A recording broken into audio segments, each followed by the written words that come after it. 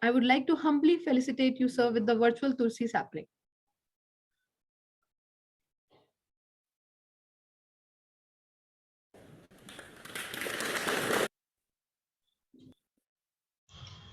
Thank you, Juhi. A very warm welcome to you, sir. There is some echo. Can we control it? Otherwise, I will try. And I'm trying to share Yes, my sir, it's done. screen. Yes, sir, yes, sir, it's done. Sir, I would like to hand over the session to you. We can begin with your talk. All right. Thank you. Hello. Are you able to see the screen? Yes, sir. Yes, sir. All right. So, very one, good morning to each one of you, and I congratulate the organizers both CSIR IITR and as well as MIT University for thinking about a topic together on management strategies for environmental health and safety and a step towards achieving SDGs. When we go about these, I was thinking that which is one of the very important topic which is can link up our daily lives, our lifestyle, our growth, our development on the different fronts, and the biodiversity and so forth. So the plastic is one of the linkages I was finding which has a direct impact on environment and health, and we can see the multiple aspect. There are multiple strength, challenges, as well as the huge opportunities. We find that always we say that the plastic should be banned or it should be restricted, it should be minimized. But in reality, what we are finding, whether it is in the COVID situation or in the others, that for packaging, we are always looking for good packaging solutions. And when we ask for good packaging solution, the manufacturers, entrepreneurs, startups, when they are thinking about for the packaging solutions, they come to plastics. And they request us that how we can have the best plastic which can be non-toxic, safe, as well as compliant to the regulatory agencies. This forced me rather to think about how we can have the demand supply. The second aspect is regulatory, third is sustainability, and merge together what we want to see and what we have into the realities. And when we feel about toxicology, as I said in the beginning of the session on the first day, toxicology, according to Parcelus, it is the dose which differentiate between a drug and a poison. And very important point which all of us understand, even my participant, that toxicology is a multidisciplinary field and it involves the study of adverse implications of substances on the variety of living organisms. They can be the again the flora and fauna of different nature. When we visit a place like Lakshadweep, Andaman, US, or any of the beaches of the world, we find beauty. But beauty is skin deep, we say. But when we say in the terms of human beings or in the ocean, we find the different scenario. In the case of human being, there are variety of skin. There can be oily skin, non-oily skin. There can be impact on the dermal features. And when we see from the perspective of what is happening in the water in the aquifers, the scenario is entirely different because we find phthalic acid ester, which is an endocrine disruptor, as a leachate reaching to these bodies, whether it is a landfill situation, the aquifer situation, and others. The another important point is the dose effect relationship. And when we have to understand dose effect relationship, while Dr. Vikas and others were explaining, you might have understood that how there can be the molecular and genetic effect. It may be in the terms of efficacy, we have to understand potency due to the different type of determinants, because the pharmacokinetics is a very important aspect. When we say about LD50 or ED50, the lethal dose, how it is being classified in the toxicological journals, ATSDR, OECD, good laboratory practices, NABL and others, we find that it depends on the duration of exposure, route, species, age, sex and environment. And When we have to understand about the toxicology, the field like forensic toxicology is taking a new leap because of the incidences, because of the finding out of the solution, and to understand what can be the impact on blood or other scenarios. So these fields are coming up. When I think from the angle of risk potential, risk benefit, or risk assessment or management of risk, we find the different interlinkages, and the benefit and risk goes simultaneously. We have to understand what can be the drug development and how there can be the characterization, standardization, validation, identification of anticipated risk. We have to understand it. The very significant finding or the relationship is between the molecular.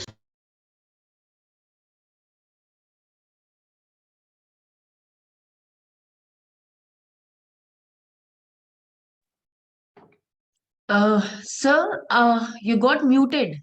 Yeah, you Yeah, got Okay, me. it's fine. It's fine. now found. There is characterization, standardization, validation, and identification of anticipated risk. In the earlier different guidelines, it was never said about the decision making, decision tree, but the present NABL, GLP, they say that we should assess the risk in advance. So, toxicity and assessment of risk is interlinked. When we understand the decision tree, risk assessment, risk potential, risk characterization, risk standardization, and also what can be the solution for the common man.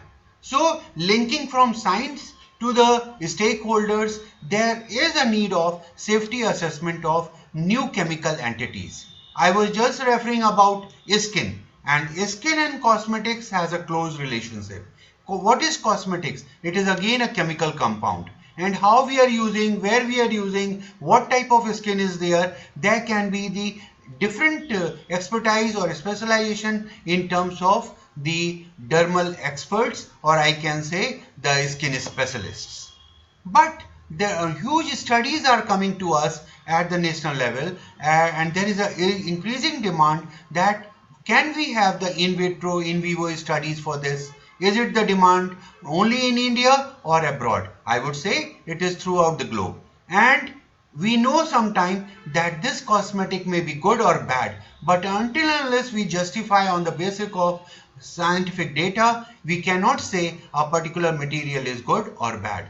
These things, the powders, the different type of materials are being used not only for the adults but from the early childhood and till the age last phase of our life. So the principles of the basic arts, replacement, refinement, reduction, we can have multiple arts concept, and thus we find there is a global need of reduction of the testing animals, reduction, refinement in our system, and confirmation at the different levels. So this takes me to the aspect of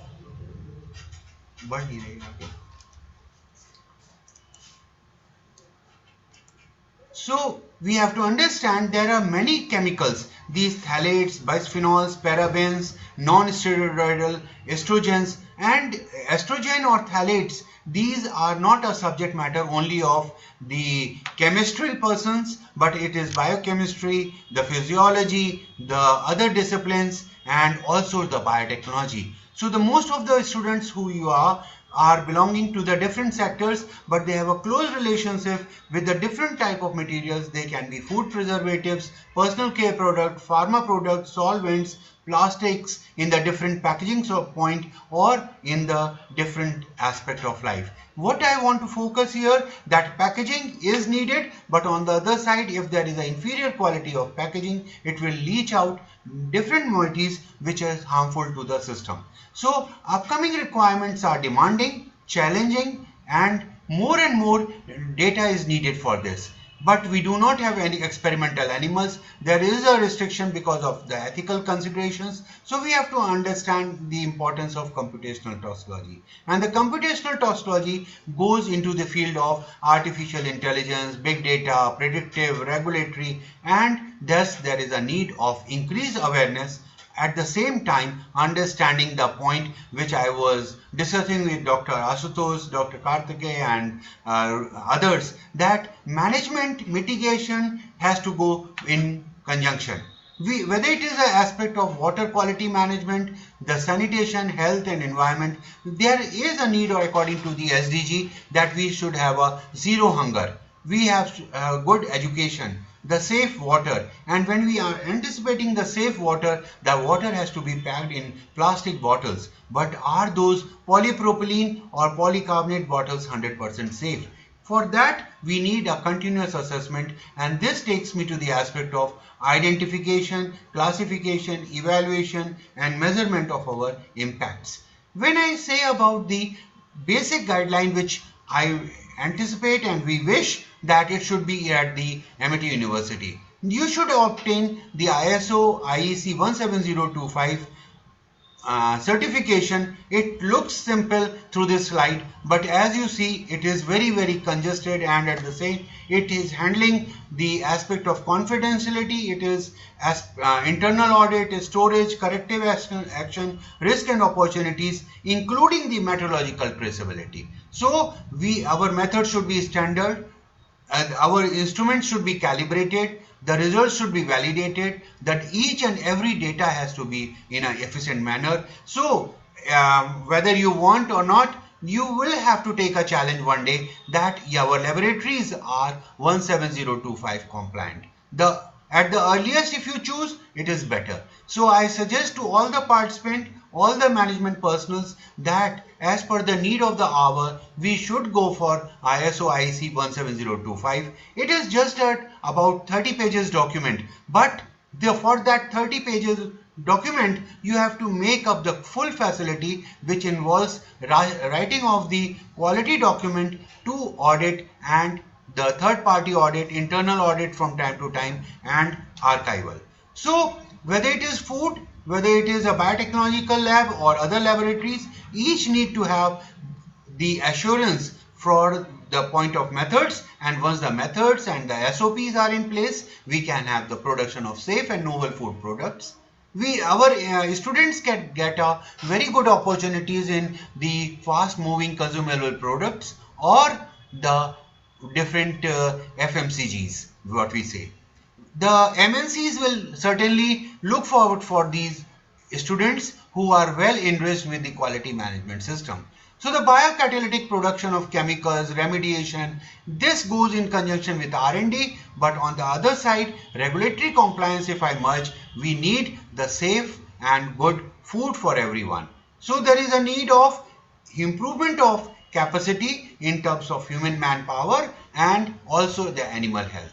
We find that this takes to the aspect of what type of niche areas are there. This is a common question which is asked, and the R&D person should be well acquainted with the teaching requirement, and the teaching requirement personnel should be well aware about the R&D risk, potential, need, and this takes to the aspect of niche areas, what can be the risk assessment, understanding the mechanism of action, how we can have the minimization of waste and management, what are the green chemistry principles, and these are conferred in 12 principles of green chemistry, how we can interlink with the biotechnology or to the other field of science. The mass dissemination and preventive measures, we say or we hear nowadays that we should, for immunity boosting, we should use most of the organic foods, the nutraceuticals and others, but are all safe? Have we studied about the safety point of view? Are they not infested with the insects and others? So for this, we had to have a good SDG in a real blueprint for peace, prosperity for people, and whether it is a prime minister or the president or the international forums, the different members from the EPA, WHO, they are always referring about the expectations, but how we can fulfill it is through the help of national and international guidelines. Even these guidelines are to be framed by experts like you and us from the CSIR family. I would like to say that these guidelines sometimes are reviewed, but they are delayed in few cases. There is a need of regular, it is a dynamic system and it should be upgraded as it was done with Indian Pharmacopoeia, US Pharmacopoeia and others. So we have to understand what are these aspects and how we can take up. In CSIR, we have a wonderful aroma mission where we can find that it is changing the scenario of the farmers and it is giving the yield. It is also affecting our economy. So we have to understand the economical sustainability linked with social and environmental aspect for the compliance of rules, regulations and the guidelines. When we think about all this, it looks very beautiful.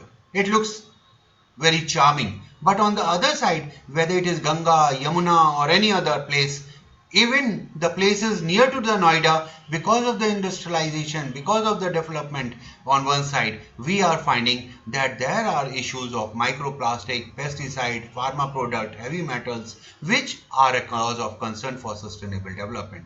And at the international level, when we find our own India's position, it is really very pathetic. So we have to understand that we should not just say that it is we are at the below level, we are at a under level. No, we have a potential. We know the capability, we know our gaps, but we have to fill up with real approaches for sustainability point of view.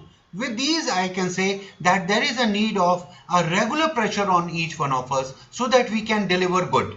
And the data management, the crisis management, they have to be linked with the new systems, new demands, whether it is for the filtration, for the new treatment technologies, and all this are affected or associated with cost. So we have to understand what is the cost behind it. And are our management personals, are our human manpower is competent to handle all this? No, to some extent. And if I say on the other side, from the platform, I would say India has a good human manpower.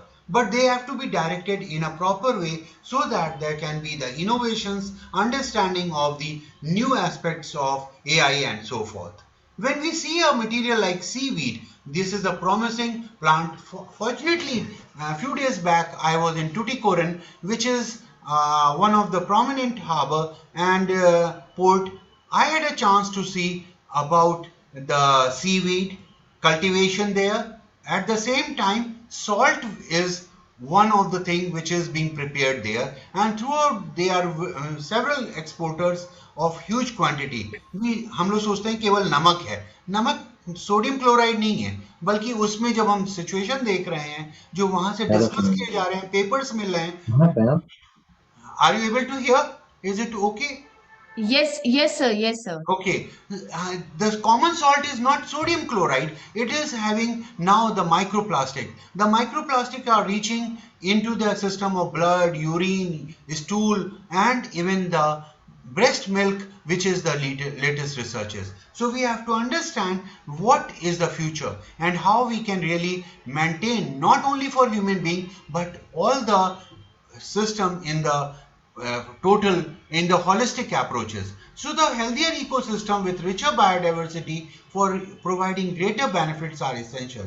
For in this direction, we need a comprehensive understanding between the government, developmental agencies, business partners, individuals, and for restoration initiative. And this has to go not only at one level or other, it has to go to the different systems at the canal, river, the landfill, the normal systems, so that we can have an efficient waste management issues which can be tackled for the sustainability growth. And this takes to the very important and vital point, the different type of treatment techniques which are coming. We understand that in Australia, Germany, UK and US, there are good treatment technologies, even in India, and we understand about the first, second, third and fourth treatment stages. But many of the places, many of the cities still are finding issues with safe and quality water.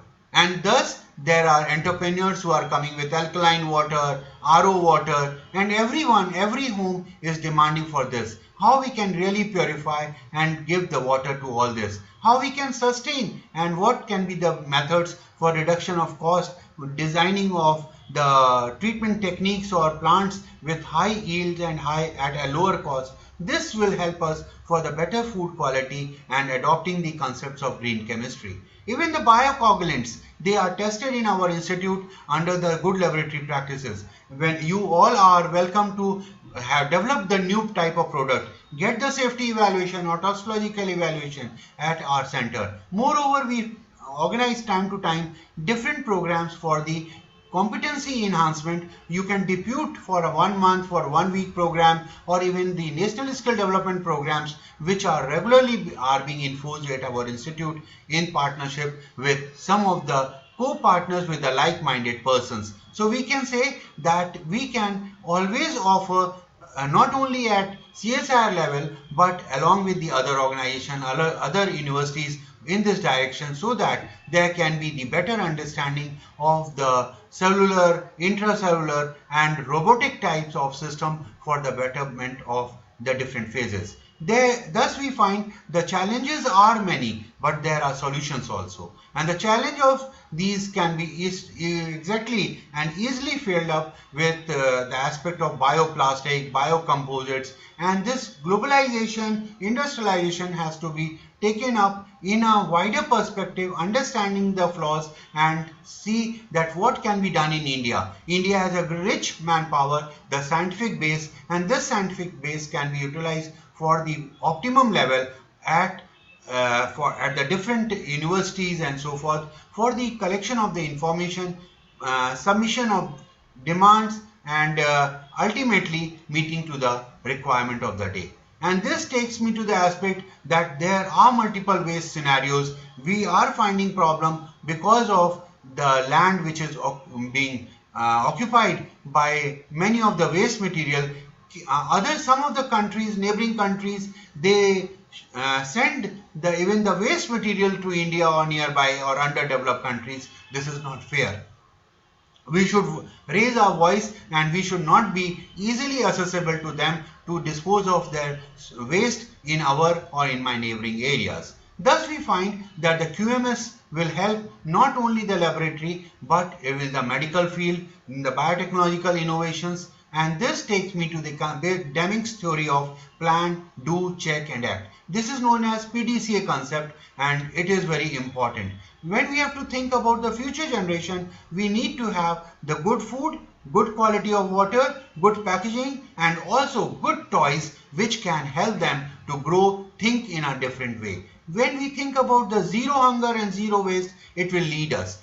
Zero tolerance on some of the front will be necessary for sustainability approaches, and the prevention of adulteration, contamination is vital so that we are able to develop a non-contaminant food, non-contaminant type of other materials. Even in the pharma sector, we have to find that the drugs, the chemicals, the transfusion, the implants, they should be of the best quality in the world. We should say, or can be proud of that this was supplied from India and it meet all the regulatory requirements. In the present scenario, when we are using all these products, we have to think about the safety to the patient and safety to even the medical fraternity, that are we using all this in a real sustainable and good manner. So when we go into the depth of the endocrine system, we find that the various organs which can be affected because of one or two or combinations. So there can be synergistic effects of all these materials. When we have to think about all this aspect, we also focus on that there is a long way to go. This is one of my favorite picture I will like to focus to all the biotechnologists of Amity University, that there is a long way to go.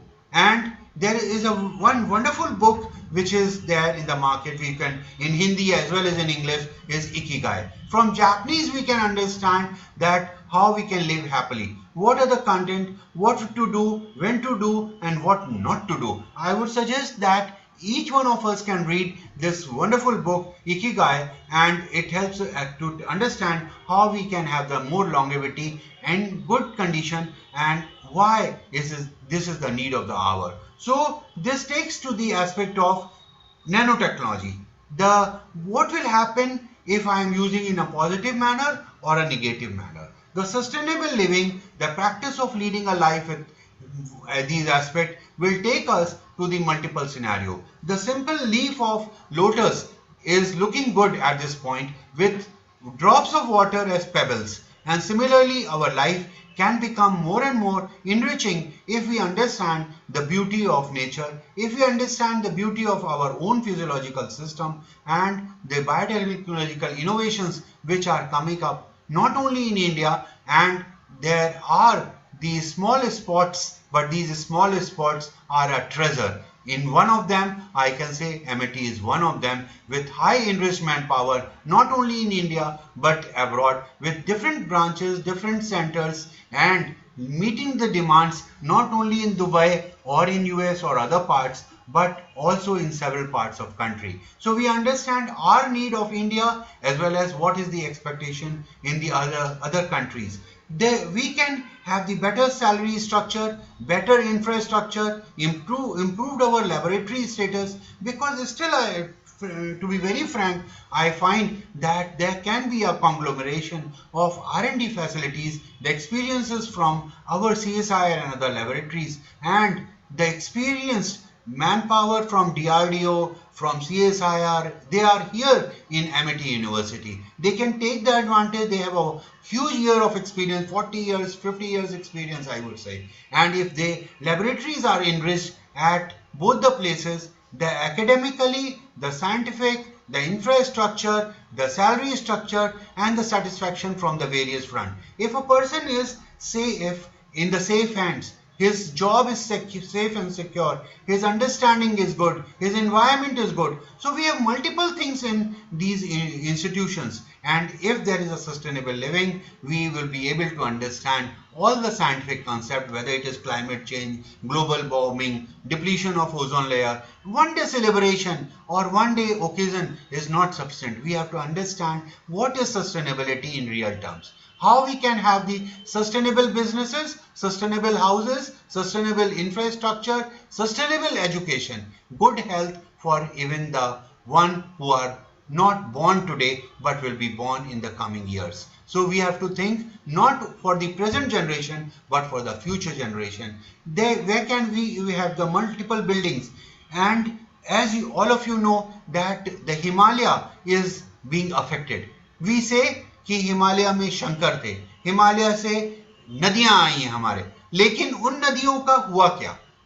उसका संरक्षण की बात हम करते हैं, संवर्धन की बात करते हैं, प्रचार प्रसार की बात करते हैं. वो प्रचार प्रसार केवल प्रचार प्रसार हमारे पोडियम से रहे, इन हमारे ऑडियो विजुअल एड्स के थ्रू रहे, इन प्रेजेंटेशंस की तरह रहे, हम संतुष्ट नहीं हो सकते. और इन संतुष्टि के लिए हमें कमल जैसे फूल की भी आवश्यकता है, कमल के पत्ते की भी आवश्यकता है, और इन कमल को अलग अलग रूपों में देखने की भी आवश्यकता है. और इन फूलों से क्या हम एक इंसेंस स्टिक बना सकते हैं? क्या हम इन चीजों से भगवान को भी प्रसन्न करें और अपने को भी प्रसन्न कर सकते हैं? क्या जीवन में हम शहरों की तरफ भागेंगे या शहरों को अपने में बसाएंगे? इन दोनों के बीच में हमें कोऑर्डिनेशन की जरूरत है. It is said that should we live in the multi-stories, or our life should be with a different multi-story concept, that it has a different phase of development from day to day, from morning to evening, and how we can have the better understanding of our environment, how we can have the better understanding of our fellow being. In the center of this figure, you find on one side what is a greenery and how we made the Rajasthan or other areas, or even in the many of the cities, there is a over extraction of water, whether it is Chennai or Delhi, Lucknow or others. We find we have to see the solution, how we can have the rainwater harvesting, water conservation, development of technologies, and these technologies should not live only for one generation, for others. How we can have the safe drinking water. Though there are guidelines of IS 10500, 13428, 14543 related to packaged water, drinking water, mineral water, alkaline water, but are we satisfied with the limits? Are we satisfied with the formulation of our methods? No. We would be more satisfied if everyone has a safe drinking water according to the need of the person according to the need of the government, according to the WHO or another regulatory needs, and this will help us to take the or satisfy a bird as well as a human being. So every year billion of people die from diseases associated with water supply. Sanitation issues are there, hygiene are there. So we have to understand how we can have the wonderful beaches without any contamination, how we can have the safe soil for cultivation. If I want to have the health card of a human being, similarly we need a health card for our soil, our water, our all the organisms. In many of the areas when we go and we find that in a few decades back there was pearl being prepared very systematically, and where it was natural pearls are available, but nowadays we find that it is not feasible because of the again population and over pollution issues. So this takes me to the aspect once again to the fashion, mission, vacations, professions, what to do, how to do it, what is love and what this needs. The love to pet, love to water, love to environment, love to a subject area and love to a particular human being or to the biodiversity in the not only in the morning but in all the different phases of our life. So this takes me again to the concept of Ikagai, that which says that how we can make our life better, understandable, loving, as well as meet the demands of the day. So with these words, and because I know that some of the sessions get delayed, so I thought that at least myself I will contribute by giving you a flexible time of about 20 minutes so that you can have the next sessions in and you can fit in. So with these words, all the best. I once again thank on behalf of the MIT University, CSIR IITR, and make this wonderful world through the next sessions or in the forthcoming year or in this year itself. If there is a partnership with other institution, there should be 2,000 or 5,000 persons linked with this particular audio system or these type of training programs. That is the demand, and they should come from their own will. It should not be a pressure, it should be a passion, and it should be a mission that how we can inculcate a good feeling amongst each other. With these, I thank each one of you for giving an opportunity for patience hearing and so forth. Thank you a lot, and once again wish you more and more laurels in coming year in your particular area of affection, profession, vacations. Enjoy the maximum and enjoy the weather, enjoy the books, enjoy the working in a biotechnological lab which is compliant to ISO 17025. Thank you. Thank you, sir. Thank you, Sharma, sir. Thank you. So now if there are any questions or they can be put on chat box and you Sir, can go yes. ahead with the other deliberations. Thank Sir, you. you very well justified our today's approach to address the SDGs. The multiple parameters affecting the intensity of intoxication was also very informative. Scholars must be feeling delightful after hearing the information about the possibilities that you described at your institute. Thank you. And it is always a challenge for me because whenever MIT invites, I had to give a new thought process, a new diversions or the dimensions to my deliberations, but I enjoy it. Thank you. Which is why I would like to say that the talk was not only informative but inspiring. Thank Uh, you. let's take a few questions. So, sir, our student Shivangni Sharma is greeting you. Good morning. She's saying, please share your take on need of sensitization of the scientific community towards maintaining a balance between development and environmental sustainability. Yeah. Uh, it is rightly said, and thank you for the comments. I would say there is a need of a balance between the two, which all of us know. And if we ask our conscience, rather than asking the question from any one of us, if you just hear to the voice or the uh, things which are coming from your inner conscience, will tell you what to do and what not to do. I think that will make a balance. So the next question is by Amrina ma'am, and she's asking that according to research, microplastics are capable of leading to oxidative stress, DNA damage, and inflammation. A question is that what could be the easiest way to avoid the exposure to microplastic in our daily life? Okay. Jui, it's really nice that you have addressed the issue. And regarding the microplastic, it is a thing which has come to the knowledge in last 10 years. The first paper came from the IITs, followed by many other papers which indicated that it is not only in water, and as I just said, and I have seen from my eyes, that this is easily being trapped in the salt at the places, whether it is Gujarat or in the Karnataka and other regions, where they have the regular imbibe, and what they are taking the seawater, and it is reaching in the different mattresses. It is in tissues now, it is in milk, it is in water, and so forth. And if I say about the remediation part, it will not be in 1 day or 1 year or even 1 decade. If we start our action today, it may take about 25 or 30 years to see the real impact. As you saw in the COVID situation, that for couple of days our system was silent, and thus we could see from Saharanpur the Himalaya ranges and other things. So we have to understand that these plastic aspect, if we stop today, our positive impact will come after 50 years, because we have already spoiled the different matrices in the system. Thank you. So yes, there is a possibility, but it will take time. Yes. Another question, sir, do you think that old traditional methods of sustainability need to be reinvented and then incorporated with the modern day scientific development? Yes, you are very correct. If we follow these things, for example, in the south, as we still do, that banana leaf we are using, or there are different biocomposite material, bioplastic material has come up. If we start using them in our day-to-day life, in our different gatherings and so forth, I think certainly it will make an impact. And for single-use plastic, there was high-level meeting in which I attended at Delhi, and it was in 2018, 19 and so forth. But when I see the reality, there is a wide gap. So I am again emphasizing our scientist community is knowing about the things, but implementation has to be done at much better level.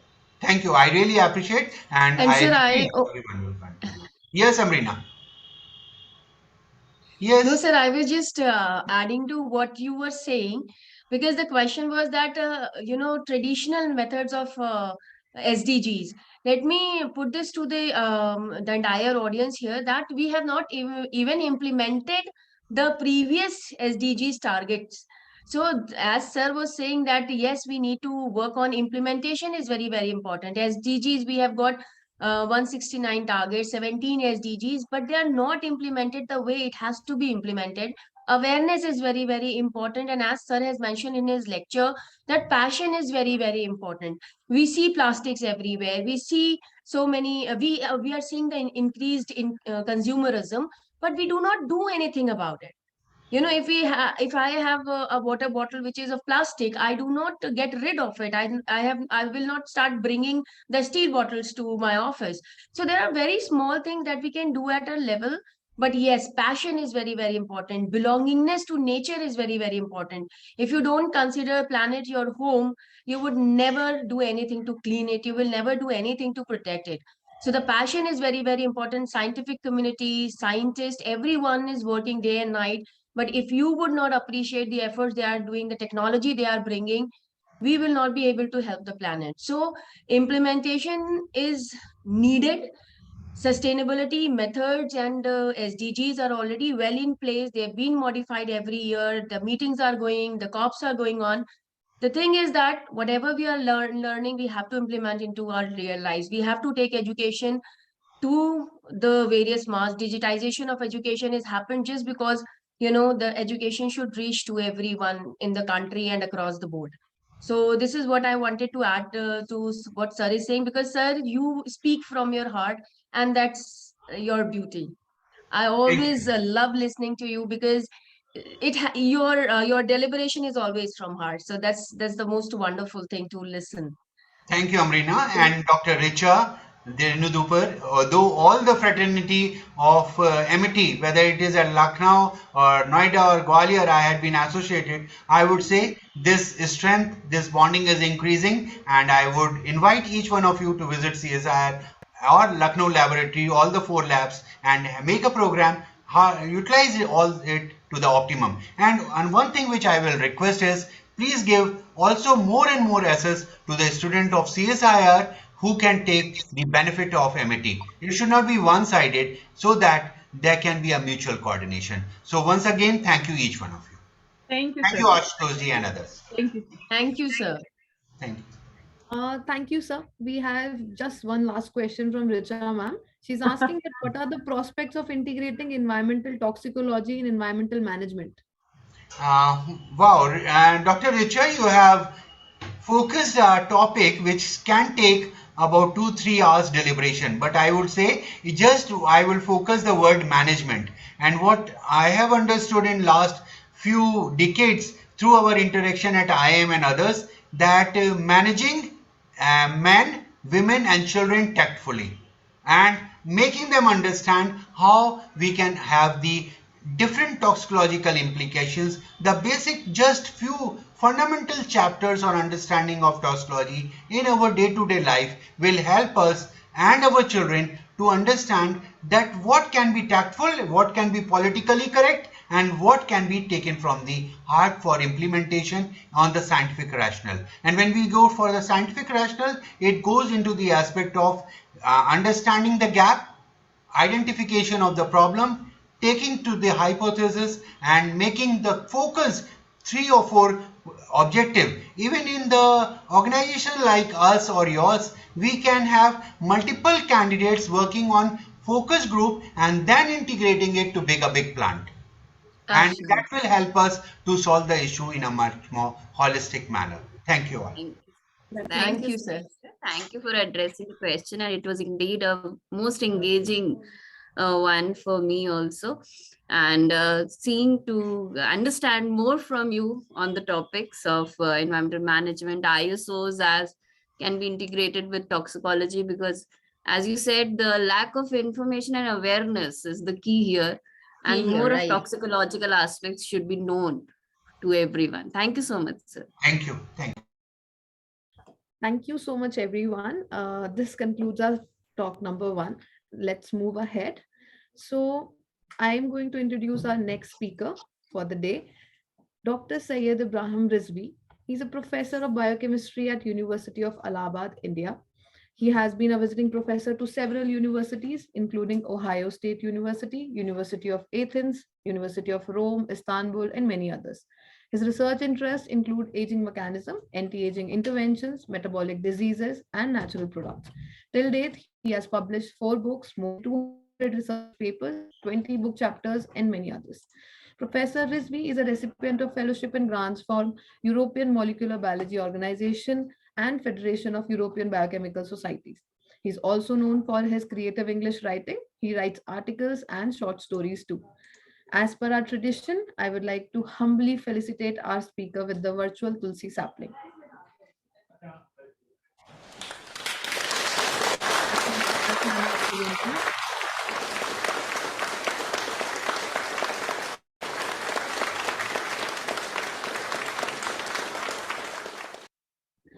We are very honored to have you on our panel, sir. Kindly enlighten us by your talk on the topic. So you're mute. Rizvi sir, you're on mute. So can you hear me now? Yes, sir. Yes, sir. Yes. Okay, thank you so much for the nice introduction. And let me first of all thank Amity University also for giving me this opportunity to present some of my research work over here. And I don't know whether I qualify to be speaking on management strategy and environmental health, but since my topic is on aging, so everyone seems to be interested in knowing that whether there are mechanisms, there are interventions so that we can live longer. So although it is on management or something else, but I think that it will be useful and people will find it interesting what I'm going to speak. So let me now share my slides and then I'll start. Share screen.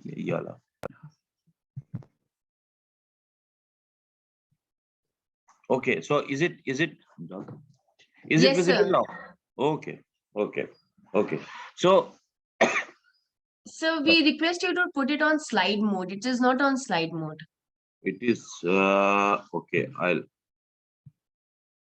Is it okay now? Yes, sir. Perfect, sir. Thank you, sir. Okay. So as you can see, it is the about human lifespan and are there any anti-aging strategies. So we will cover all these things in this presentation. So this presentation will be roughly divided into actually two parts. One, telling my audience that what is aging and why do we age? Why should we age? So these are very pertinent, very important questions. Like what was the logic of nature that one should take birth, grow up to a certain point, then your parents have to take care of you, and you read and you study and you grew up to a certain point, and then suddenly you find that you are in the middle age, and again this middle age passes very fast, and then you are in the old age, and then one fine morning you must die. So what was the logic that all living things should take birth, grow up to a certain point, and then die? When a person is at the prime of his understanding, of his knowledge, then old age has to come up and person has to die. So all these things, these are problems of aging, and we are trying to find out, we need to find out that why nature chose this aging to be part of our lifestyle. And then if we find out these problems, why there should be aging and what are the factors, what are the consequences of aging, then we try to find out that whether there can be any intervention to delay this process so that we can live longer. So this is how the interest of human beings is in this topic. So let's begin with this, that however strong you are, however wealthy you are, you just cannot escape the process of aging. So it is not that even that only the people who have less money or something like that, they age, everybody ages. Now we come to a very important question, that what is the purpose of life? So this is a very philosophical question. Every one of you, like if there is a philosopher in between you, he will try to answer this. All people would like, even scientists have pondered and tried to find out the answer to this question, what is the purpose of life? And even Darwin, he also explained that what is the purpose of life. And then we need to find out that whether aging provides any clue to this question. So then what Darwin said, I'm going to cut the story short. What Darwin said, that the purpose of life is to reproduce. And this is how we explain that you take birth, you live up to a certain point of time, which is known as the Darwinian purpose of life. And the Darwinian purpose of life is that you grow up to a point when you are able to reproduce. When you have performed that function, you are then no longer required by nature to live, and therefore the warranty period that the life gives to you is finished. So after that time, the time that you spend on this earth after you have fulfilled the Darwinian purpose of life is the time when you undergo a process, that is aging, which always culminates into death. So nature gives you a warranty period up to a point that nature thinks that you haven't fulfilled the Darwinian purpose of life, or you have not reproduced.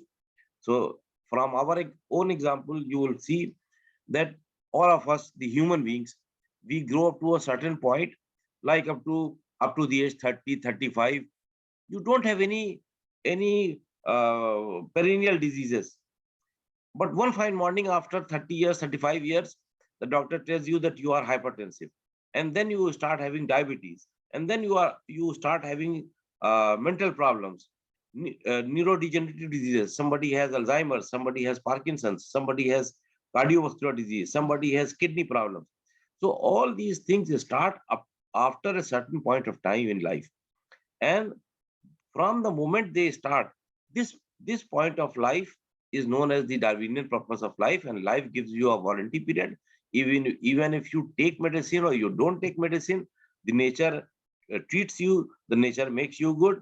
But after a certain point of time, nature does not play any role, and you are always are vulnerable to these problems. And this is how Darwin explained that this is the Darwinian purpose of life. And this also explains why we should age, because after a certain period of time, our protective mechanisms start to get slower, and some of the biomolecules start getting damaged, and this damage accrues, and this damage now accumulates. And depending upon some person might be affected in brain, some person might be affected in heart. So all these things happen, and this is why you age. And what happens that when you are thus, therefore you are by nature, you are required to live up to a point when you have reproduced. So beyond the point that you have fulfilled the Darwinian purpose of life, you are not required to live. And when you live beyond that time, you are undergoing the process of aging. Now, if this is as simple as has been told by me up till now, then we should have found the reasons for aging, and we should have found a molecular mechanism of aging. But then we find that at this point of time, there are approximately 300 theories of or hypotheses of aging. So it shows that if for a simple process that every living organism is undergoing a process, why should there be 300 theories to explain this process of aging? I'll tell you why. Because even considering that we are humans, only considering that humans, if we see in our midst, we will find that all of us have to die. But somebody dies of heart problems, somebody has liver problems, somebody has arthritic problems.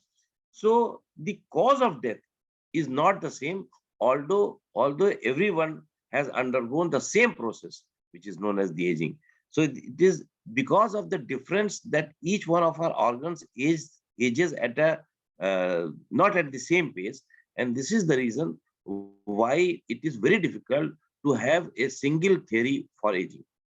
Now, what happens that as we age, these are certain metabolic parameters which start getting changed as we age. So this is a graph from a test book, but you will find that there are several parameters like conduction velocity, basal metabolic rate. So all these parameters change as we age. Now what happens? That the process is very simple. That from a young child, we grow up to a certain point. This is old age. But then what actually happens? That there are so many metabolic, physiological parameters that if we start thinking about one single parameter, then this single parameter doesn't follow a straight line. It follows this process. So if you take any parameter, this parameter for a particular person will follow a route which will not be similar to another person. So it follows a zigzag path. Although it is decreasing or increasing, but it follows a zigzag path. And therefore, it is very difficult to understand the normal biological age of a person based upon just one parameter. But there are so many different parameters. And if you take the example, then now we take the example of two parameters. So the situation becomes more complex. Now we take the example of several parameters. And this is what is happening inside each one of us. That there are large number of parameters which are interacting between themselves and creating a situation that each one of us become different in terms of aging. And what happens that for a particular person, either the heart gets affected first, or the kidney gets affected first, or the brain gets affected first. So this you cannot predict at the age of 20, at the age of 30, because there are so many different parameters which interact between themselves. All of these parameters are changing as a function of age, but the rate of change in every individual is different. So there are this is just a example of number of parameters that can change. So you can see there are so many different parameters which change as a function of age. And if you correlate all these factors, it requires large amount of data analysis to come up to a conclusion that when this will happen, this organ will get affected. We at the University of Allahabad, we have also been studying the role of different biomarkers, different parameters as a function of age. And these are some of the most important findings that we have published in several very important papers. Not going to go into the details of these problems, but let me go back in time. So it was in 1951, approximately 70 years from now, that a person known as Sir Peter Medawar. So he gave a lecture at the Trinity College, London, and this lecture was titled as an unsolved problem in biology. So in 1950, there was something that was said to be an unsolved problem in biology, and Sir Peter Medawar was referring to the problem of aging. It was nothing to do with the first lecture. It was in approximately 2006 that another person gave a lecture, which was, sorry. So this lecture was termed as, which was titled as, aging is no longer an unsolved problem. See, in 60 years, what happened that from an unsolved problem, aging became a solved problem. We could understand what is aging. So I'm going to take you to some of the milestones in this research, that what happened that in 60, 70 years, we have understood the process of aging. And then if we have understood the process of aging, can we extend this process? Can we stop the process of aging, and can we extend our lifespan? So these are some of the, now it has been understood that these are some of the markers of aging. So this meeting is being recorded. You can view these slides later on, but these are some of the strong markers of aging that happen. Now, we again go back into time, and what the history books or the sacred texts tell us. And it is said that Prophet Noah, it is mentioned in the Bible, that he lived for 950 years. Prophet Moses lived for 120 years. Prophet Abraham lived for 175 years. In Jainism, there are mentions of people living for thousands of years. But what is true actually? And you will find that even in ancient texts, the Rig Veda, the Ayurveda, the Chinese texts, there has always been mention of something that helps us to live longer, because humans as a race, we have always been fascinated by the thought of living longer. So even today, if you ask someone at the age of 60, 70, something like that what is your first wish? So the person has to say that I want to live longer. So I want to say that this passion, this of living longer, has always fascinated. And even in texts which are as old as Rig Veda or Ayurveda, you find mentions of things which help humans to live longer. But what is the scientific position? So the scientific position is that in science, the highest that a person has lived is for 122 years. And that was a woman known as Jacques Calmet in France, who is known to have lived for 122 years.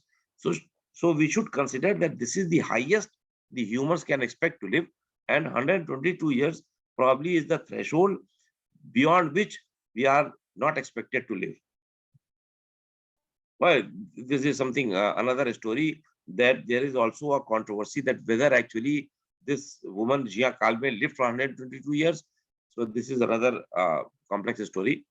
And let me tell you one very interesting fact, that in 2020, there was a survey that how many supercentenarians, people who have lived for 112 years, how many supercentenarians are present in the world. And it was found that there were 31 supercentenarians who were present in all of the world. But out of these 31 people, only the 30 people were females, and only one was a male. So this calls for some amount of introspection, some amount of seeing that why nature gave women a longer life than men.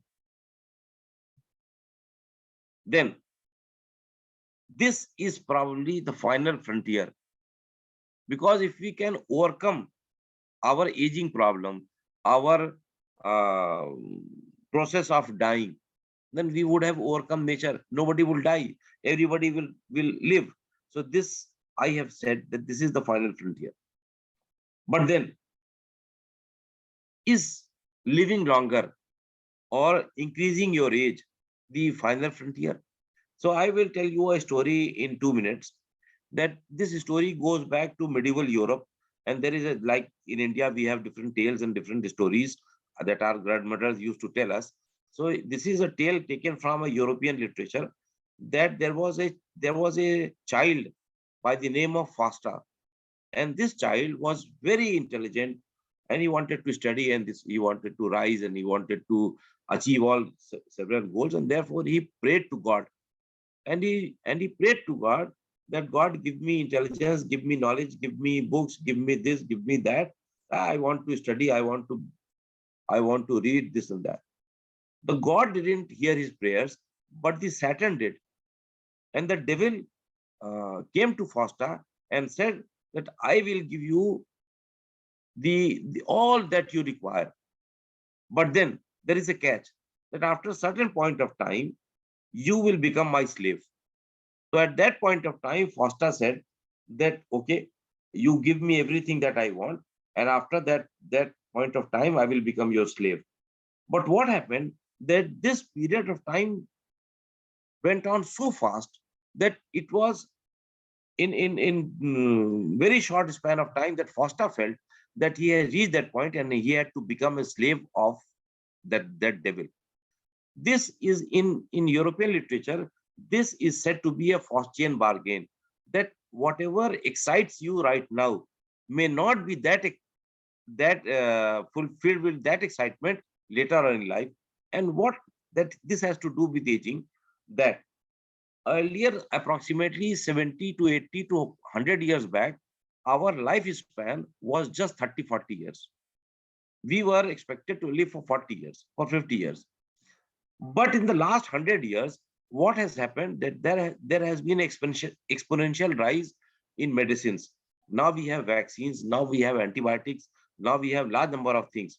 And because of this, over a very short span of time, our lifespan has increased to 60 to 70 years across the globe. In all regions of the world, we now expect to live for 60, 70 years. But then, although our lifespan has increased, what has happened? That now, earlier there was no very isolated cases of cancer and heart disease. But now most of us are having cancer, heart disease, Alzheimer's, dementia, Parkinson, diabetes, stroke. So suppose we were living 100 years back and somebody would have told us that, okay, I'm going to give you double your lifespan. Would you like to take it? Everybody would have said that I want to take it. I want to live for 70 years. But now this is a Faustian bargain, that after 70 years, we now find that although we are living longer, we are having cancer, heart disease, all these problems. So we need to find, so people are trying to find any intervention, any mechanism that can help us to live longer. But then the question is that if we suppose, if tomorrow I find a capsule, I find something, a drug, which I say that I will help you to live longer. So at which stage of life you would like to be? Should you be eternal youth, that you should always be young? You should start taking this medicine in your youth, or you want to live your lifespan and then don't want to die, or you want to be in the old age but not grow as old as the earlier slide. So again, there are a lot of problems of ethics, that even if we are going to live longer, at what stage should we live longer? So Now, we have certain clues from around the world, and it has been found that there are certain regions in the world where people tend to live longer. The general population tends to live longer. And these are places, there is a one place in Italy known as Sardinia. There is a place in Japan which is known as Okinawa. So these are places where people live much longer than people from other parts of the world. And researchers are going on to find that what is so special in these regions of the world that people tend to live longer. So it has been found that the French people living in south of France, they have very healthy life. Although they eat big burgers and they eat lot of fat and lot of cheese and lot of meat, but even then they have a very healthy lifespan. They live longer, and that is known as the French paradox. And it has been found that a compound known as resveratrol is present in wine, in the red wine that they take, and because of the red wine, these people live longer. So all these things, the evidences which I'm going to show to you, all these things point out to certain clues that probably resveratrol or polyphenols can help you live longer. Now, coming to polyphenols, we have large number of things that we eat daily: onion, green tea, turmeric, apples. All these things have something in common. That onion contains a polyphenol known as quercetin.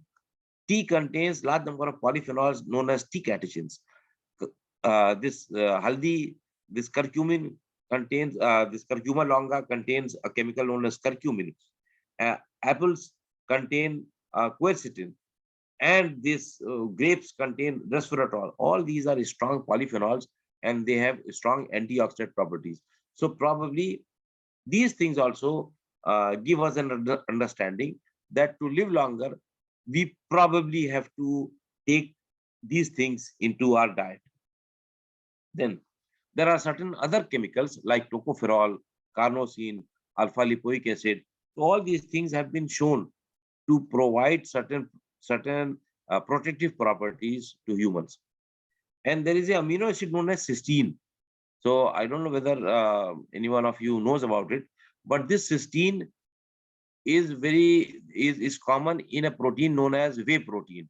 And you know that there are supplements on the internet. If you find that whey protein is present and people take whey protein, so this cysteine, because whey protein is helpful only because of this cysteine group. So this cysteine also plays a very important role. We have talked about curcuma longa, and something new is being told, that if you undertake periods of mild stress, and here it has been said that the fasting that all religions in this part of the world, they say that in Muslims you have the fast of Ramzan, in Hinduism you have different fasts. So all these things, what they do is to provide a small amount of stress to the body. And it has been found that if you provide small amounts of stress to the body becomes accustomed to that kind of stress, and then it provides a protection to the body to mitigate any further stress that comes in its way. So this mechanism is known as hormesis. Exercise is one kind of hormesis, because when you exercise, you are actually going against your body. You are spending more energy. You are producing more free radicals. But even then, exercise is beneficial, because during the process of exercise, you are testing your body. You are putting your body at a stress that the body can sustain. And because of this stress, your body becomes strong enough to pass over conditions of stronger stress, and this property is known as hormesis. So these are different strategies which people are now using to extend our life, to have a anti-aging intervention. But I am going to talk about only one kind of intervention, which is known as caloric restriction, which is very which is very popular nowadays. So caloric restriction is what? That if you restrict the amount of calories, if you decrease the amount of calories that one takes, it has been found that in lower animals, in Drosophila, in species of rats, in C. elegans, earthworm, it has been found that if you restrict the amount of calories to half, their lifespan gets increased, their lifespan becomes double. So this, it has been found. But then can you decrease your, you all of you know that how difficult it is to go on a dieting path. It becomes very difficult to decrease the amount of calories. You can do it for 1 day, 2 day, but the next day you have something that you like in front of you. It becomes very difficult to resist the temptation of eating it, and it is so very difficult. So what has happened, that although this uh, caloric restriction cannot be directly implemented to humans, we have found out. So this is how, let me tell you, this is how science takes place, that you restrict the amount of calories and you have a longer lifespan in animals. So it takes this kind of a pathway, that so many different molecules and so many different of signaling pathways are affected when you restrict the amount of calories, but ultimately you achieve a better health after fasting. So the calories, the different interventions involved, like people are now going in for alternate day fasting. So you eat 1 day and you fast 1 day. There are different types of dietary restrictions, that you eat for only 8 hours and you fast for 16 hours. So these are all mechanisms to restrict the amount of calories. But even then, it becomes very difficult to implement this for humans. And what has happened, that if you see this slide, you will see that there is a term now that is being used, caloric restriction mimetics. So these are those compounds, these are those drugs which if you eat, so you eat whatever you want, but your body will think that you have eaten less. And these drugs mimic the effect of caloric restriction in your body. And these are very interesting and very innovative drugs. So people are now searching, and we are also working on this area, that whether we can find certain things which tell our metabolism that we have eaten less, although we have eaten a full diet that we wanted to eat. So what are the things that are known to have this caloric restriction mimetic effect? And these are some of these, like glycolytic inhibitors. So all these compounds which have a which can inhibit the process of glycolysis have the property of being caloric restriction mimetic. But one very important molecule that I wanted to highlight over here is, if you find that is known as the insulin signaling, that is metformin. So metformin is a drug that all diabetics have to take. And if you have somebody at your home who is a diabetic, you will know that the first line of treatment of diabetes is metformin. So metformin is an anti-diabetic drug, but now it is being shown that this anti-diabetic drug has a very important caloric restriction mimetic effect. And I foresee then that probably in the next 5 or 10 years, even non-diabetics would start taking small doses of metformin, just in the hope of living longer, being anti-aging medicine. And what I'm saying is not just that I'm saying, this is a photograph taken from the journal Nature, and it said that aging pushed as a treatable condition, means that now we have mechanisms which we can treat the process of aging. And this was referring to metformin. So metformin is has become such an important molecule. One of the other things that actually can play a role as an anti-aging intervention is vitamin C. So vitamin C, being a water-soluble vitamin, it goes into our plasma, and it is the first line of defense against oxidative stress. So vitamin C, again, all those things which contain vitamin C should be consumed, and probably they can give us anti-aging effects. So we were interested in finding out that why should, because if you see the living forms that are around us, we will find that outside this lab we have dogs and we have cats and we have cattle and we have birds. So all these are living forms, but if you try to analyze these, the physiology is the same, the biochemistry is the same, the animals have the same kind of blood, the same kind of red blood cells, the same anatomy, the same organs. So why should a dog live for 20 years, a cattle live for 40 years, a monkey lives for so many years, and why should a human live for 80 years? So if we eat the same thing, if we have the same physiology, same biochemistry, then why should different animals have different lifespan? And some people try to explain this, and they explain that the bigger the animal, the larger the lifespan. So most of the animals fit into this graph, that bigger the animal, the larger the lifespan. But if you see on the left-hand side of this screen, you will find that humans are some of the animals, are one of the animals which have a very long lifespan as compared to similar sized of animals. So there are only few animals who tend to live much longer than their size, and among those are the humans. This really fascinated us, and we have tried to explore this mechanism, why this happens. So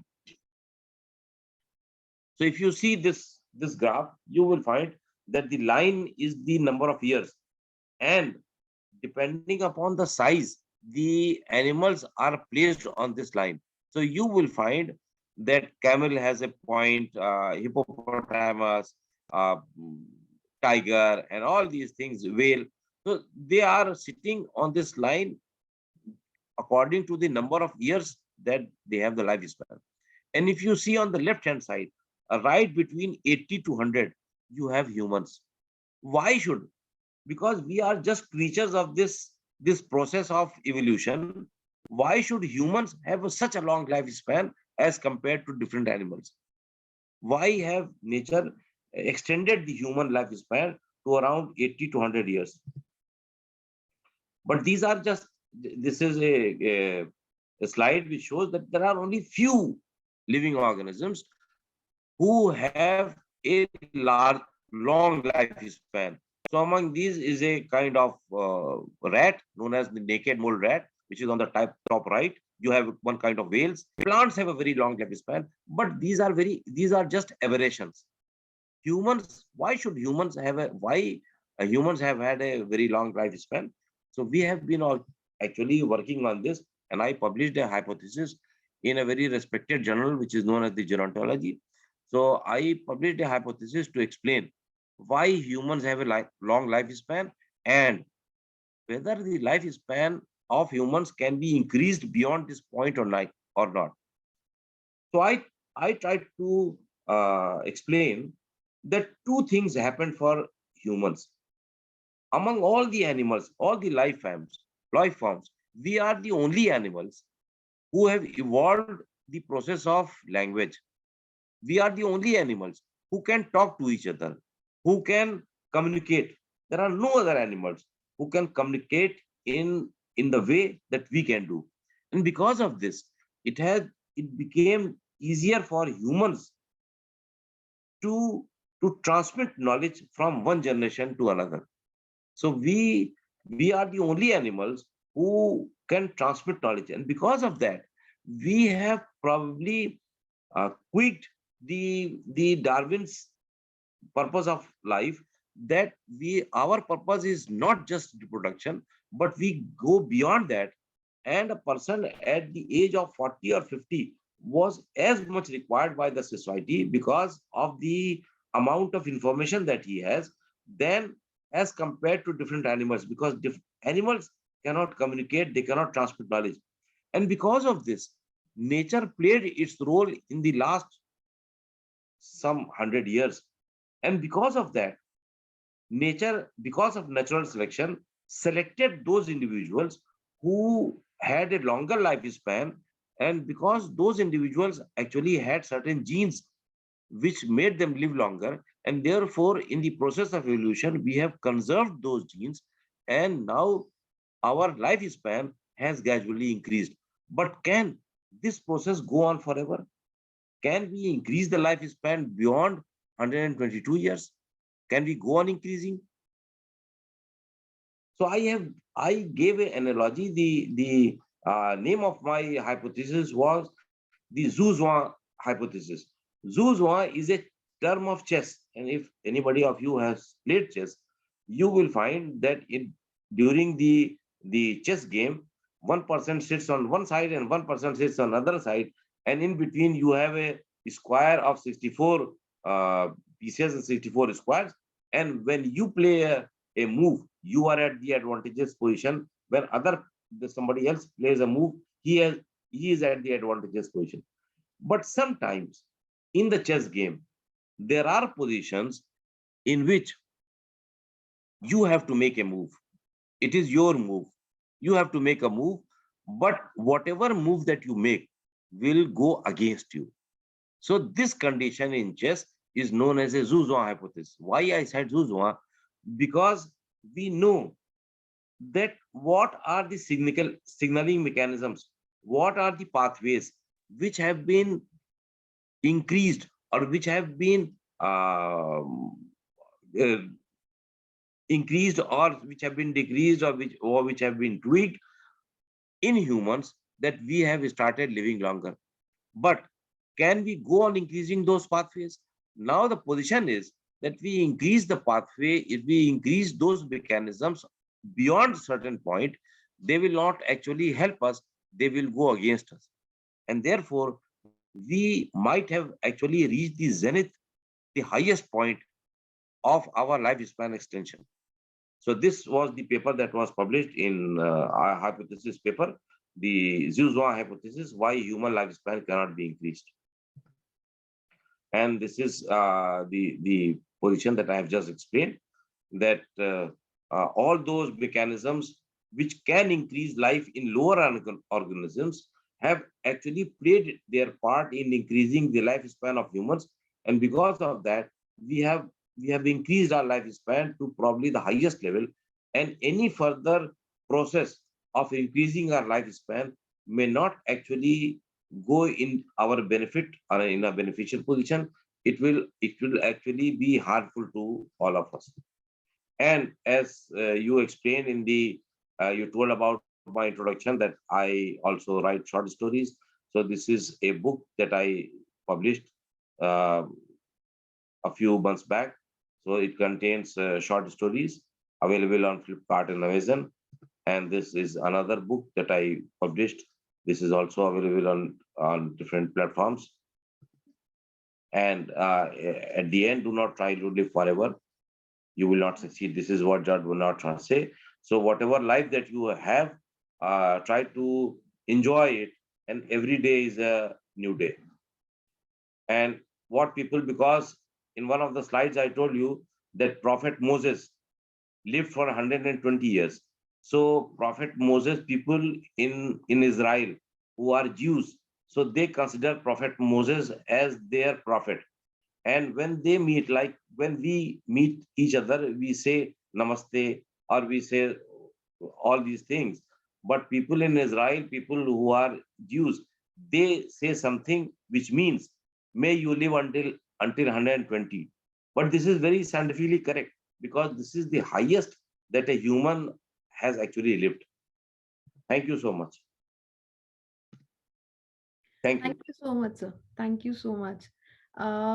I actually would like to say that you rightly stressed that everyone is interested in understanding the aging mechanism and obviously the ways to control it too.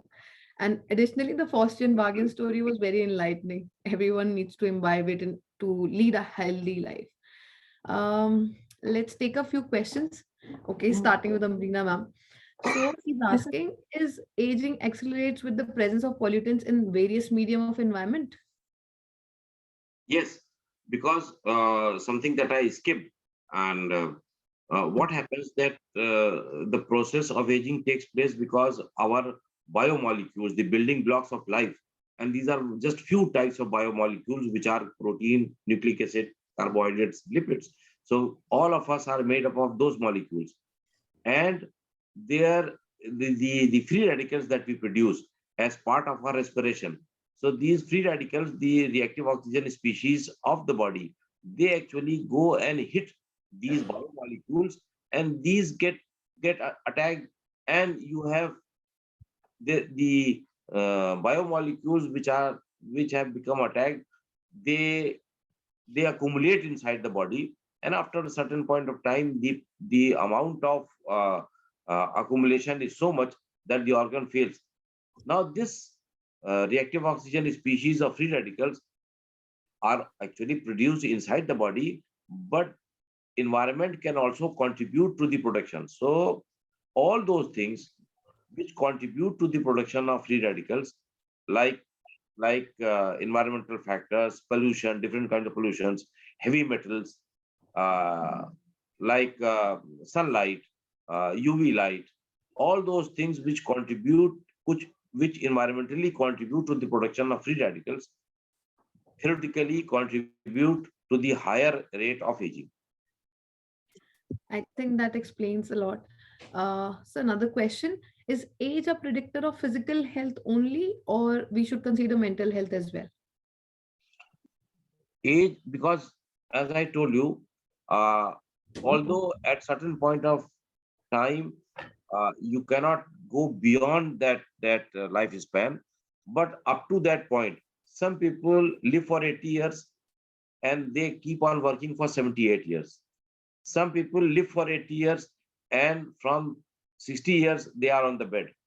So age is actually, the biological age is not actually a predictor of your performance. So, but mental age in terms of scientific knowledge is what, that whether your brain is affected by the process of aging or not. Some people are always agile. Some people have strong cognitive powers even at the age of 80. And for some, they start losing, they develop Parkinson's, Alzheimer's. So the best thing is to enjoy life, to be happy, and to consider this life to be only one that has been given to you. So we should not actually every day think about our dying and how much life that we have. We should enjoy. So that's very well said. This is the last question. Is there any evidence-based research on ways to promote autonomy in older people from family, and about tools to measure social autonomy? If it is related to the topic, it's This is probably not related to scientific like it this seems like a topic. social aspect question. Even I It is more related to social aspects, but it has been found that, like exercise, like if you are regular on exercise, probably you exercise your body and your muscles and your other things are protected from certain deleterious effects. definitely. In the same way, if you exercise your brain and if you exercise your neurons, Mhm. you are protected from different diseases. So Yes, this is one of the things that is being now explored by different people more in the areas of psychology and cognitive behavior. So people are trying to find out, and it is being said that uh, those Wordle games or other types of mental exercises should help crossword, the old Sudoku, these crossword. can like So help you. it should help the old age people to ward off certain dementia or these kind of problems. So just one last question. Can carbon-14 be used to identify the age of corpse and mummies? Right. But this our age, like this we can for in archaeological events, and where the span of time is large, there you can do carbon dating. But the time span that we are talking about, the human type span, is very short. So ne- I don't know how this will help humans. But Overall, sir, actually, you were little inquiring about whether your presentation was suitable for the present Yes, topic yes. or subject line, but it was way interesting, which is why people are posting questions from different domains. Okay. So you can Thank give you my very email. much. You can post my email on your server, Definitely. and if anybody is interested, I can send them my research papers, or if anybody can interested, Yes, they can post questions, and I'll be happy to answer them. definitely. So we'll be taking it from you and we'll be posting it. Um, Thank you so much. We will be moving forward to our next speaker now. Let me just introduce him. Dr. Alok Kumar Pandey is currently working as Senior Principal Scientist in Nanomaterial Toxicological Laboratory at CSIR, Lucknow. He completed his PhD in 2007 from University of Lucknow, and his work includes nanomaterial toxicology and genetic toxicology. His work mechanism of nanomaterial toxicity in vitro and in vivo models using different cytogenetic techniques as well as cell cycle and apoptosis. The work is also being done towards ecotoxicological studies of the nanomaterials.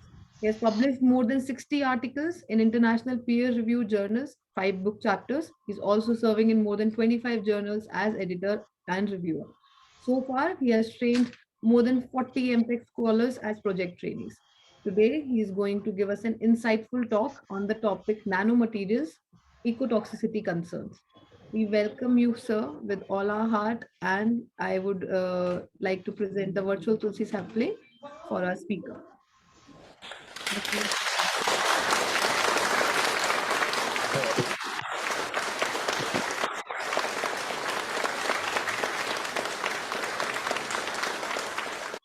Thank you. At this moment, Juhi, I would like to add few words for Dr. Alok, if you permit. Definitely, sir, definitely. Please Okay. go ahead. Dr. Alok Pandey is a well-known genetic expert. He is into the genotoxicity. He has been working in this field, and moreover, we have good laboratory practice. So I would say he is a stalwart in the field of genotoxicity, and not only this, his other areas of interest and love are nanotoxicology, and he has contributed with several papers. He has established wonderful facility at CSIR IITR, and above all, he is also active in different extracurricular activities of the city, not only of Institute of IITR, I would say, in the city on the different occasions. So with this, I give the phone, the out spits to Dr. Alok Pandey to deliver his wonderful deliberation on this aspect of genotoxicity and how he can link nanomaterial and what can be the other ecotoxicological concerns. So now it's turn to Dr. Alok Pandey.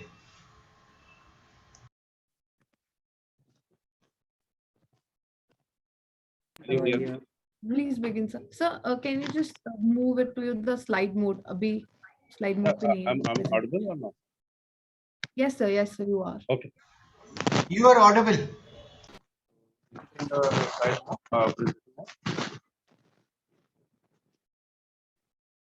Yes, sir. It's well done. Okay. Thank you, Dr. Juhi, for the introduction and Dr. Sharma adding to it. It was not needed.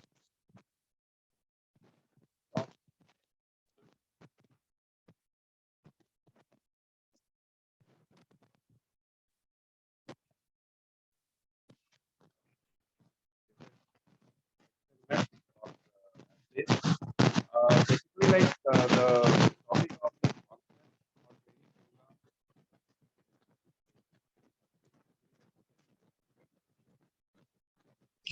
Alok sir, you are not audible.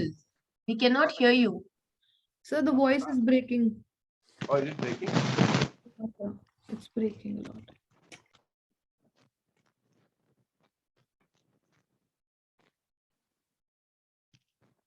Am I audible now? Yes, sir. You're audible. But it's still not good quality, or what is the No, quality it's of the? great now. It's great now. Okay. So basically, it was very much to me that So once you're closer to the mic, the voice is very audible, but once you move back, then it gets disturbed again. How about now? Great. Again. Okay. Yeah. No, Great. I made it closer to the mouth now. Okay. So the topic today is the nanomaterials. What are the ecotoxicity concerns? Basically, we are living in this materialistic world, and Dr. Sharma's lecture as well as Dr. Rijvi has made my job a bit easy. That since 2.5 million years ago, we have started on this earth. And since that time, we are using some of the tools or some of the materials by which we are known, basically. So we have started with stone, and then one by one we have came up or we evolved. So now we are in nano age, and this nano is not the only small, but nano is smaller particles, but it does a very significant work, or it is very big technology right now. And now we are at the cusp of basically silicon or nano age, and because since when we were in plastic age, as Dr. Sharma has already told in his lecture, that nanoplastic or microplastic is the big concern nowadays. So what happened with those plastics? Now we are facing it. Okay, we have used this plastic in huge quantity, and it was not very discriminate use. It was indiscriminate use. Wherever we have found, we have just done, we have used the plastic. So the same thing should not, or the same fate of the nano should not be there. We have to be a bit,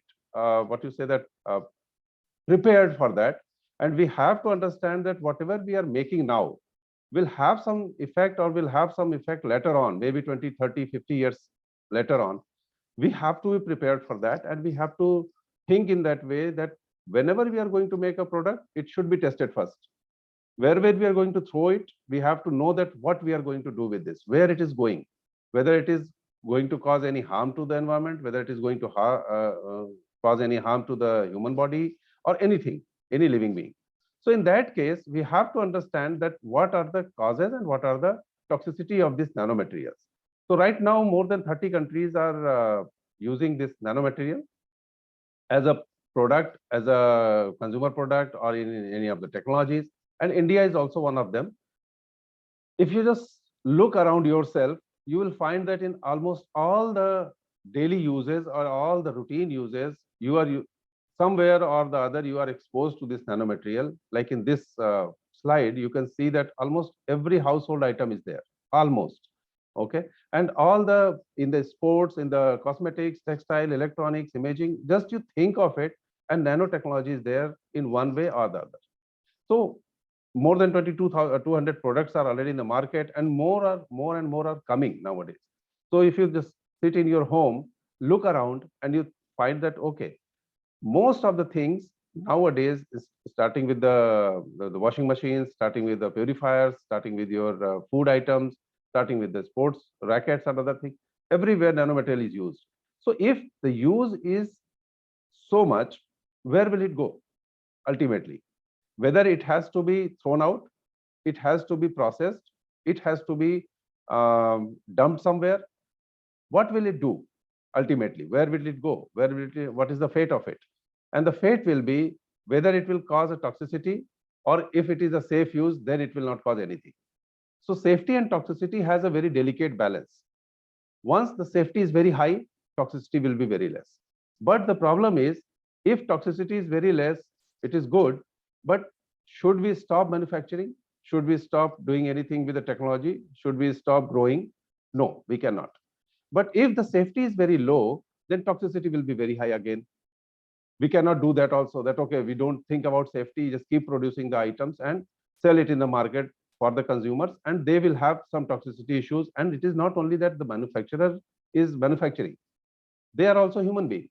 They will also face the same problem one day or the other. So we have to have a safe or delicate balance with safety and toxicity. So in that case, we have to have regulations that, okay, this much quantity, this type of quantity, this type of material, this is the quality which you can make or you can prepare. And the toxicity is tested, that up to this limit, we are not going to have any toxic effect, or there is no safety concern. So why this nanotechnology generates toxicology, or why there is toxicology or the toxicity of these nanomaterials? Because of their smaller size. Same material of bigger size, if you are using, the surface area is less in compared to the material in nano size or in micro size when you are going to break the material, and there the surface area will be increased of same volume. So that is why we just say that nanomaterial is only having the property of more surface area to volume ratio. Same volume has more surface area. Now, in that case, what happens? Then in case of solid, most chemical reactions will happen on the surface, and the surface is more, then it will be more reactive. So it is very much used in catalysis, very much used in paints and other purposes, so that it will be more reactive and other things. So if it is more reactive on the surface, there are chances that it will cause toxicity when it is coming in contact with the living being or the molecules what we are made up of, whether it is in the environment, whether it is the animals, whether it is the plants. If it will go inside the body, or if the nanomaterial is the same size of the molecules, which is almost the same size of DNA. So if it is going inside and it is causing any harm to the DNA, then there will be whole genetic makeup changes. That is why we have to understand that where it will go and what will be the cause of toxicity and where will it finishes off. But there is a challenge in nanomaterial toxicology. Suppose we are working with the pesticide.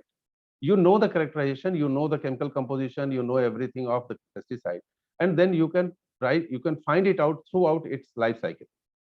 In case of nanomaterial, these are the challenges, and these are few of the challenges. Some others are there, but these are the major ones, because once we prepare a nanomaterial, or whosoever is synthesizing a nanomaterial, the person is always having some coating on the surface just to make it stabilize. In that case, what happens? The coating is causing the toxicity, or the material is causing the toxicity. In case, suppose one example is zinc oxide nanoparticle or titanium oxide nanoparticle. So titanium oxide as a salt or as a bulk material may not be having any toxicity. But once you are coating it with some surfactant and you are using it for the purpose of any of the product, that coating may be of that property of, or that the material of the coating is such that that is causing the toxicity. And in that case, once you are having the toxicity studies, then you will saying, okay, this nanomaterial is toxic. But actually the nanomaterial is not toxic, the coating is toxic. Same thing, next one is the size and shape. Size is so small that the problem of characterization and visualization is there, but if the same material size is different, suppose the 10 nanomaterial, 50 nanometer, 100 nanometer, it will behave differently. You cannot say that same material is there, so it is fine. I have characterized 50 nanomaterial nanometer particle, so it will same for the 10 nanometer and 100 nanometer. No, you have to do it again. Same size, but the shape is different. You have 10 nanometer particle, but shape is different. It is triangular, it is circular, it is hexagonal, it is any of the other shape. You have to do it again. Same thing in the case of chemical compositions of the material. Suppose the pesticides, any of the other material which is soluble, these are not the challenges. But in this case of nanomaterial, these are the challenges. The characterization is again a problem. How to characterize a nanomaterial, because it is such a small size, and how it behaves in powder form, how it behaves in liquid form, how it behaves in colloidal form. You have to have the characterization. Visualization is the problem. It is such a small material. Visualization is a problem. You need very high-end microscopes, TEM or SEM kind of thing, to visualize it. Dosimetry, how to find the dose, because this is not a chemical as such or the solution. It is suspension every time. So how to decide the dose, that which way it will go inside, and how to decide the dose. Agglomeration is the problem. Once you prepare the nanomaterial, you have given it in your cell lines or in the liquid medium, it may agglomerate. Suppose you have started with nanomaterial, but after some time, what will happen? It will agglomerate and make micromaterial or macromaterial. So then the properties are different now. Route of delivery and tracking. So how to decide the route of delivery? How to decide how to track it? Once you have given it the injection of nanomaterial to the animal, so where it is going and where it is moving on, where it is coming out, that is the problem. Controls, like in other cases, we have negative and positive controls. We know that, okay, this negative positive control will be sufficient. But in case of nanomaterial, because these are different nanomaterials and controls are not yet decided by the regulatory authority. Next comes the environmental monitoring, ecotoxicity. Environmental monitoring is again difficult because in case of pesticide, you can measure the pesticide in different matrices, in water, soil, air. You can say, okay, in this water, this is the quantity. But in case of nanomaterials, maybe when it has been released, it is nanomaterial. After some time, it is mixed with some other chemicals, and this is not a nanomaterial anymore. But still, it is there.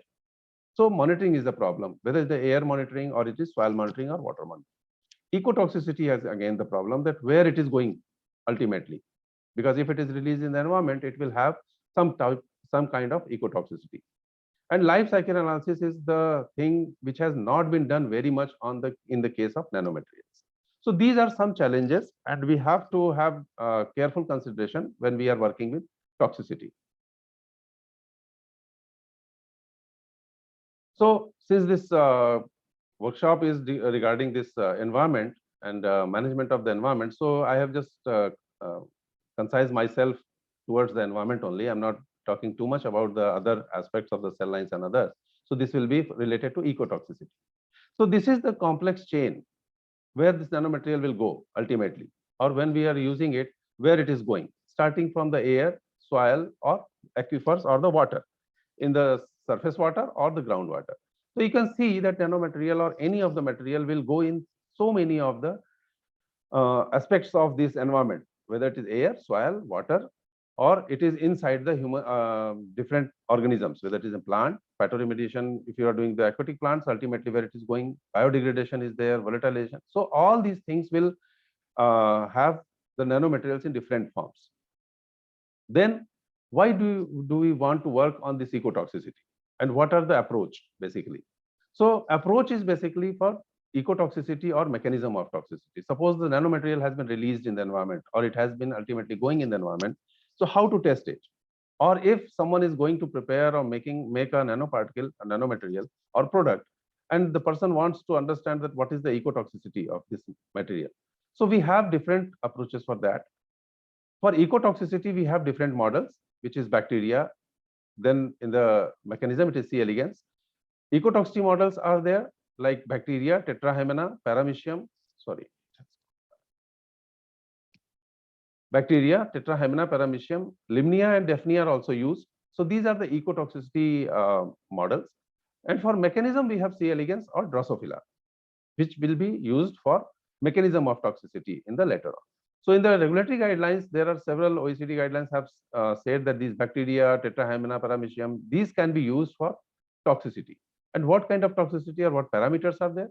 So we have to start with uptake, whether nanomaterial is gone inside and how it has been going inside. Then biochemical studies, fecundity or growth, microarray real-time PCR, and proteomics. These are the mechanistic studies. So this is whole approach for ecotoxicity of nanomaterials. Then why we are going to take the bacteria? What is the importance of bacteria and why we should use bacteria? So suppose in case of nanoparticles, it has been used in cosmetic products or nanomaterial products or food coloring agents. So in different phases, it will go in different matrices in the body or in the environment. So suppose we are using cosmetic products where the nanoparticle is used. So we'll have a skin exposure. And all of us know that skin has also good bacteria on the surface, and it is used for the health of skin. So if there is any cosmetic product which you are using, which is having nanoparticles, so it may kill the bacteria. So in that case, you have to have the bacteria as a model to study for the skin exposure also. Then in case of nanomaterial products and it is disposed in the environment, it has been dumped, or so it may go to soil, water, or air.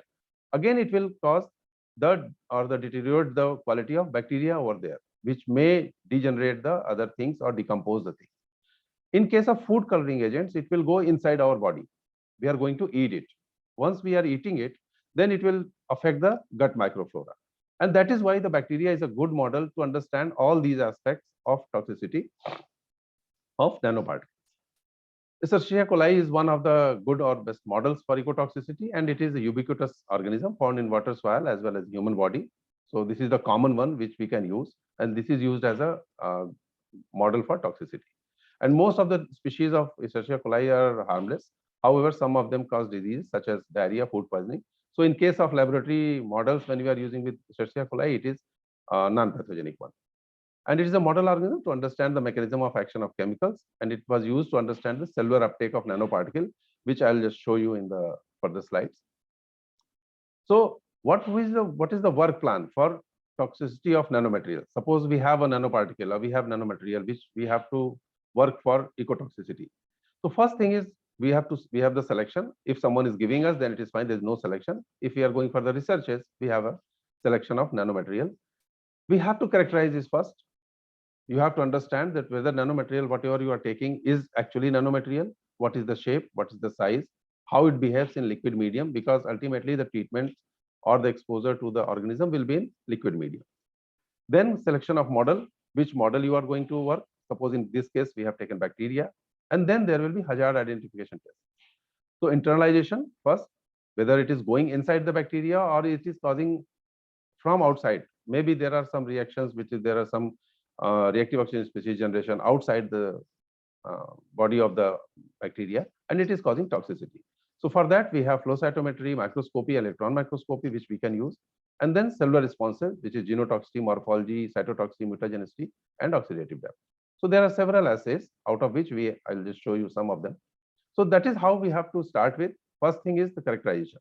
So like in this case, we have used DLS, which is dynamic light scattering, and it gives us the measurement of size as well as zeta potential. Zeta potential is basically the parameter which shows us that your material or nanoparticle is how much stable in the liquid medium. So if it is stable, it will be more towards a minus or plus 30 millivolt. And this is the size which will be read by the DLS. In Brownian motion, it will just move in in front of the laser rays, and then the machine calculates the size of the particles and ultimately gives you the size. But the problem with this DLS is that it will give you hydrodynamic size. So size is not actual. Okay, right in the lower right corner, you can see the TEM image is showing almost 40 nanometer of the size, but in DLS it is showing 120 nanometers or 113, 125. So the problem of this is because this is in hydrodynamic diameter, so there will be some increase of size in DLS. So for internalization, we have two techniques. One is flow cytometry and other is transmission electron microscope. So since this flow cytometry is a new method to understand this, the transmission electron microscopy has been used for longer time.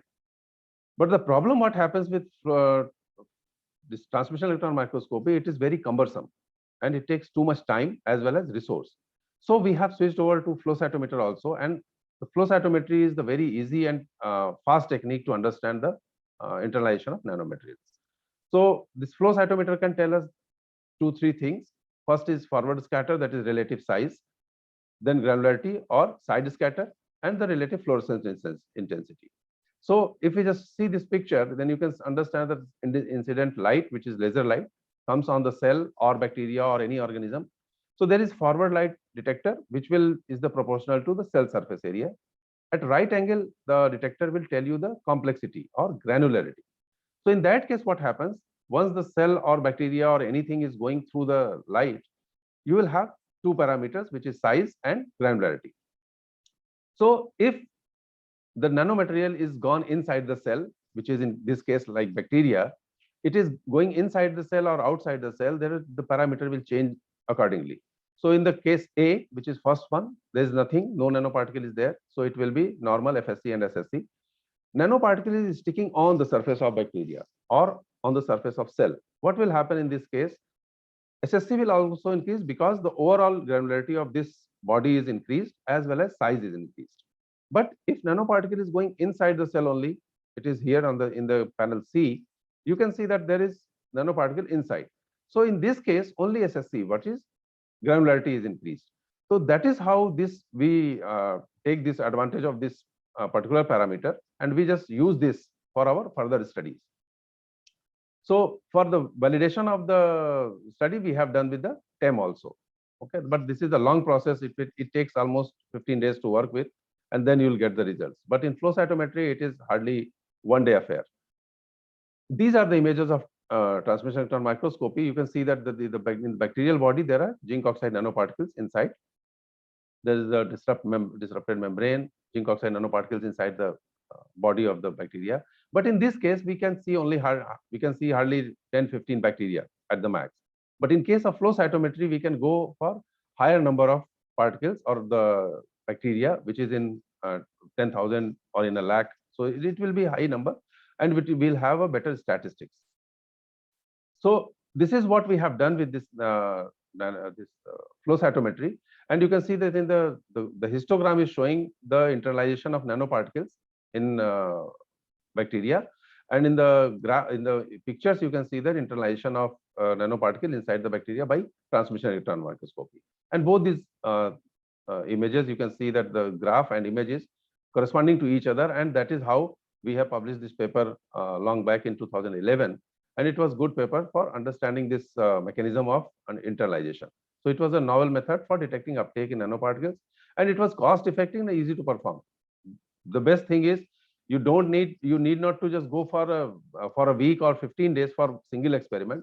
In 15 days you can do 15 experiments, and that is how you can manipulate your experiment, or you can modify with different things, that how you can do this multi-generational study, how you can do the concentration based study, how can you can do the division of the bacteria. So in that case the flow cytometric method is a bit faster and cost effective. So then we have to understand the cytotoxicity, whether the nanoparticle or any of the material is causing cytotoxicity in the cell or not. So for that also we have used the two methods, which is normally every microbiologist understand, that conventional plate count method or flow cytometry method. So we have added this flow cytometric method to it and use the propadium iodide. So in that case it is almost correlated to each other, and we can understand that what are the cytotoxicity parameters or cell viability of nanomaterial to the bacteria.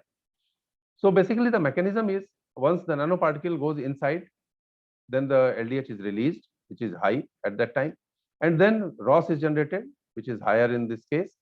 GSS will be depleted, and then ROS generation will cause the increase in lipid peroxidation, and which can cause the DNA damage, or the genetic material will be damaged. Oxidative DNA damage is there, and then ultimately it may cause the mutation or cell death to the bacteria. So that is how we understand in the case of bacteria, these are the studies which will be done for nanomaterials. In other study, what we are going to understand, we tried that if nanomaterial is going inside the water body, okay, so whether it is enhanced in the food chain or it is having any type of biomagnification or bioaccumulation in the food chain also, because ultimately if something is going in the water body, then it will come again through the food chain to human again. So we have to understand that what is the mechanism or what is the way of transfer of nanomaterial in a food chain. So for that, Paramecium, tetrahymena, or any of the protozoan is the model. So this is only two stage, that is bacteria and Paramecium or tetrahymena. So for third stage or fourth stage, we can add Daphnia or any other rotifer. So in that case, starting from bacteria to Paramecium to rotifer, and then fish also. So we can go to the 4 layers. So like these are the two models, the Paramecium on the upper image, and the lower one is tetrahymena. Both are the protozoans, and the tetrahymena is a bit smaller than Paramecium. And it can be used for growth, reproduction, feeding behavior, cytotoxicity, microtubule function, genotoxicity. So the list is very long for these protozoans. Although we understand that okay, these protozoans are just single cell organisms, but for the scientific studies or for research, it is very useful organism for such kind of toxicity studies, because these are almost transparent organisms, and that is the beauty of it, so that we can understand that where nanomaterial is going and how it is causing the toxicity. So this is just the structure of Paramecium. I'm not going detail of it. So in this, you can see that bacteria is on the lower panel in the pyramid, and then the Paramecium is there, and on the third one is rotifer. But we have studied in this, what I'm going to show you today is bacteria, Paramecium, and nanoparticles. That is how trophic transfer is there. So the same thing you have to do again. The characterization is done with the titanium oxide nanoparticles. And in this case, you can see on the left, the histogram is showing the SSC intensity. Means the nanoparticle has gone inside the cell and granularity has been increased in dose-dependent manner. On the right panel, you can see that there is a control, which is on the left, you can see the bright field images, and the right, you can see the dark field image of the same organism. Okay, so the field is changed only. So if we just look at the lower ones, the 4 images are there. So these are titanium oxide nanoparticle has been given to it for 1 hour, 5 hour, and after 24 hours, you can see that there is the vacuoles are smaller, because after 1 hour of treatment, you can see that after 5 hours it has been digested, and 24 hours it is almost digested, or it is removed from the body. So these are basically the black ones you can see here. These are the food vacuoles, and that is how these protozoans feed. Just to understand whether this nanomaterial is going inside the bacteria and then in the paramecium, or how it is going inside the body of the protozoan. So this is again the bioaccumulation. You can see that it has been given simultaneously.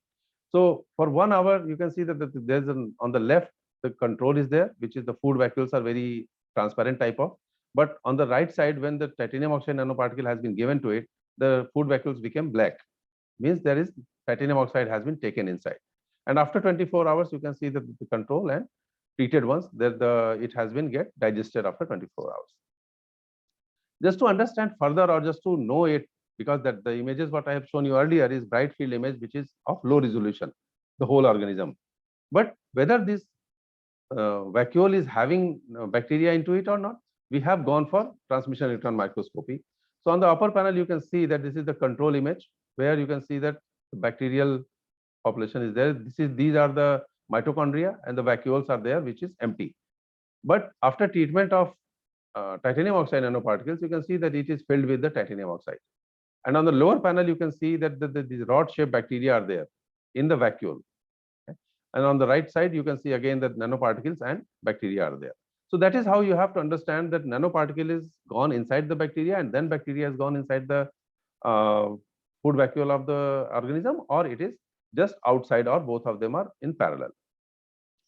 So here you can see in clarity that the black arrows represent bacteria inside the cell. So these are the bacterial cells, which is inside a food vacuole. This is the food vacuole. And then inside the bacteria, you can see the nanoparticles are there. And this is outside and inside both. So that is how we understand that it is transferring to the another food level, or the trophic transfer is there. The bacteria has been fed with nanoparticle, and then it is fed with the bacteria is fed to the protozoans. That case, you can understand, suppose in the next phase, we just feed this protozoan to the rotifers or any other higher organism, then we, with the help of TEM or with the help of other technologies or techniques, we can understand that it is going higher in the food chain. Suppose we are using the nanoparticle as quantum dots or any fluorescent nanoparticle. In that case, you can do with the microscopy also, and we'll understand that, okay, the nanoparticle is fluorescent nanoparticle is inside the bacteria, then the bacteria is inside the protozoan, and the protozoan is inside the rotifer. So that is how the food chain is understood. Other studies which we have done in paramecium also, the quantum dot, which is cadmium telluride quantum dots, which is fluorescent one. So that is the beauty of this quantum dots. You can just track it where it is going. And zinc oxide nanoparticles also has been done in paramecium. And apart from this tetrahymena or paramecium, the other toxicity models are ecotoxicity models are the tetrahymena, daphnia, C. elegans, earthworm, zebrafish, or anabina, which is a blue-green algae. So these are all of these models are, or many of these models are available at IITR, and we are working in our ecotoxicity lab. One study with this C. elegans, it has been done to understand that the size affects the toxicity or not. So the examination of 35, 50, and 100 nanometer zinc oxide nanoparticle along with bulk and this nanoparticle has been done in C. elegans basically, just to understand what is the toxicity of different sizes of nanoparticles. So in that case, it has affected the growth and reproduction behavior, and it has caused the toxicity in the size dependent manner. The lower the size, it has caused more toxicity to the organism. This might be the last one, that evaluation of nanoparticle toxicity in model organisms through metabolomics. So all these models has been used, or it can be used for the metabolomic study, so that we can understand that what are the metabolic changes because of this nanoparticle. So it has been utilized at the institute, like the Drosophila melanogaster, that is the Drosophila fruit fly. Earthworm has been used, the rat or the mouse can be used, and C. elegans has been used for ecotoxicity. So these are different toxicity parameters for which we can use this these models for different toxicity of nanomaterials. The Drosophila for reproductive, the earthworm for ecotoxicity, and C. elegans for ecotoxicity. And C. elegans has been used for the other mechanistic studies also, which because there is the neurons are all the neurons and other parameters of this C. elegans has been deciphered, and it can be utilized for the other studies for human also. And rat can be used for serum tissue and urine analysis, for which we can take the metabolomic studies also. So in this case, in this way, the nanomaterials have now it is coming in bulk. Okay, the production is very high nowadays. If the production is very high, then it will come in the environment in that high quantity also, and that is the problem of the scenario for next 20-50 years. We have to be prepared for this, as like earlier Dr. Sharma has also told us. We are facing more problem with the plastic nowadays, but still the plastic is in use, and we have to stop that. One of the audience also asked that what is the fate of this and why we should not stop this. The problem is we cannot stop something immediately, or it cannot be stopped just by stopping it. We have to think, we have to have the cost benefit analysis, and we have to think for the future also. And in that case, these nanomaterials are nowadays, there are different guidelines. And if you just go through the literature, if you just go through the guidelines, you will appreciate that it is not in case, such in the case of pesticides and plastics. In nanomaterials, the guidelines have come up very fast. Okay, because these are the very new materials, and it may cause different type of toxicity, different type of safety concerns are there. So we have to be very much careful regarding this nanomaterial production as well as uses. And the ecotoxicity concerns are there, and we have to understand that what we can do and in the researches as well as in academics. With that, I thank you for this opportunity. You have invited me to talk, and thanks to Dr. Juhi and Renu, Dr. Sharma. Thank you very much. Thank you so much, sir, for your talk. You rightly stressed that nanomaterials are turning cosmopolitan in nature, which is why the topic was to deal with their toxicity. And the presentation was very well framed. Our scholars must have taken certain notes, because even it was too much focused upon how the procedure should be taken further. Yes. Let's take up some questions. So, sir, the first question is from Shivangini Sharma. She's asking that before choosing to incorporate a certain type of nanoparticle in our doctoral study, should we determine the possible toxicity that it may cause to the environment? No, I don't think so, because it isn't because for your doctoral studies, you are going to take a nanomaterial for any. There should be an objective first. Why you are taking that nanomaterial? Whether it is causing toxicity or not, that is different thing. Maybe there is some non-toxic material, it may cause toxicity. Okay, or it appears to be that it is non-toxic, but it may cause toxicity when you are going for the research. Correct. Only thing is that why you are taking that nanomaterial for your research. The objective matters. The objective matters, because if there is some product you are going to make, ultimately you have to test the material for toxicity. Okay, if you are planning for a product, okay, this product will come in the market and it will be sold out, and I am going to make profit of it. So in that case, it has to be tested for toxicity. But like in our case, I am not making a product. I am a toxicologist. So if someone is making a product, I am just checking the toxicity of it. That's it. So whether if it is toxic or not, that I have to tell. I would like to add on to the question. So say we found that the particular nanomaterial was toxic. Is there any possibility to remove or decrease the toxicity level for that particular? Yes. Yeah. The thing is, first thing is that nanomaterial is toxic at what level? First thing is that, because the dose decides the drug or the poison. Yes. So first thing is that at what level it is toxic, because in your researches you have done, then you have to have this concentrations or doses. So up to this dose, it is not toxic. So if you are ultimately using the same dose in your product, it is fine. But in any case, you are going higher to that, it will cause toxicity. In the case of, suppose, nanomaterial, you are taking any of the nanomaterial and it is toxic. Okay, you know that it is toxic. Then what do you think that it is used? Where do you think? If that use is very much important, suppose in case of cancer, cancer therapy or cancer for the drug delivery, to the cancer. In that case, even if the nanomaterial is toxic to some extent, it is fine because you are treating cancer. So in that way, cost benefit analysis you have to do, that if it is reducing the cancer, but it is causing some other side effects, which is manageable, it is fine. You can go with that. That is what we do. But in case of nanomaterials, suppose in gold nanomaterials, when the other scientists, they are preparing the gold nanomaterials, but the coating on the surface is toxic. Okay, the CTAB is used, which is toxic. Everybody knows that it is highly toxic element. In that case, you have to change the surfactant. You just change it with any other surfactant, which will keep the nanomaterial in nanoparticle shape, but it will not cause that kind of toxicity. So that can be done.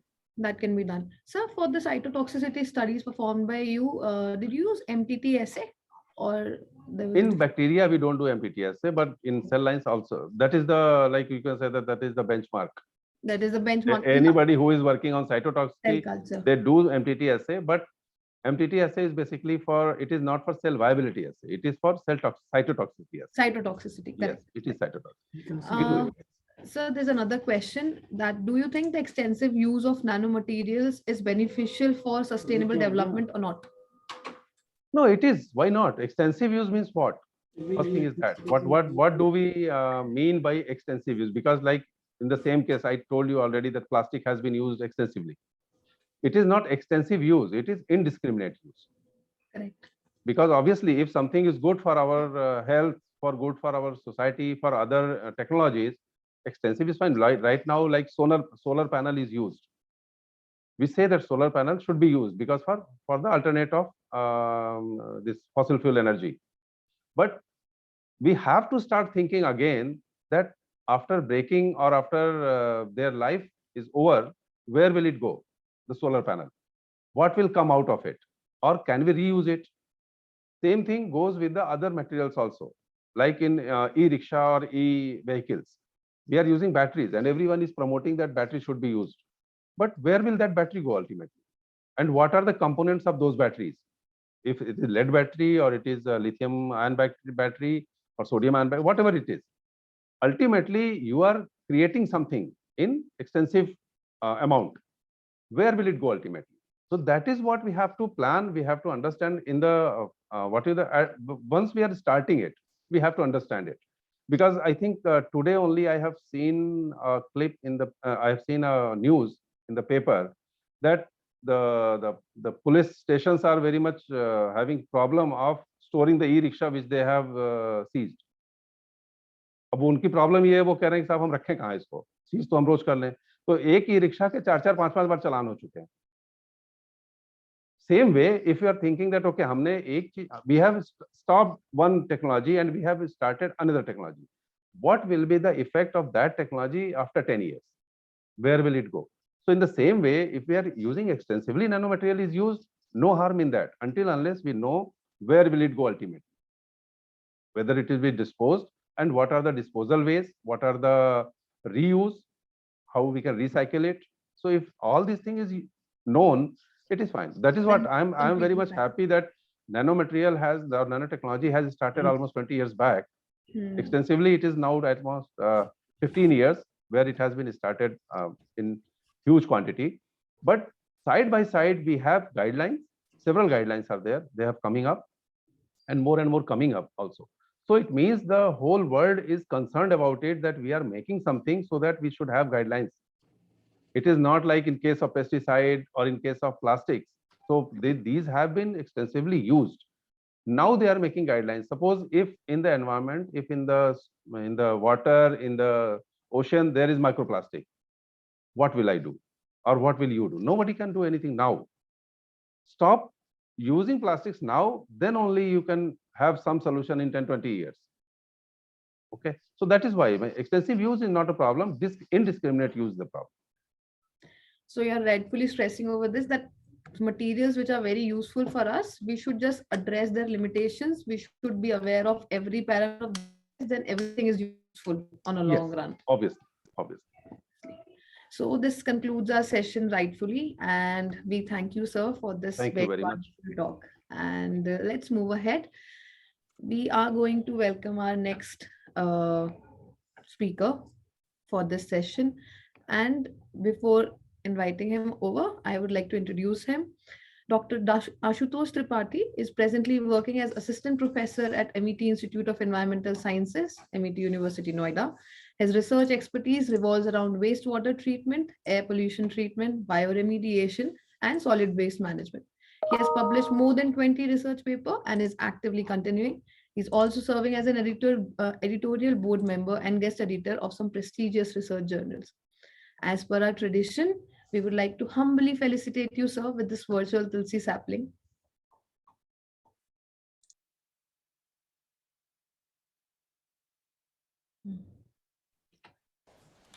Thank you.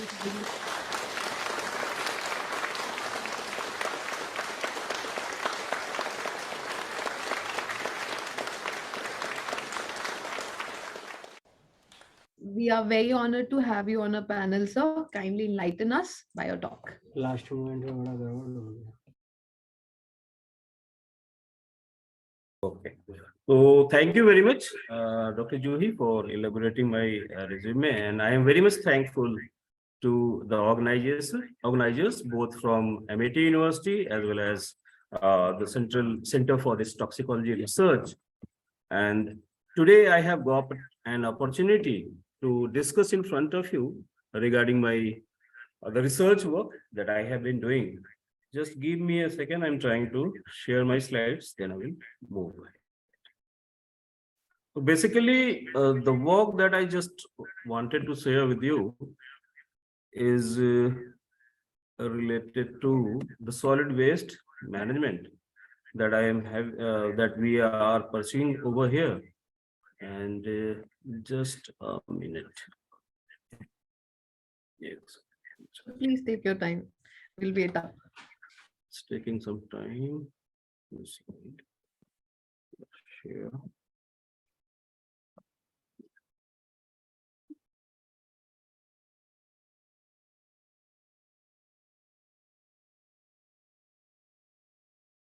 I hope the slides are visible. Yes, sir. So you have to put it on slide mode. Still not Yeah, on I will slide put mode. it on. Yeah.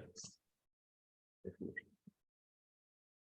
So today the presentation which I am going to give to all of you is basically related to the evaluation of heavy metals, accumulation and health threats which are associated with the ingestion of most common crops that we have chosen, that is potato and spinach grown in municipal solid waste compost amended soil.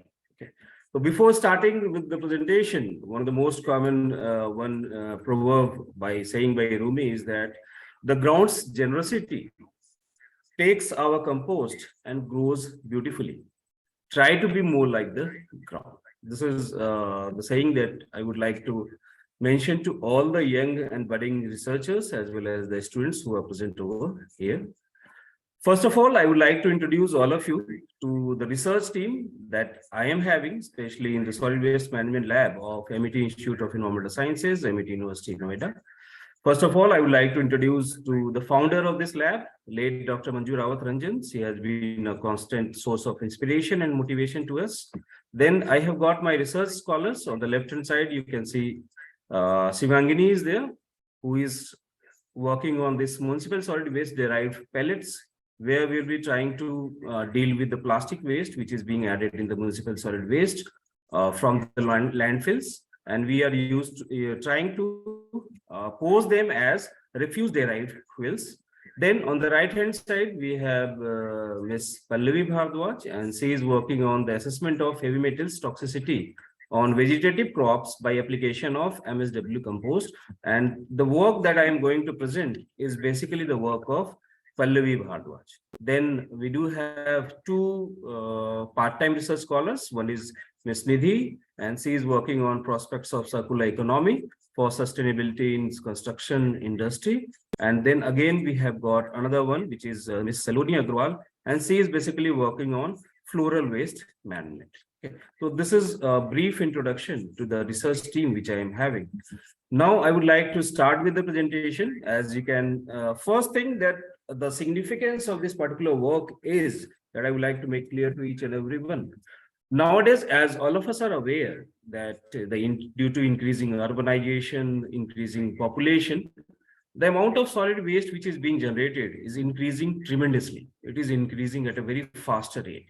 The current study that we have done, it is basically focused on Delhi NCR. And if you talk about Delhi alone, every day, 11,000 tons of this solid waste is being generated. 1,100, sorry, tons every day. And out of that 1,100 tons, 700 tons of this plastic waste is found within this organic waste, the municipal solid waste that you are talking about. So what is the advantage that with generation of municipal solid waste compost, not only we are going to utilize this municipal solid waste as a source of conditioner for the soil and growth of these plants as well as the crops, we are also trying to reduce the land requirement for landfills.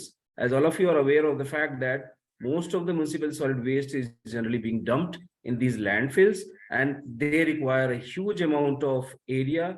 Those who are from Delhi NCR, they are already aware that we do have various landfills, and one of the most the landfill that we are having is Ghazipur, which has already exceeded its carrying capacity, and even the other landfills have also exceeded their carrying capacity.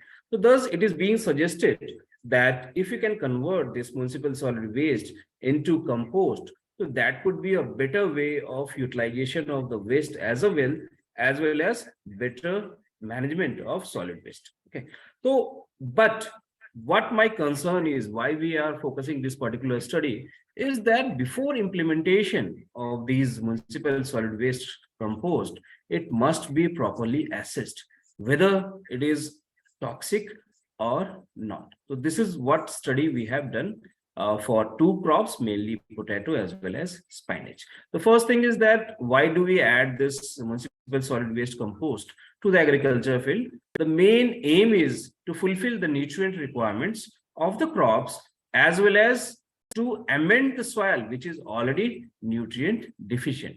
So this is a slide where you can see what are the advantages as well as some of the problems which are associated with this municipal solid waste compost. The advantages that we have got is definitely this: by implementation of this municipal solid waste compost, we can restore the nutrient deficiency as well as soil organic matter.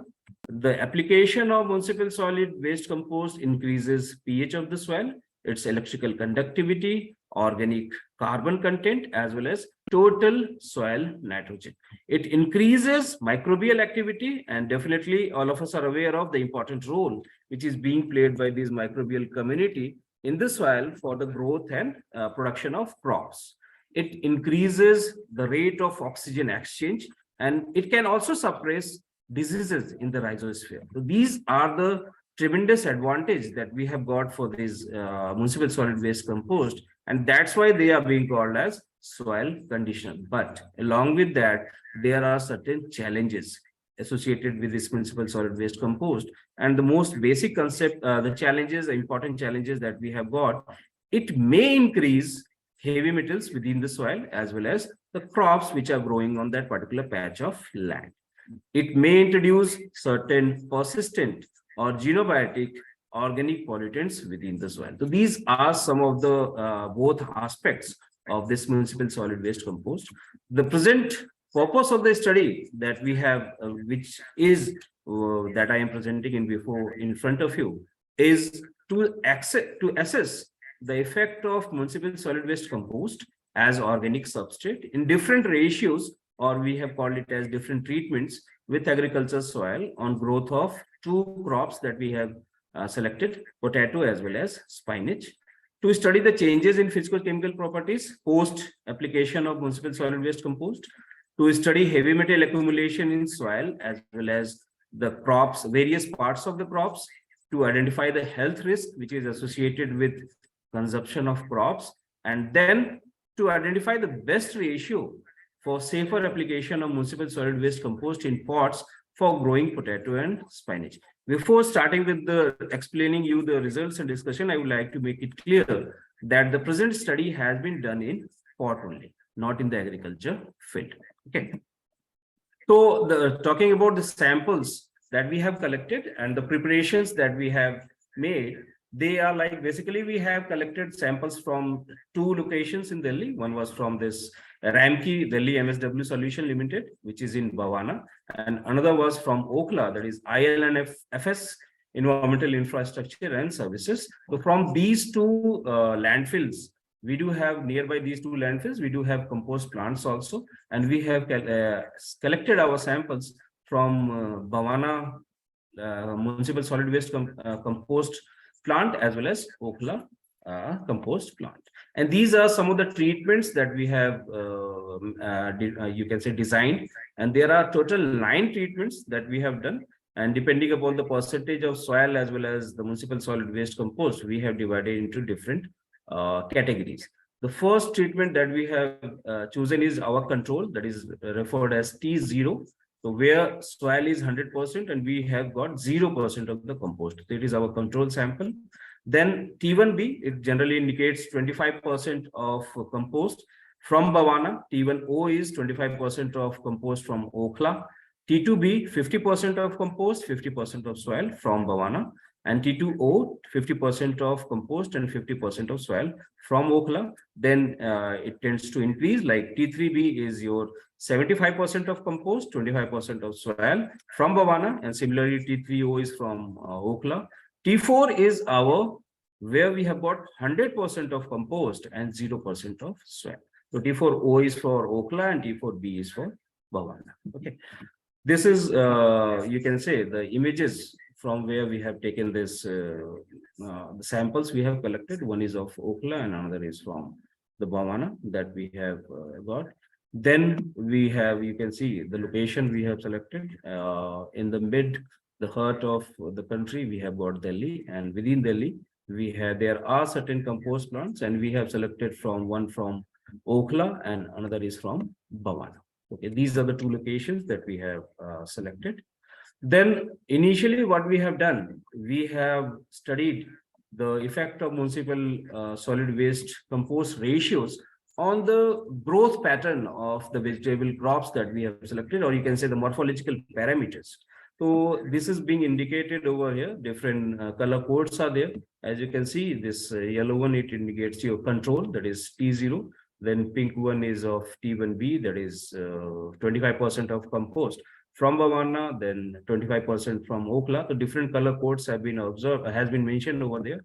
And what we have came to observe, that 25% of compost both from Okhla and Bhavana, as well as even 50% of compost from Okhla and Bhavana, they were most favorable for increasing number of leaves, increased plant height. They have increased the plant height from as compared to the control, especially then in terms of leaf length also, it has increased in case of potato as well as spinach.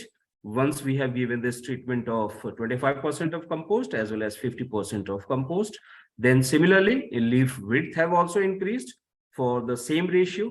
As we have increased the ratio, it started decreasing. So up to 50% of compost, the results are favorable. And for wet biomass also per pot, it has been observed that your 25% and 50% of compost, both in the cases of potato and spinach, they are giving best results in terms of the growth of plants. Now, what we have observed, the changes in physiological characteristics of soil post application of this municipal solid waste compost. So you can see the T0, which is the control one, and as you can see, as we have started increasing the concentration of this compost, that is 25%, then 50%, then 75%, and then 100%. The pH value tends to increase. Then the electrical conductivity, it has also been found to be increasing. Okay, and this T4 and O and T4B is basically indicating 100% of compost. We have not used any soil over there. Okay, total organic matter percentage and dry matter, it has also increased in case of 25% of compost from Bhavana as well as Okhla. Similarly, it has increased in the case of 50% of compost also, and it tends to increase as we are increasing the concentration. Similar pattern is for total nitrogen, total phosphorus, and total potassium. So thus it is very much clear from the particular observation that by addition of these municipal solid waste compost, the nutrient characteristic of soil is increasing, and definitely that is favorable for the growth of plants as well as yield also. Okay. Now talking about the heavy metal accumulations that which we are concerned for, and we are looking for much amount of heavy metal is getting accumulated within the soil post amendment of municipal solid waste compost. Okay, so as you can see, we have mentioned standards also, as well as the FCOA standards for 100% of compost. For these standards that we have mentioned, it is basically for the soil. What we have observed for copper, as we increased the concentration for beyond 50%, it goes beyond permissible level. That means heavy metal tends to start accumulating over there. In case of your chromium, we have observed that the concentration, since we don't have any availability of this, the Indian standards for soil, so we also assume that for up to T2, that is 50%, it was not toxic. But in case of cadmium, we have observed that the 50% of compost from Bhavana is indicating ever permissible level of cadmium. For lead, it is found to be safe up to, you can say, 75% of treatment of compost, whereas in case of 100% of compost, it has again gone beyond the permissible level. In case of our nickel also, it has been observed that up to 50%, it was okay, but even in Bhavana, 50% of the compost has indicated ever permissible level of metals. So these are some of the observations that we found, and ultimately we have came to know that up to T2, that is 50% of compost in Okhla, it is found to be safer. But as we go beyond that percentage, the concentration of heavy metal has started going beyond the permissible level. Then we have carried out this correlation matrix of heavy metal concentration with concentration of MSWC added, and we have observed that there is a significant correlation between this copper as well as municipal solid waste compost, you can say. Similarly, chromium and copper, they are also having the positive correlation. So these are some of the studies that we have done in between heavy metals as well as the municipal solid waste compost. Now, what we have done, we have tried to find out the pollution load in the soil samples, and the treatments were assessed using certain index or indices like pollution index as well as pollution load index. And what this pollution index is simply said to be the ratio of concentration of each metal in the soil samples to the concentration of background value, which is generally calculated in milligram per kg. And whereas this is how we have calculated pollution index. And for pollution load index, we have multiplied, there is a multiplication of pollution index of all the heavy metals, where N refers to the number of heavy metals which is present in the soil. Okay. Then what we have done, we have tried to find out the heavy metal accumulation in different parts of the crops, and basically we have concentrated or focused on root part as well as you can say the fruit or edible part. And this red dot is indicating the standard permissible value. And we came to know for this chromium that already in the soil it has exceeded the permissible level. So thus for every value in potato as well as spinach, the roots as well as the fruit, they have more value as compared to the permissible one, which is having value of 2.3. Whereas in the case of cadmium, we found that for you can say the second treatment that we are having, where 25% of your Bhavana is there, compost, within the fruits, we are not able to find any, you can say it is within the permissible level. Similarly, in spinach also, for we do have this within the permissible level. in case of the treatment that we have got is in 25% of Bhavana. Okay. So similarly for lead as well as for nickel also, we have calculated the values and we have found that T1, that is 25% of compost, is found to be a permissible value. Whereas in case of nickel, up to 50%, it has not exceeded the permissible level, up to 50% of compost and 50% of soil. And for this copper, we came to know that the SPV value is 40 milligram per kg. And we have observed that in case of 25% of compost from both Okhla and Bhavana, within the fruits, it is within, you can say, permissible level. So these are some of the observations that we have done in terms of the values of heavy metals. Followed by that, we have computed the health risk, which is associated with by consumption of these vegetative crops that we have selected. And definitely it leads to various health risks. And we have used 3 key international indicators like bioconcentration factor, which is referred as BCF. Then we have tried to find out the daily heavy metal intake, DMI, as well as on the basis of DMI and BCF, we have tried to find out the health risk index. So first we have find out the bioconcentration factor separately for roots as well as for the edible parts. And this bioconcentration factor is nothing but it is the ratio of heavy metals within the parts of the plant to the soil. Okay, and this is how it is being calculated. With the help of this formula, we have tried to find it out.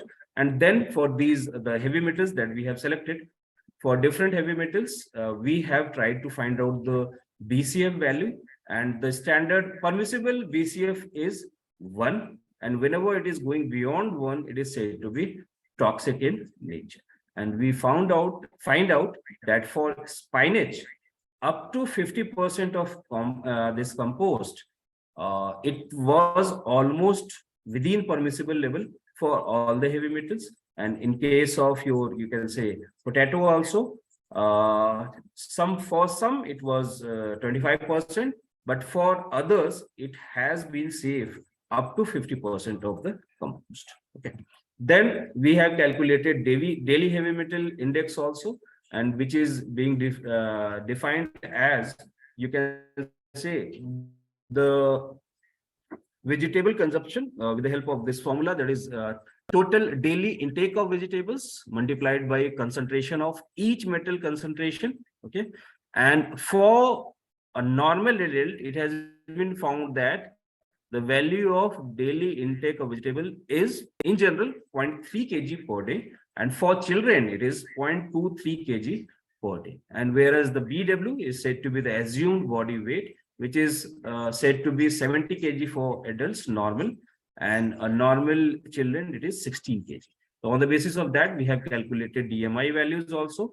And followed by that, we have tried to find out the health risk index to evaluate the risks related to human health caused by ingesting or consuming the heavy metal contaminated vegetables. And we came to know that we have calculated with the help of this formula, where daily metal intake is divided by the recommended oral dose. And for different heavy metals, we do have different recommended dose, and which is some of them are already explained over here. On the basis of that, we have calculated the health risk index. And followed by that, what we have came to know that we have tried to find out the daily intake of heavy metals via consumption of studied vegetables under different amendments.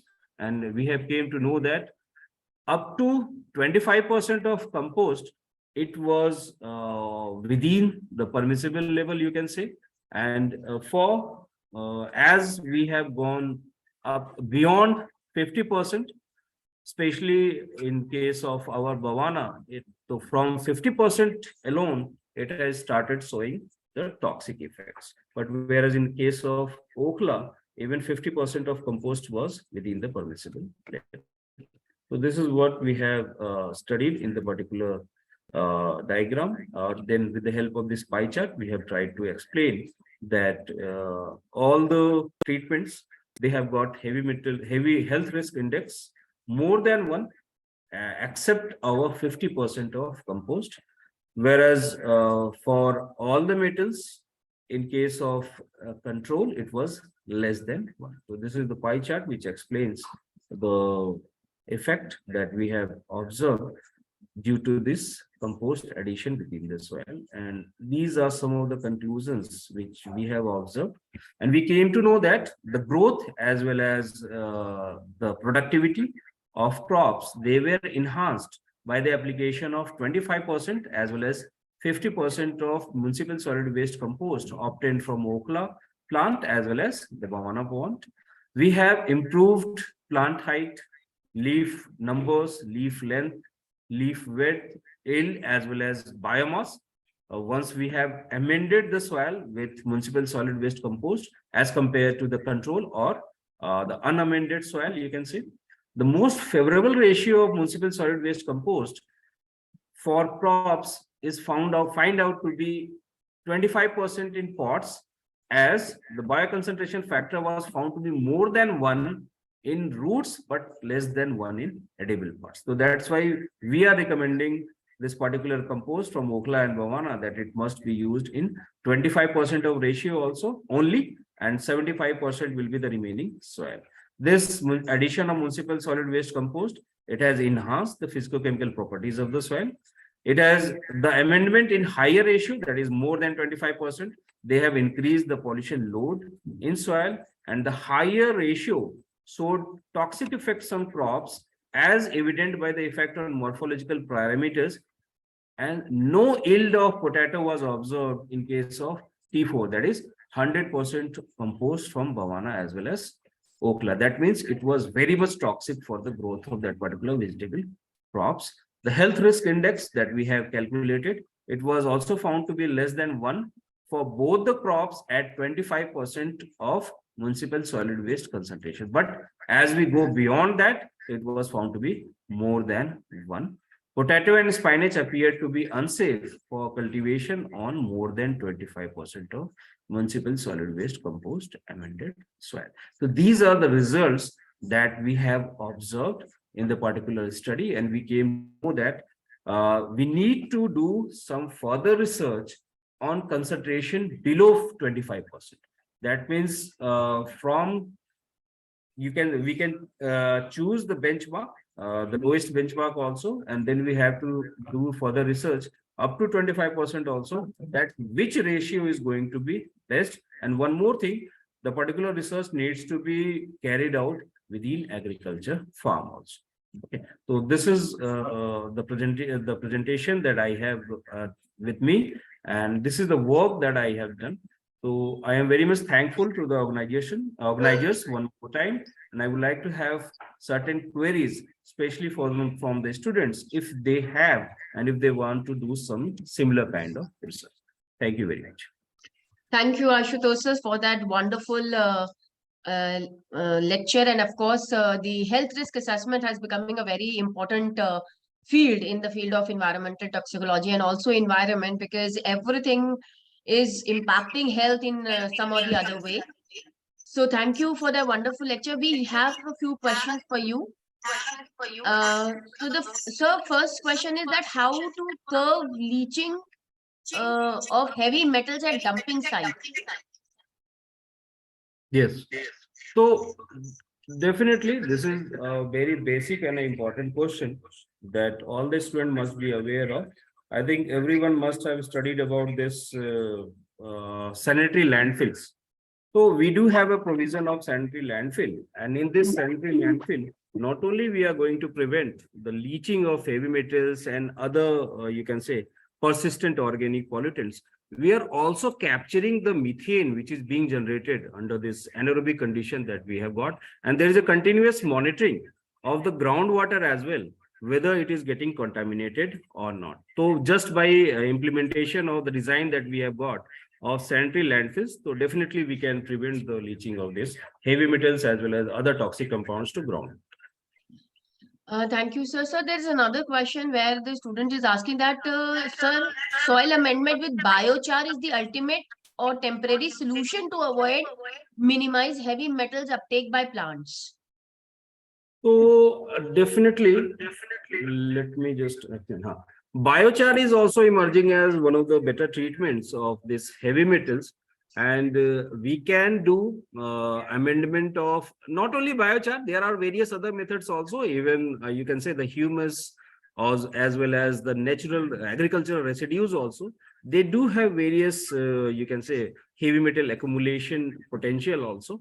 So that needs to be studied. And for the information of the researchers as well as the budding researcher, that is the student who are present over here, I would like to make it clear that till now, the overall in Indian context, the research which has been carried out, the amount of heavy metals which are in general found in most of the agriculture fields that we are having, they, in terms of heavy metal, they are within permissible level.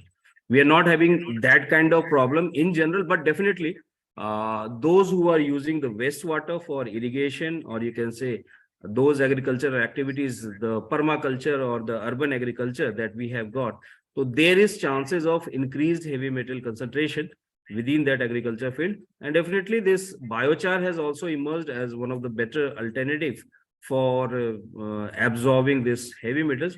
But definitely we do need to carry out some more research whether we can apply this biochar over such a large area or extended area or not. So preliminary research needs to be done. Then only we can predict whether it is one of the best solution or not. Thank you, sir. So, I have a simple query that you have chosen a crop for potato and spinach.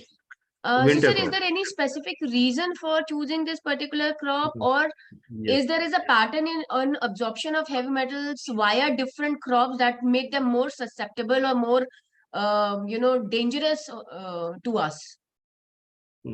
The reason why I have chosen these crops, so basically what we have done, we have the theme of our, or the focus of our objective, one of the objective was to study vegetative crops during summers as well as winters. So these were the winter crops that we have chosen. So this was the main reason why I have just used these two crops for amendment with after amendment with municipal solid waste compost.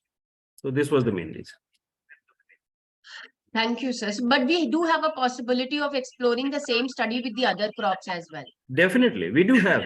I have done for summer crops as well as brinjal, okra. We have already done tomato also. We have done. So we have done for both summer as well as winter crops.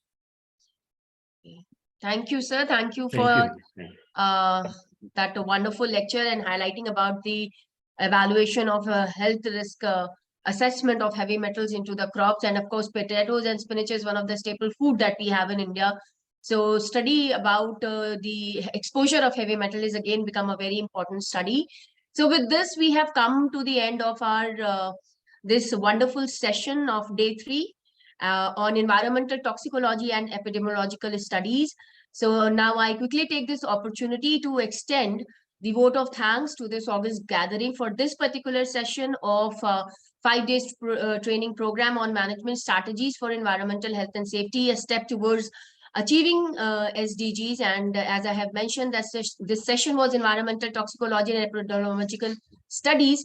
And since morning, the speakers that we've been listening, starting from VP sir to Rizvi sir to Alok sir, and now Ashutosh sir, have completely justified this particular theme of environmental toxicology and epidemiological studies. All the lectures are very, very validated and very, very apt to the today's session. Again, everything starts with the name of God and everything ends with the name of God. So to begin with, I would extend the Almighty for this wonderful day of great learning, gaining knowledge, and being together in this mission of creating awareness about the sustainable development goals, environmental toxicology, environmental management, and how together we can achieve the SDGs and make the life of the people easy with the help of technological advancement and scientific studies. I, on behalf of the entire fraternity of Amity University and IITR Lucknow, would like to convey my deep regards and thanks to our Honorable Founder President, Sir Dr. Ashok Kumar Chauhan ji, Founder President, Ratnan Balved Education Foundation and Amity Education Group for his continuous guidance that has placed Amity University among the top universities in the world with a vision and mission of making India a superpower in education. I extend my deep and sincere regards to our Honorable Vice Chancellor, Madam Professor Dr. Balwinder Shukla, for her incredible leadership and for steering all the way through the 5 days training program. I thank her for guiding us, supporting us throughout in the organization of this particular training program for 5 days. I thank profusely to Dr. D.K. Bandyopadhyay, Chief Advisor, FPO and Chairman Amity Law School and Mentor AIS for his continuous support, and a sincere thanks to Dr. V.P. Sharma, Chief Scientist and Professor, CSIR, IITR Lucknow, for being instrumental in conceiving the idea of this training program. Of course, coming to the plenary session, I would definitely put this, my acknowledgement and gratitude to Dr. V.P. Sharma, sir, for elaborating on the plastics, environment, and health challenges and opportunities. It's always a privilege listening to him, and he spoke 45-50 minutes, highlighting the very important key points during his lectures, like process of drug development improved by enhancing efficiency and improving the probability of success by characterization, standardization, validation, and identification of anticipated risk. He also talked about the quantitative structure activity relationship based studies, ecotoxicological, inhalation, acute oral, dermal specific studies, and how they are adding advantages to the present studies. He also talked about the principles of 3R, that is replacement, refinement, reduction, and performing more humane animal R&D activities, which is again a very important takeaway from today's deliberation. He also emphasized on sustainable living, the practice of leading a life with little impact on the environment. That is very, very important. Sustainable living. We have to restrict the consumptions. We have to restrict the consumerism. We have to consider the entire planet as home so that we can keep it healthy and clean. He also talked about the impact of global warming. He talked about adopting sustainability measures, reduce impacts on natural bodies, and of course, the impact of the pandemic on diet, physical activity, sleep quality, and distress. Thank you so much, sir, for that wonderful elaboration. Moving on to the second speakers, we would like to acknowledge and place our gratitude to Dr. Syed Ibrahim Rizvi, Professor, Department of Biochemistry, University of Allahabad, for his excellent deliberation on aging and anti-aging process in human life and highlighting the importance of biomarkers that can help us to solve the mystery of life. He has very beautifully highlighted that how we can take care of our health, mental health, emotional health, and the physical health by just looking at the dietary patterns, by understanding the process of our body, understanding the process of how the body reacts to the various environmental biomarkers. So thank you, sir, for that wonderful elaboration. We also like to express our sincere thanks to Dr. Alok Kumar Pandey, sir, Senior Principal Scientist, System Toxicology and Health Risk Assessment, CSIR, IITR, who gave his deliberation on nanomaterials ecotoxicity concern. He delivered an excellent lecture on nanotoxicity and enlightened us on the evaluation of nanotoxicity through metabolism using various animal models. He also draws our attention that we have to be careful with nanomaterial production, because once we let the material into the environment, it is very difficult to take it back. So implementation is very, very important. Protocols are very, very important. Rules and regulations are very, very important. And the greed need to be checked while doing all these inventions. So he very clearly mentioned that he's a toxicologist, and he is doing an excellent work by checking the toxicity of various nanomaterials and elaborating and extending his work to the budding scientists. I, at the end, congratulate my colleague, Dr. Ashutosh Tripathi, Assistant Professor, Amity Institute of Environmental Sciences, for a very insightful lecture on the municipal solid waste compost. He has started the lecture with mentioning our late colleague, Professor Manju Rawat, and bringing back the beautiful memories that we have shared with us. And he talked about the evaluation of heavy metals and health threat associated with the ingestion of heavy metals through various vegetables. He has very significantly highlighted the importance of municipal solid waste compost and wonderfully expanded on the research prospect in the field of municipal solid waste compost and how to evaluate the health risk, which is indeed very, very knowledgeable. Thank you, sir. On behalf of every person who's attending this session, I again extend my heartfelt gratitude to all the speakers for this session today. I again extend my gratitude to the wonderful participants who have been very, very attentive throughout the session, from the different part of the country, from the Amity, from various other institutes. Your interest and active participation, of course, is a great encouragement to all of us for organizing such trainings in the coming time. I extend my warm thanks to the program conveners, my colleague, Dr. Renu, Dr. Anamika, the MC for today, Dr. Juhi, and every single person, Dr. Karthike, Dr. Manoj, Naresh, and all our AIS team members who've been very, very instrumental and coordinating at such a great level, the entire team of AIS for formulating, designing, and coming together for the execution of this training program. This Thanksgiving, of course, would not be completed by conveying my gratitude to the administration, Amity University, and the wonderful team of IT heading by Arvind sir for this particular session. I take this opportunity to thank my IT team of Amity University for being such a wonderful supporter. Thank you, everyone. And we'll be meeting again at the another session, which is going to be starting from at 2:30 p.m. I request everybody to stay tuned with us. It will going to be a session on green toxicology and approach to sustainable chemicals and material development. Again, a very insightful theme that we have in this training program. Thank you so much. I'll take your leave, and I'm very grateful for everybody who's present here. Thank you so much. Thank you so much.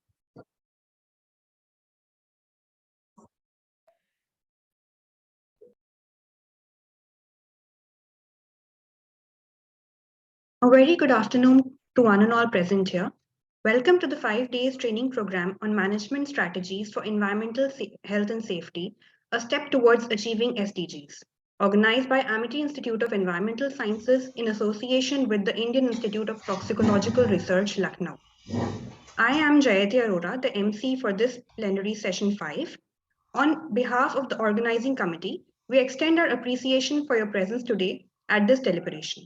The theme for this afternoon session is Green Toxicology, an approach to sustainable chemical and material development. Ladies and gentlemen, we feel honored to have with us our esteemed speakers for the session. I welcome Dr. Rachna Kumar, Dr. Kausar Mahmood Ansari, and Dr. Shilendra P. Singh, Dr. S.N. Mishra. My heartfelt gratitude to all the dignitaries, resource persons, and participants for joining us back in this session. In today's session, we will be talking about green toxicology, which refers to the application of predictive toxicology in sustainable development and production of new, less harmful materials and chemicals, subsequently reducing waste and exposure. Built upon the foundation of green chemistry and green engineering, green toxicology aims to shape the future manufacturing processes and safe synthesis of chemicals in terms of environmental and health impacts. In today's session, we will be discussing about some of the most relevant aspects, advances and limitations of the emergence of green toxicology from the perspective of different industry and research groups. Participants can put up the questions in the question box during the presentation. We will have separate time for question and answers after every presentation. Now let us move forward and begin today's very informative session. It is my pleasure to introduce the first speaker for the session, Dr. Rachna Kumar. Dr. Rachna Kumar is a senior scientist at CSIR IITR Lucknow.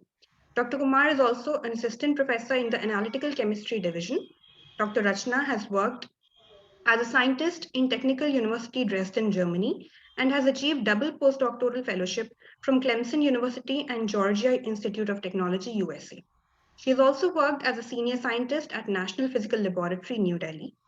With over 40 publications and 3 patents to her credit, Dr. Kumar's key research areas include synthesis of organic electronic materials for biological and device applications, development of energy-efficient materials and technologies, eco-friendly and cost-effective process development, and regulatory toxicology. Ma'am, now I request you to please address the gathering.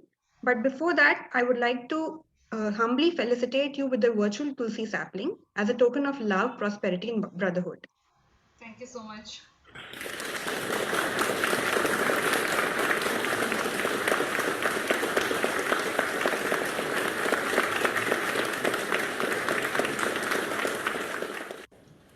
Good Welcome, afternoon ma'am. to each one of you.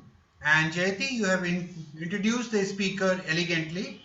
On behalf of the IITR family and also on behalf of the CSI IITR as well as MIT, I would say, we have specifically designed the course in an effective manner. And the aspect of measurement is very important in life. Sometimes we measure the how we have developed, what were our achievement, but in the real sense in the laboratory, the measurement is very critical.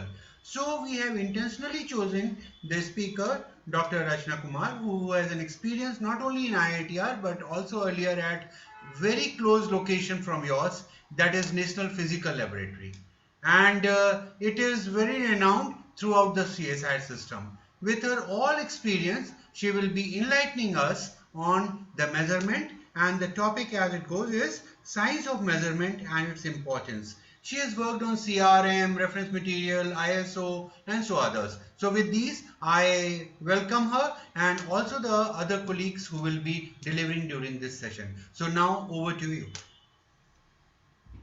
Please Thank you, sir. Thank you so much, Dr. Sharma. So, may I start? Yes. Jayati, I'm Yes, going ma'am. to You can share start. my screen or Ma'am, please share your screen. just confirm. So, are you able to see? Yes, ma'am, it is visible. Ma'am, please put it in slideshow mode. Yes, now it is there. Yes, ma'am. Perfect. Okay, very good afternoon to everyone. And as you all know that the measurement we are working on, the measurement is associated with each and every part of science. So here I'm going to talk as briefly briefed by Dr. Sharma that the science of measurement and its importance, and certified reference materials play a key role or a central role in measurement. So I will enlighten the audience about this, the backbone of this measurement science, and what precautions should we take, and what is this area exactly. So what is science of measurement? The talk will go through what, why, and what is metrology, metrological traceability pyramid we'll talk about, and this finally the CRM, its analytical applications, Indian scenario, and where IITR stands in the CRM development. So what is the science of measurement?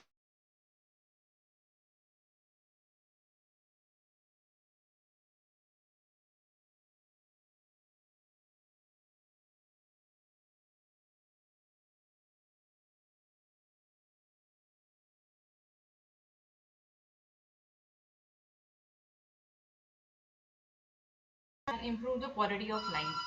So what happens is this science educates us how should we make the perfect measurement, and based on it all the ISOs and the protocols which we follow in quality system are imbibed into metrology.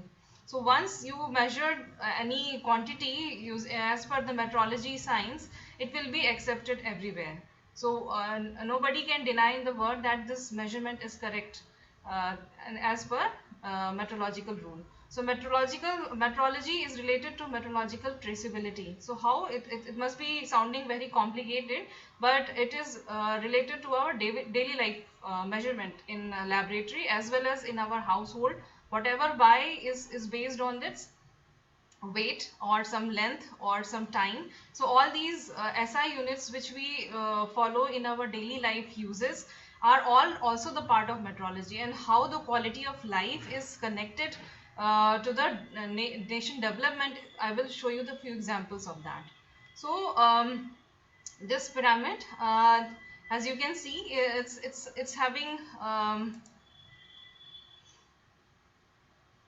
so here this is the pyramid, right? So this is called the traceability pyramid. The left hand side is known as the traceability pyramid, and when we are using any instrument for measurement, how is it connected to the SI unit is under the metrology science. So we are using instruments for any kind of measurement, whether it is a BP machine, whether it is a thermometer for temperature, whether it is a weighing balance for making standards or your samples, whether it is a any kind of like the weights the sabji wala uses, or any part of our life, like we are filling the fuel in our car, and recently it was came to know that they have modified the chip so that it is volumetrically making 10 milliliter shorter than a liter. So if the measurement we don't know how to measure accurately 1 liter, then obviously we cannot catch these type of misguidance, right? So in every area of life, the accurate measurement is very important. And how should we establish it? So hona chahiye, that is a one point, but how should we establish it? So that is actually the main part of the measurement science. So whenever we are using any instrument, whether for volume, weight, time, speed, or whatever, the measuring instrument is always calibrated through the working standard. We always get some standard with our working instrument, or the engineer brings a standard to calibrate the equipment during the installation itself. Then the standards which they bring are traceable to reference standards, and finally to a primary standard, and with this primary standard is directly derived from the SI unit. It is traceable to SI unit. And how does it happen? It happens, the SI units is maintained by the National Measurement Institute of any country. In India, the National Measurement Institute is CSIR NPL, National Physical Laboratory. So its prime duty is to maintain all the 7 SI units, and reporting and attending the conferences organized by CIPM and BIPM, which is the apex body in this area for the metrology. So this your working reference standard and working standard are traceable through secondary and primary standard to SI unit, and this duty is of NPL to maintain primary and secondary standards, and it disseminates these standards to the accredited laboratories. It may be NABL, NABH, or any public-private sector which is accredited through NPL. They are traceable to or reporting to NAPL, and then NPL, and these accredited laboratories further disseminate this traceability to manufacturers and end users. So it goes side by side. This is the reference, the traceability pyramid, and this is the unbroken chain of measurement for quality. So here the traceability is connected through to SI unit, and here the calibration is granted from NMI to the end users. So I'm sure that it is not easy to understand what I'm saying. You can raise the question, and but the point is very important to understand. So here what is the primary duty of NPL is to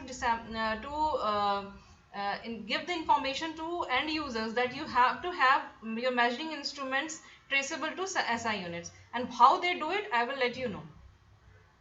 So they have to make us the working or the manufacturers of instrument that they should have the certified reference materials for calibration of their equipment. So what are these CRMs? So CRMs, this terminology is given as per ISO Guide 30.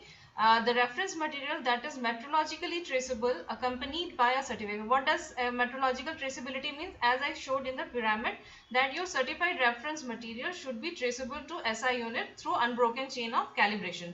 So it is accompanied by a certificate, and its property, one or more property, is valued as certified by a procedure. So procedure is very important. How do you validate your certified reference material?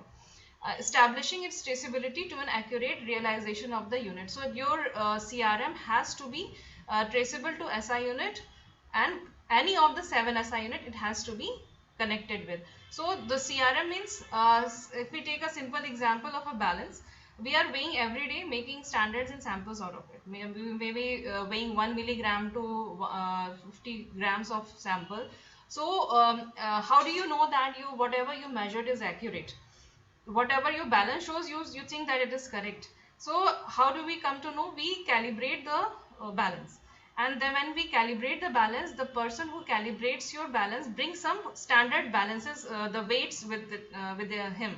Okay, so those weights with which your balance is calibrated are the reference standards, and it is traceable to that it is traceable to this. If you look at this pyramid, it is traceable to SI unit this through this unbroken chain.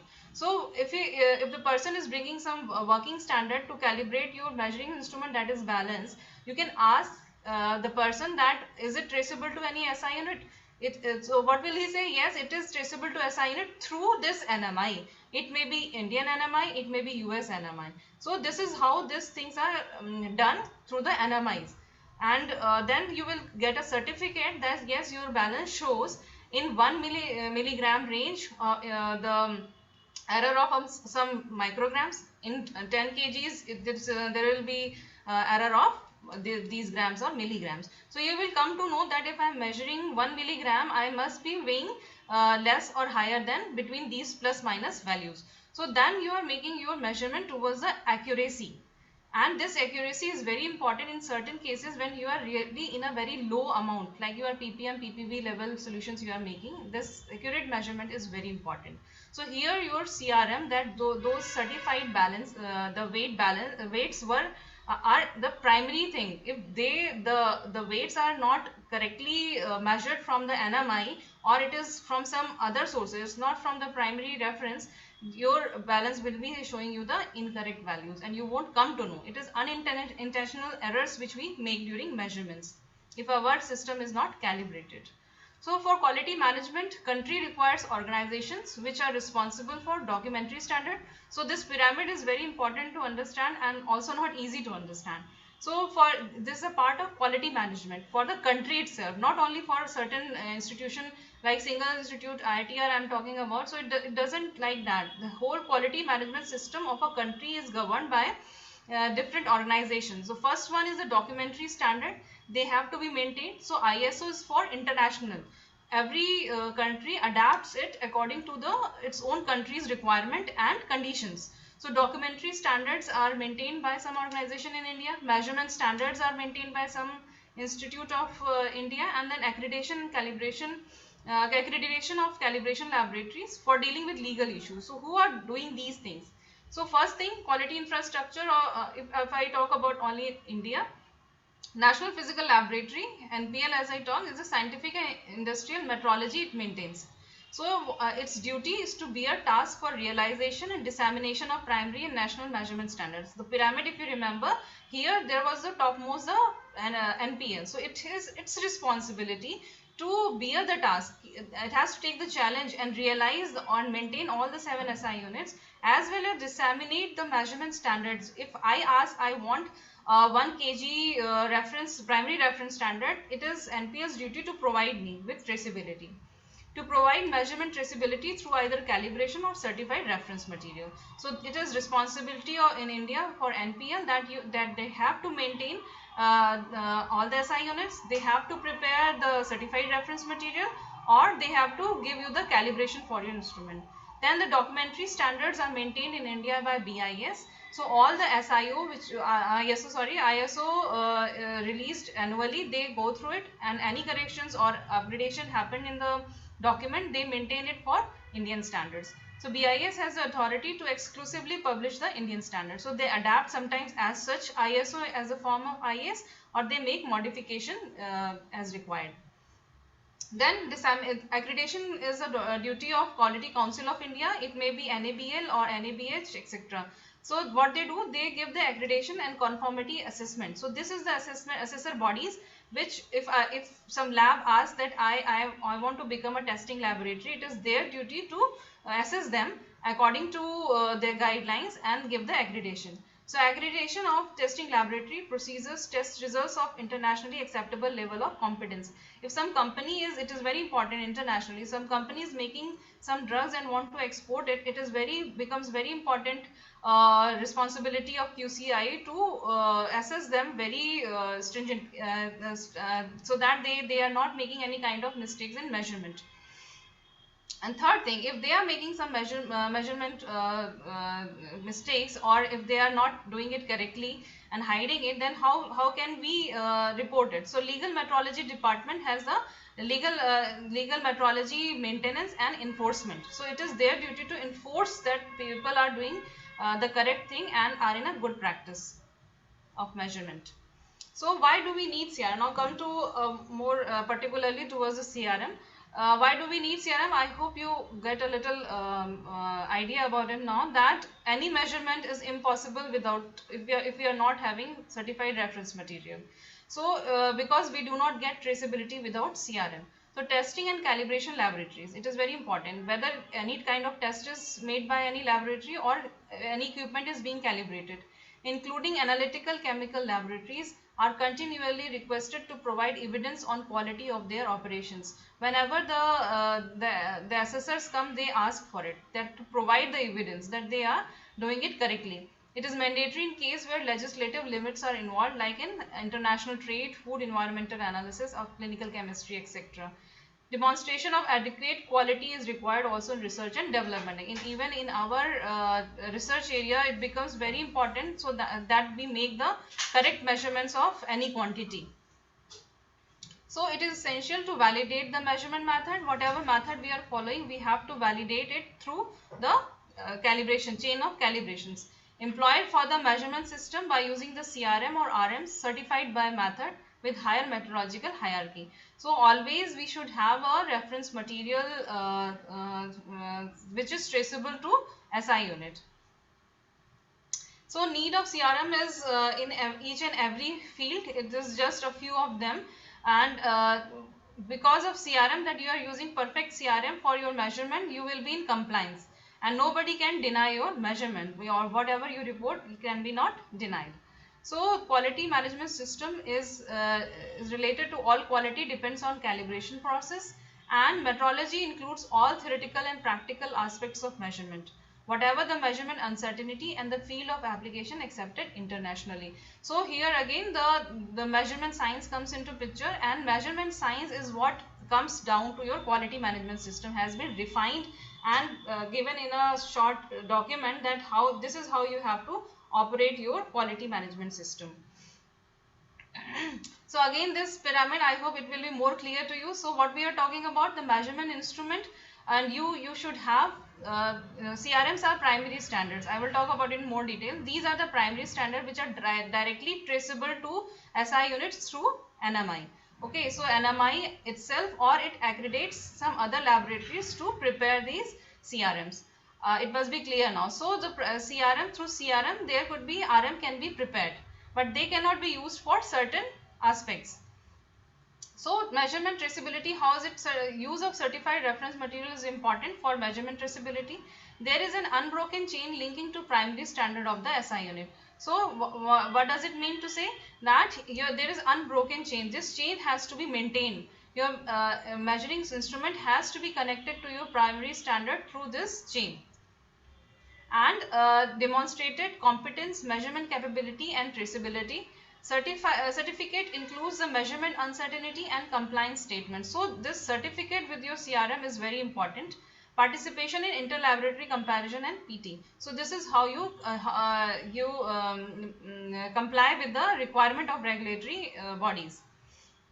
So now come to some examples, so it will be more clear what I am talking about. So India is one of the top producers of rice.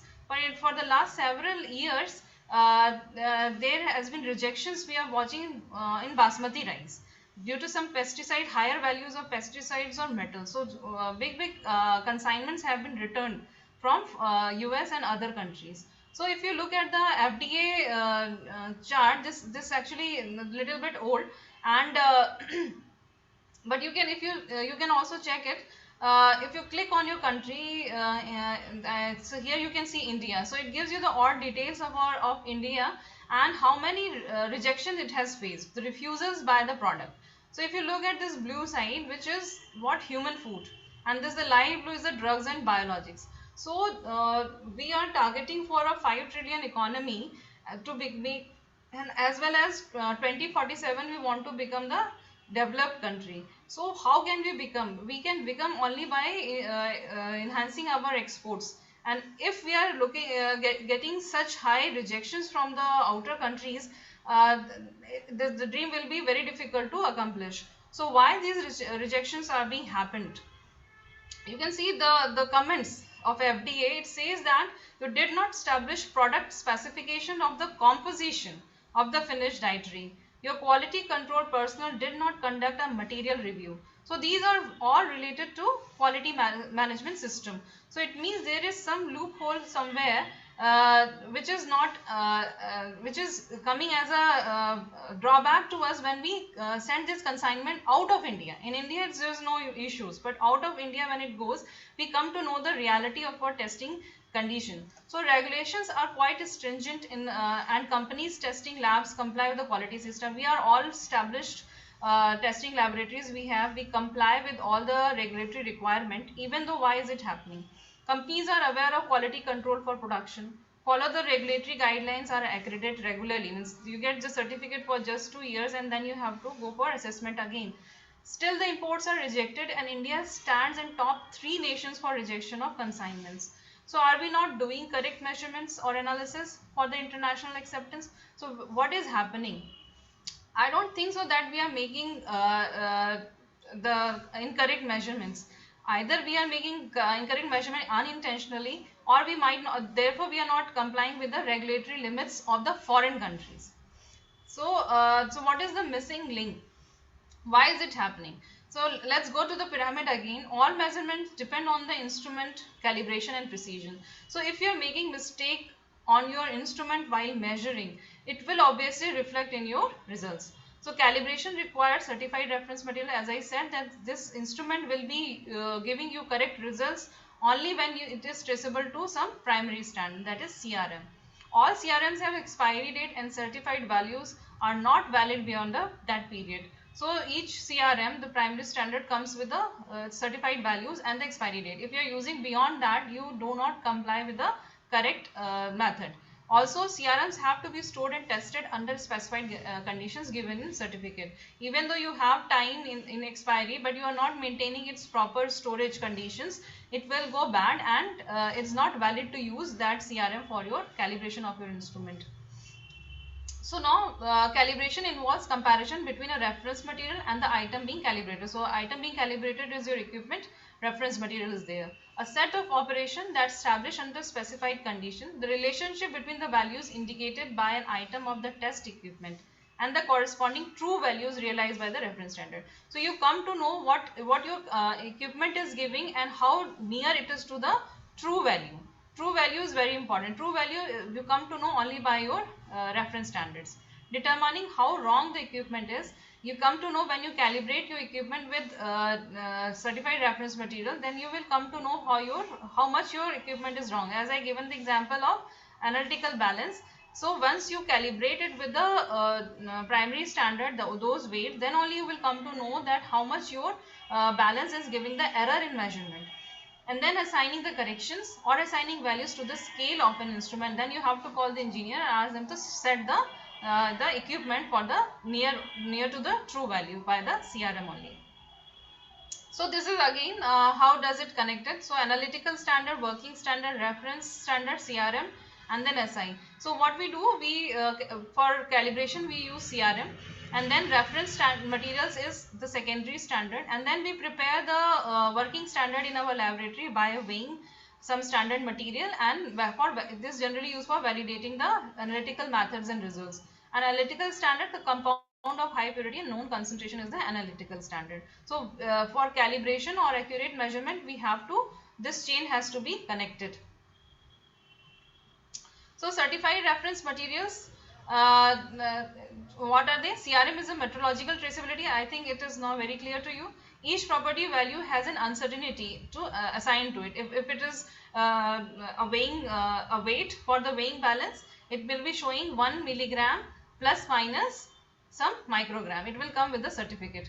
So this is the property value. The material comes with a certificate providing traceability and uncertainty. It will also state to which NMI it is traceable to. So if the weight is traceable to National Physical Laboratory, it will say that it is traceable to NMI, NP and I. Or if it is traceable to, if the weights were provided by or bought from US NMI, that is the NIST, NIST, NIST, you must have heard of it. It is traceable to NIST USA. So you with the certificate will clearly show you that to which NMI it is traceable to and the given uncertainty for that value. So here in QMS, there is another key point for your metrology is the CRM. So the most direct method of establishing metrological traceability to the SI unit is through the calibration of your measurement system with a CRM. So there is a comparison between CRM, RM working standard and where we can use it. So instrument calibration quantification can only be done by CRM, not by RM or working standard. It gives you the traceability and accuracy. Method validation you can do with a cheaper one because these CRMs are usually very costly. RMs and working standard you can use for accuracy and precision.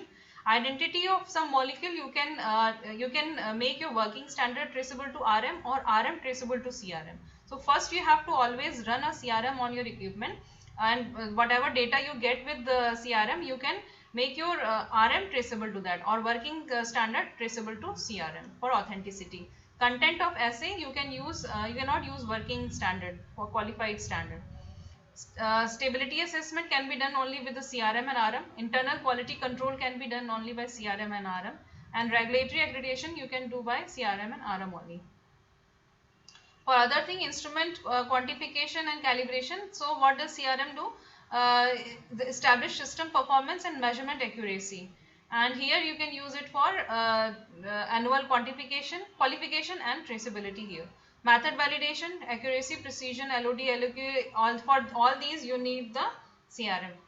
Identity, content of assays, stability assessment, internal quality control, all these are required. So, who can produce this CRM?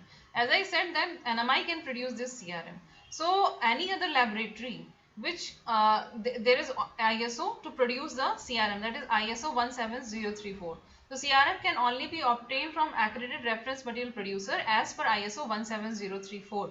If any laboratory or even a person can create a laboratory and establish ISO 17025 for instrument testing, and then for ISO 17034 they can produce the reference material.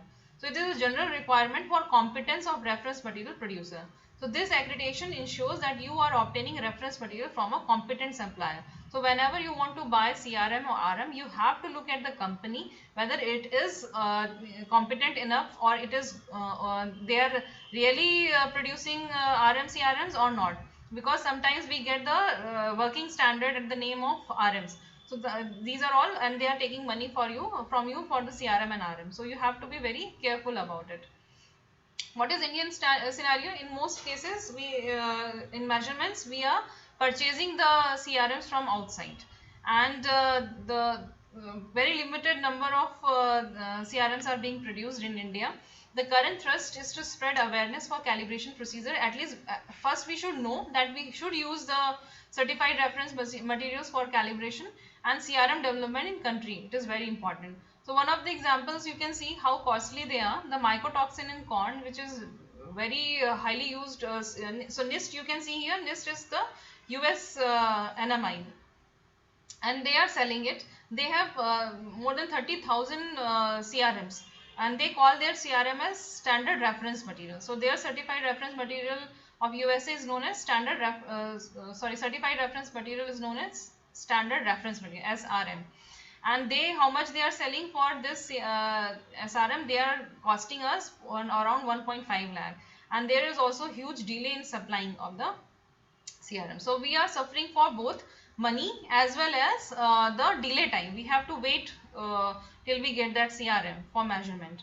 So in India, the reference material are being produced, and NPL is the center point, but several other laboratories have been accredited for 17034 to produce the CRM for different materials aspects.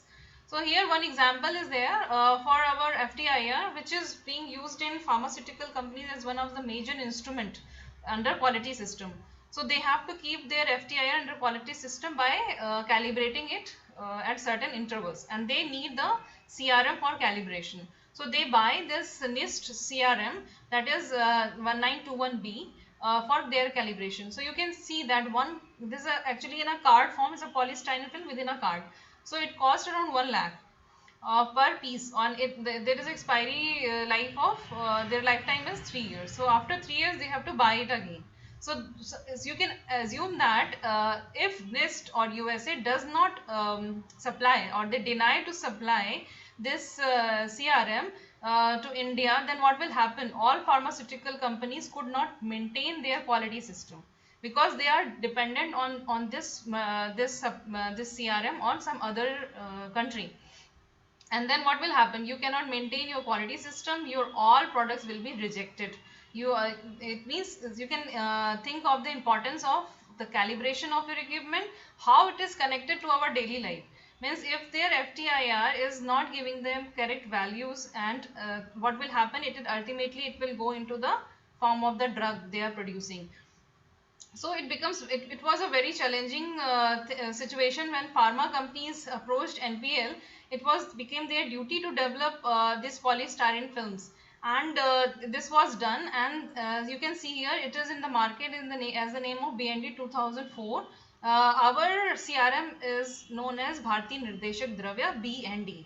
As NIST USA is SRM, our is BND, and you can see the price. It is just 15,000 rupees per sample. So compared to 1 lakh and buying it, and you can calculate the time value, then you are just getting here in 15,000 within a week of time. So it really, what will happen? It will enhance your testing capabilities, and ultimately it will come out as in the enhanced product development as well as the export. So now you can correlate the consignment rejection is somehow related to the our incapability in developing more and more CRM in India. So CRM development, each field of science, it is very important to develop in India itself, so that we are not dependent on foreign countries for calibration of our equipment.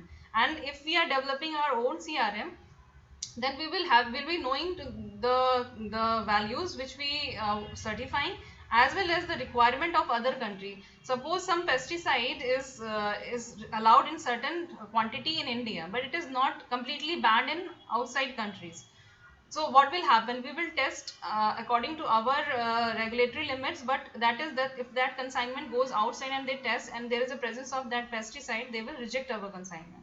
So not only for our regulatory system, we have to be educated about the regulatory limits of other countries where we want to supply those food or any drug products. So all export is dependent and connected directly to the accurate measurement. So the global analytical standard market of CRM is projected to reach 1.73 billion by 2022, and there is an annual growth of 6.3% in this market. So there is a huge market in this area.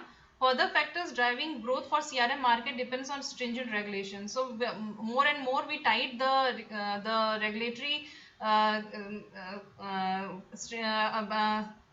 system in our country, there will be more awareness. Actually, there is a lack of awareness in this area.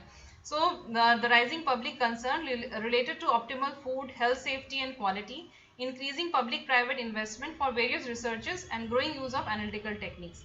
So here at IITR we are developing CRM in targeting for different areas of in food sector, for edible oils, where saturated, unsaturated fats composition, as well as the trans fat, the metal residues, pesticide residues and essential oil. We are targeting to make the CRM in this direction, and ultimately we want to capture the whole AOC food triangle, so that we can support our testing laboratories in supplying these CRMs, and they are making them self-reliant actually in case of CRM availability. So with that, I thank you all for your patience. I hope you got some input points from my side. Thank you very much. Questions are welcome now.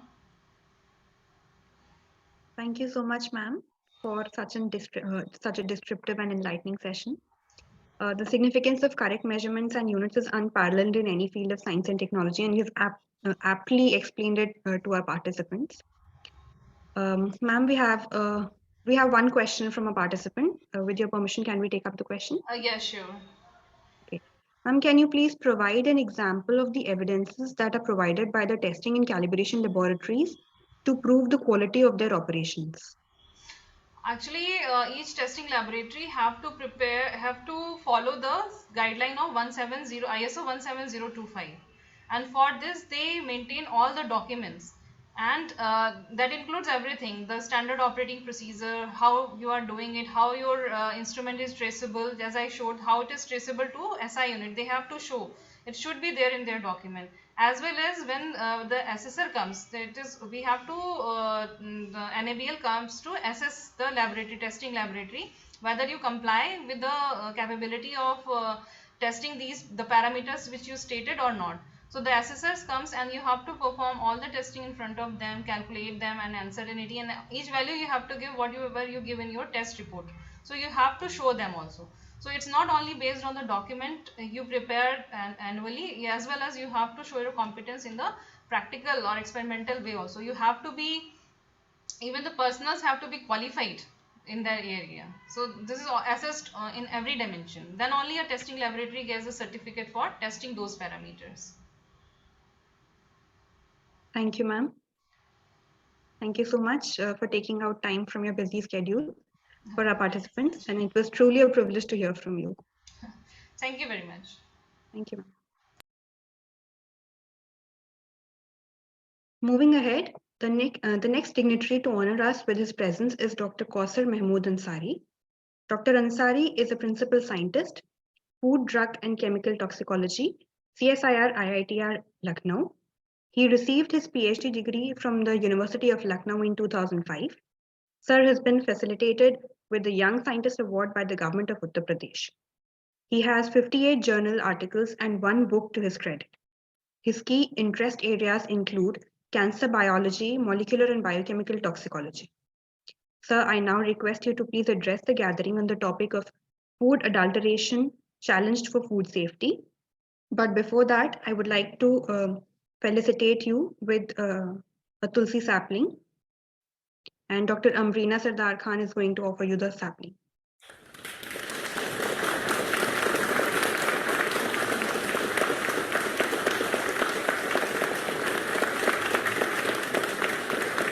Welcome, sir.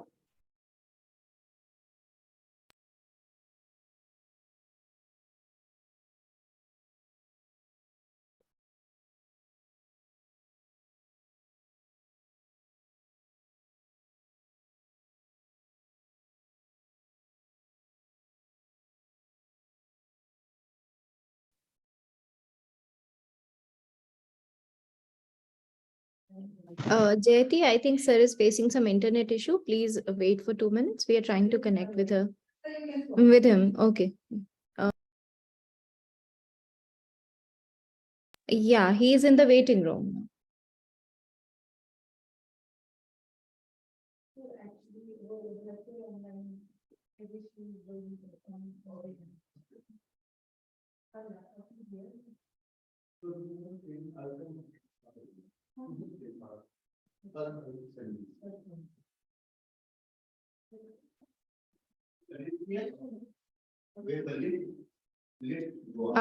Yes, Jayati, sir has joined. Can you please welcome him again?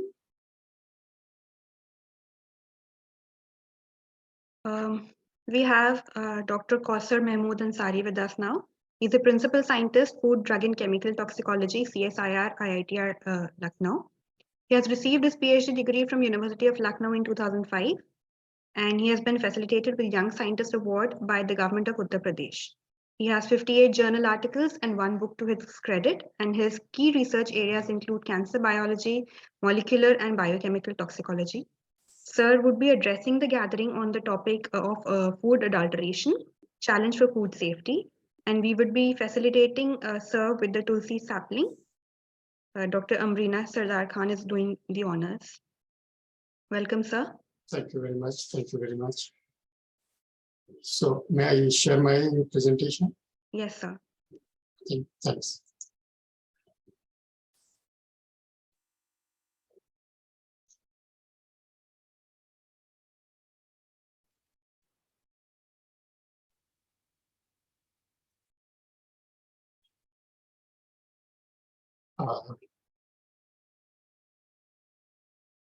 Very good afternoon, everyone.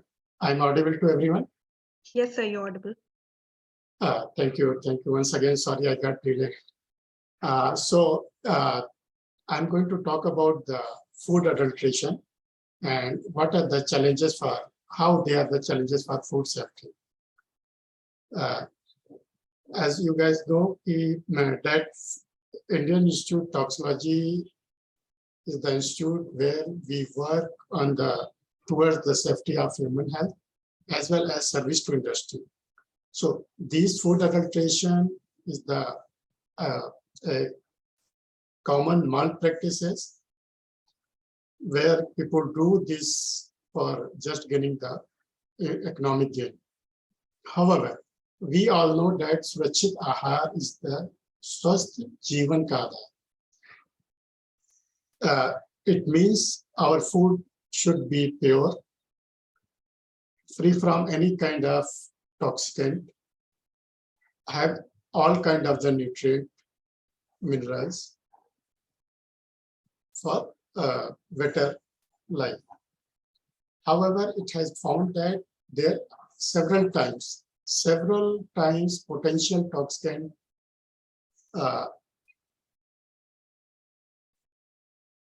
are mixed to food in form of the additives, in form of adultery, in form of contaminants.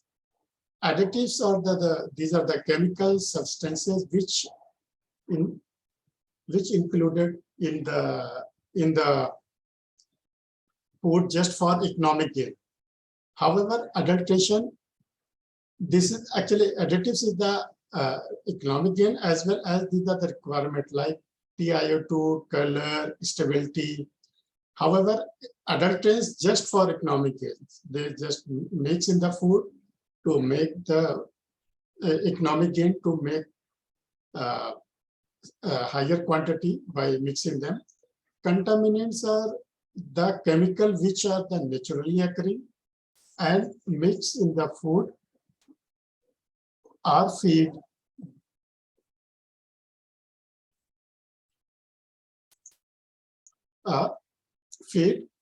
And this can be added in the any stage at feed level, at storage level, at packaging level, at transportation level. So what is adulterate? Today I'm only focusing on the adulteration, adulterate. What are the adulterate? Adulteration is the addition or subtraction of any substance to or from food, so that the natural composition and quality of the substance is affected. And adulterant is any substance added to the food to increase the quantity and decrease the quality. If we increase the by adulteration, if we increase the quantity, so there will be decrease in the quality as well. It has been found in the literature and surveys that 30% food items such as milk, ghee are found to be adulterated. Adulteration, these adulteration, if are doing by the toxic compound, can lead long-term health concern. Sometimes they can cause cancer as well. Food Safety and Standard Authority of India found over 45,000 food samples between 2014 to 2016 to be adulterated. This is the survey about 6 years ago. So adulteration is the concern. And when food said to be adulterated, when we can say now food is adulterated, any inferior or cheaper substances has to substitute it for the product wholly. Whole product or food is replaced by the cheaper substances. Product contains any prohibited preservatives or permitted preservatives exceeding their limit, prescribed limit. Product has been excess coloring reagent or any content, any poisonous ingredient. And this food is not maintained as per standard. As I said earlier, what are the main reasons why this food adulteration is done? just seller want profit, increase food production, or more money in less time. And sometimes there will be shortage of any food commodities, sometimes edible oil, sometimes any type of food. So price increases. So people want to mix this adulterant and gain price again. And there is enforcement of food laws. There are laws, no doubt there is law, but their enforcement is not properly maintained. Type of adulteration, some are intentional added, like sand, stone, mud, salt, water, minerals. However, as I said, these contaminants, which are naturally occurring, unknowingly people are getting exposed by these contaminants during production, processing, packaging, or storage, or transportation, such as pesticide, mycotoxin.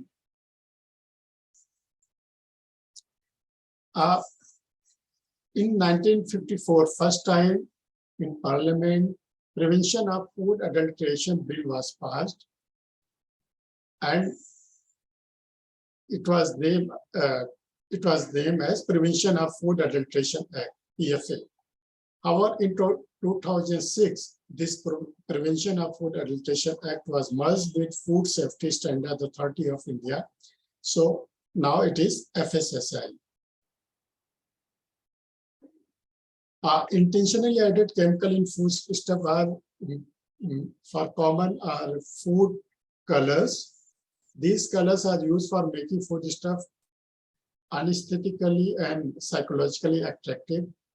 Under the PFA, 8 synthetic colors such as sunset yellow, tetrazine, Pancifor, these colors are permitted.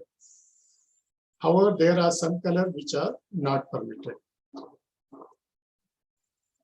In day-to-day life, we can see these sweets are using the colors, but we don't know how much they are using and which color they are using. So, but we are consuming them, and sometimes they are more than the prescribed limit. So this is the concern. Like this in papads, butter, everywhere you can see colors. These colors mix to attract the people, attract the consumers, but knowingly or unknowingly we are consuming more. Where this synthetic color should not be used, like in fresh fruits and vegetables, spices, pickles, powdered milk, tomato sauces. In these food product, color should not be added at all. What are the common side effects? As I said earlier, these colors or food adulterants are toxic to human. What are I listed some common side effects by these food color. So far, food color, metalline yellow color, this causes kidney toxicity, reproductive toxicity. Similarly, Congo red, this causes neurotoxicity. Aramine, malachite green, this causes cancer to various tissue like lung, breast, ovary. Yellow G, they can raise asthma. Atrazine, they causes depression and psychological defect. Some dye causes cancer as well. So these are the colors toxic effect. Another adulterant which is very common for edible oil, I'm going to discuss this.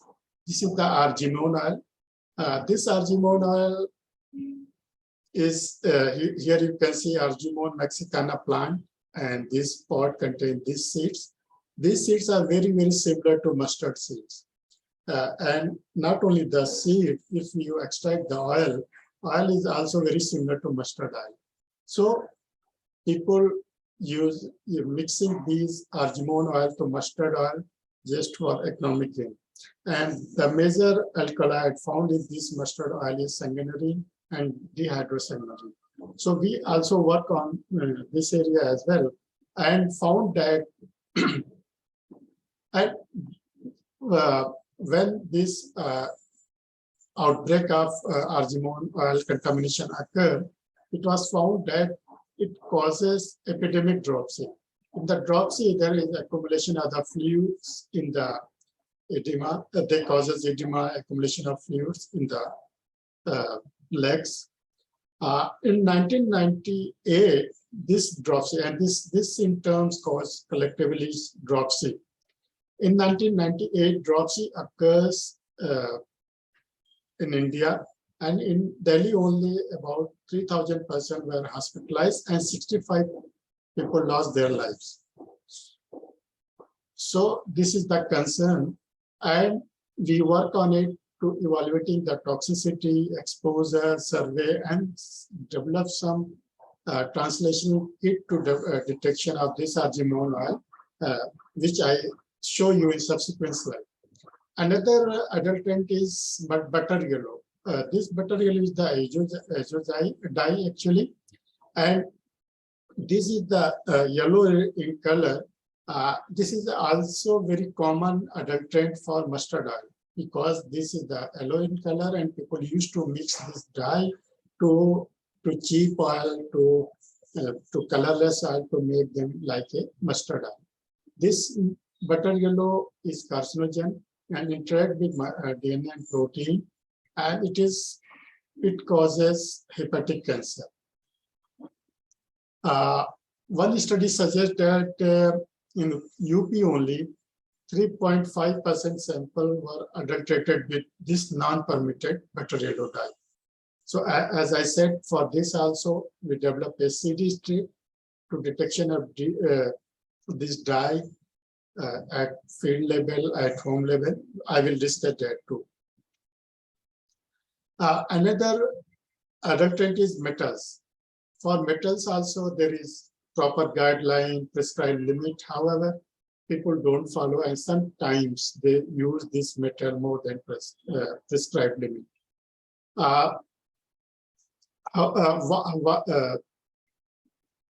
How these metals, mainly heavy metals, come to in our contaminate our field, agriculture, food. Use of fertilizers and pesticides in agriculture led to release significant quantity of metals in our environment. Some metal like sodium, potassium, calcium have their nutritional value, no doubt, while other are toxic like heavy metals, mainly arsenic, mercury, lead. The target organ for metal include the skin, lung, kidney, and nowadays it has a study also shown that this cadmium has estrogenic property. So they mimic estrogen. They have estrogen property and mimic the structure of estrogen. So they can influence the hormone signaling cascade and cause hormone-sensitive cancer as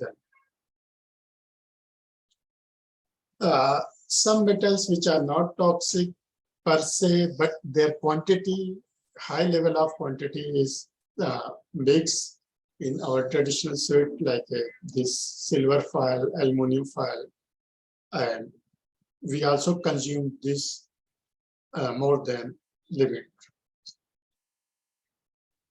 Here you can say this type of metal are used, which people are consuming day-to-day their life. This is the permissible limit prescribed by PFA. Like lead, arsenic, tin, mercury, all have their permissible limits. But in the surveillance analysis, it has found that we can, people are using, sometimes in the food, their high level is found. Very briefly, this slide shows how we can check the adulteration in our common food at lab level, at home level. For example, if milk is adulterated with water, what we can, how we can do the check. Pure milk will stop or flow slowly, while adulterated milk will flow immediately when dropped on the vertical surface. This is the one basic way we can check whether milk is adulterated with water or not. If it is adulterated with urea, take 5 ml milk in the test tube, add 2 drops of bromothymol blue solution. Blue color will indicate presence of urea in 10 minutes. Similarly, silver foil, if it is adulterated with aluminum oil, silver foil oil burns. Agination, leaving white spherical bulb. Aluminum is reduced to black gray ash. So these are the sugar, how we can check the presence of chalk in sugar, dissolving sugar in glass water, chalk settle down. So this is the basic thing which I just wanted to show, because a lot of students might be joining us, so they can aware how we can. Similarly, these are the how we can check with dal with metal in yellow. Lukewarm water, add pulses and drop of HCl, pink color indicate presence of metal in yellow. So these are the basic tests we can do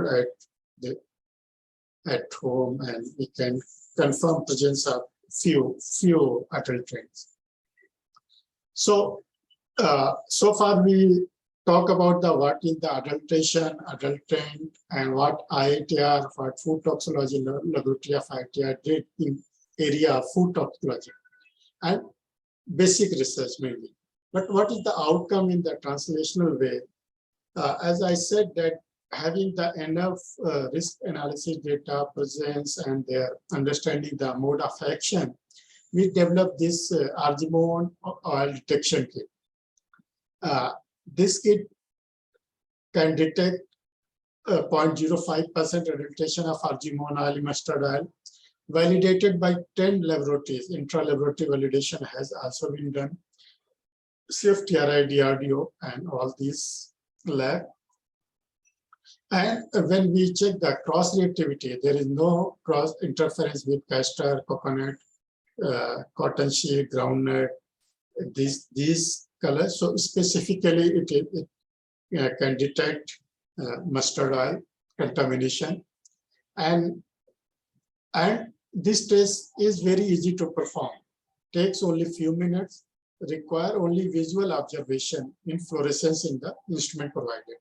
If your mustard oil is contaminated with argemone oil, that sanguinary alkaloid, which I showed you, sanguinary alkaloid will fluorescence.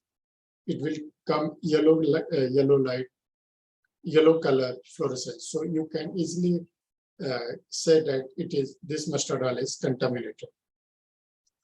We also developed this strip for butter yellow contamination detection. This is also a very simple test, and it is like a pH strip.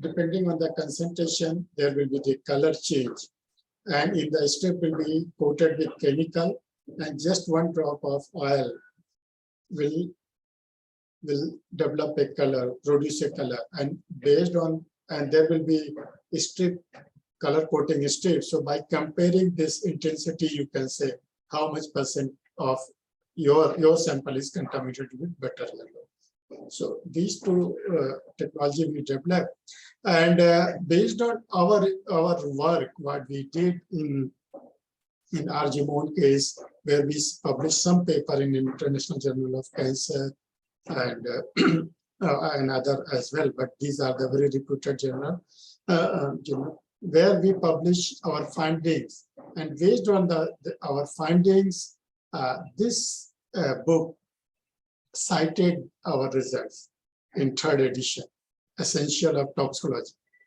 So this is the outcome basically of our study.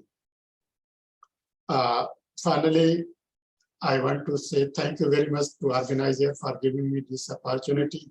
And I also want to acknowledge our group and of course funding support by FSSAI, ICMR and CSIR Mission Mode for their funding support. Thank you very much. Thank you, sir. Thank you, Jayanti. Food adulteration is considered as one of the man-made hazards and that can be immensely harmful to human health. Thank you, sir, for enlightening us with your knowledge. So we have a question. With your permission, can I take up the question? Sure, sure. What is the possible source or most common reason of argemone oil contamination in mustard oil? This Argemone mexicana plant can grow in the field level as well. In the mustard field, their harvesting time is same. So at field level also, and I show the mustard seeds, they can mix in there after harvesting as well. So at tree level, they can mix this. At oil level, at seed level, and at field level, that is unintentionally where people during harvesting, they can mix or intentionally that it is mixed there. Thank you, sir, for answering the query. Thank you. Thank you so much, sir, for giving us your time. And it was really a privilege to listen from you. Thank you, Thank you sir. very much. Thank you very much.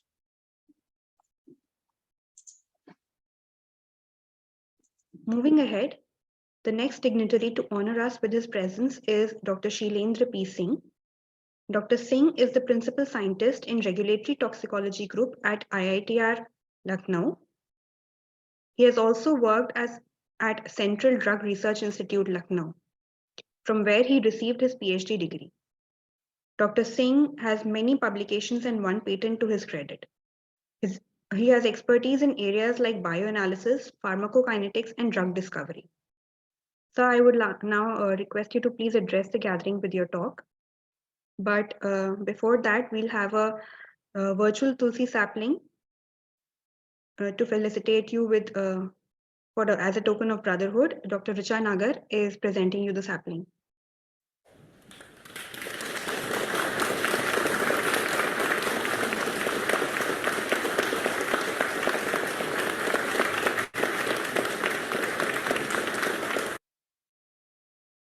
Welcome, sir.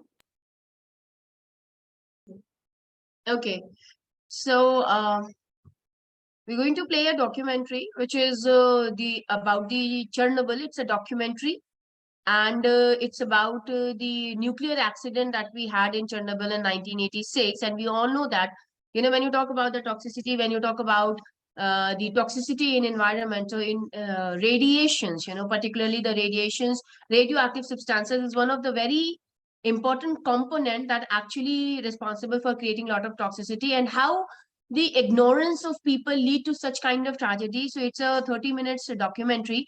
So by the time our speakers would join, I just wanted to show this documentary to everyone present here, that how the simple misunderstanding and ignorance of people, the ignorance of workers, and little malfunctioning can lead to such big disasters, and the toxicity would lead into the environment for years and years and years. Still, it's so much of decades have been passed, but then too the impact could be very, very clearly seen in the areas that are affected by the nuclear toxicity. So without much delay, I'm just going to share my screen. Jyoti, you have to confirm me the sound of the movie, okay? Sure, ma'am.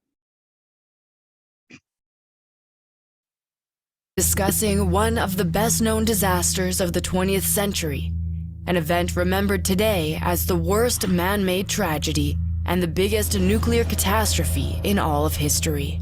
If you enjoy true crime, mysteries, and true stories, be sure to hit the like button and subscribe. Now, let's get into it. In 1986, Chernobyl, Ukraine was part of the Soviet Union. The first nuclear reactor in the area was built in 1977, and before April 26th, the nuclear power plant was beginning to look like a beacon of USSR success. However, there was no way to predict the catastrophe that would occur and result in altering the fate of those at the plant, as well as countless others in the surrounding areas for generations to come. At 1:23 a.m. on the 26th, the nuclear plant attempted to conduct a fairly routine test to see how the plant would function during a power loss. The test would last less than a minute. In total, only 36 seconds. The plant was shut down in order to conduct the test that was meant to check how the power from the steam turbines would transfer to the backup generators. During the test, reactor number 4 experienced a raise of output power. At first, this was expected. However, a series of missteps resulted in unimaginable consequences. 25-year-old Leonid Toptunov was the senior reactor control engineer, and that night, he was on shift at Reactor 4. He was highly trained and knew better than most how difficult the reactors were to maintain. However, he had only been in this position of senior control engineer for 2 months, and he had accidentally missed a step when he took control of the reactor, which caused the power output to dramatically fall. Toptunov had suggested shutting down the reactor completely, and therefore ending the test, but his superior manager, Anatoly Dyatlov, threatened him to increase the power to continue the test. The workers then inserted control core rods into the reactor, which were made of boron carbide to reduce the power output.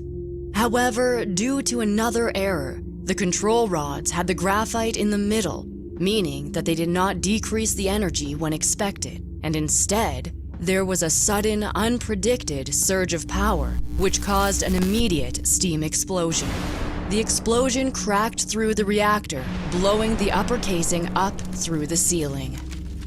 The first explosion was closely followed by a second, this one caused by the built-up hydrogen from the previous steam explosion.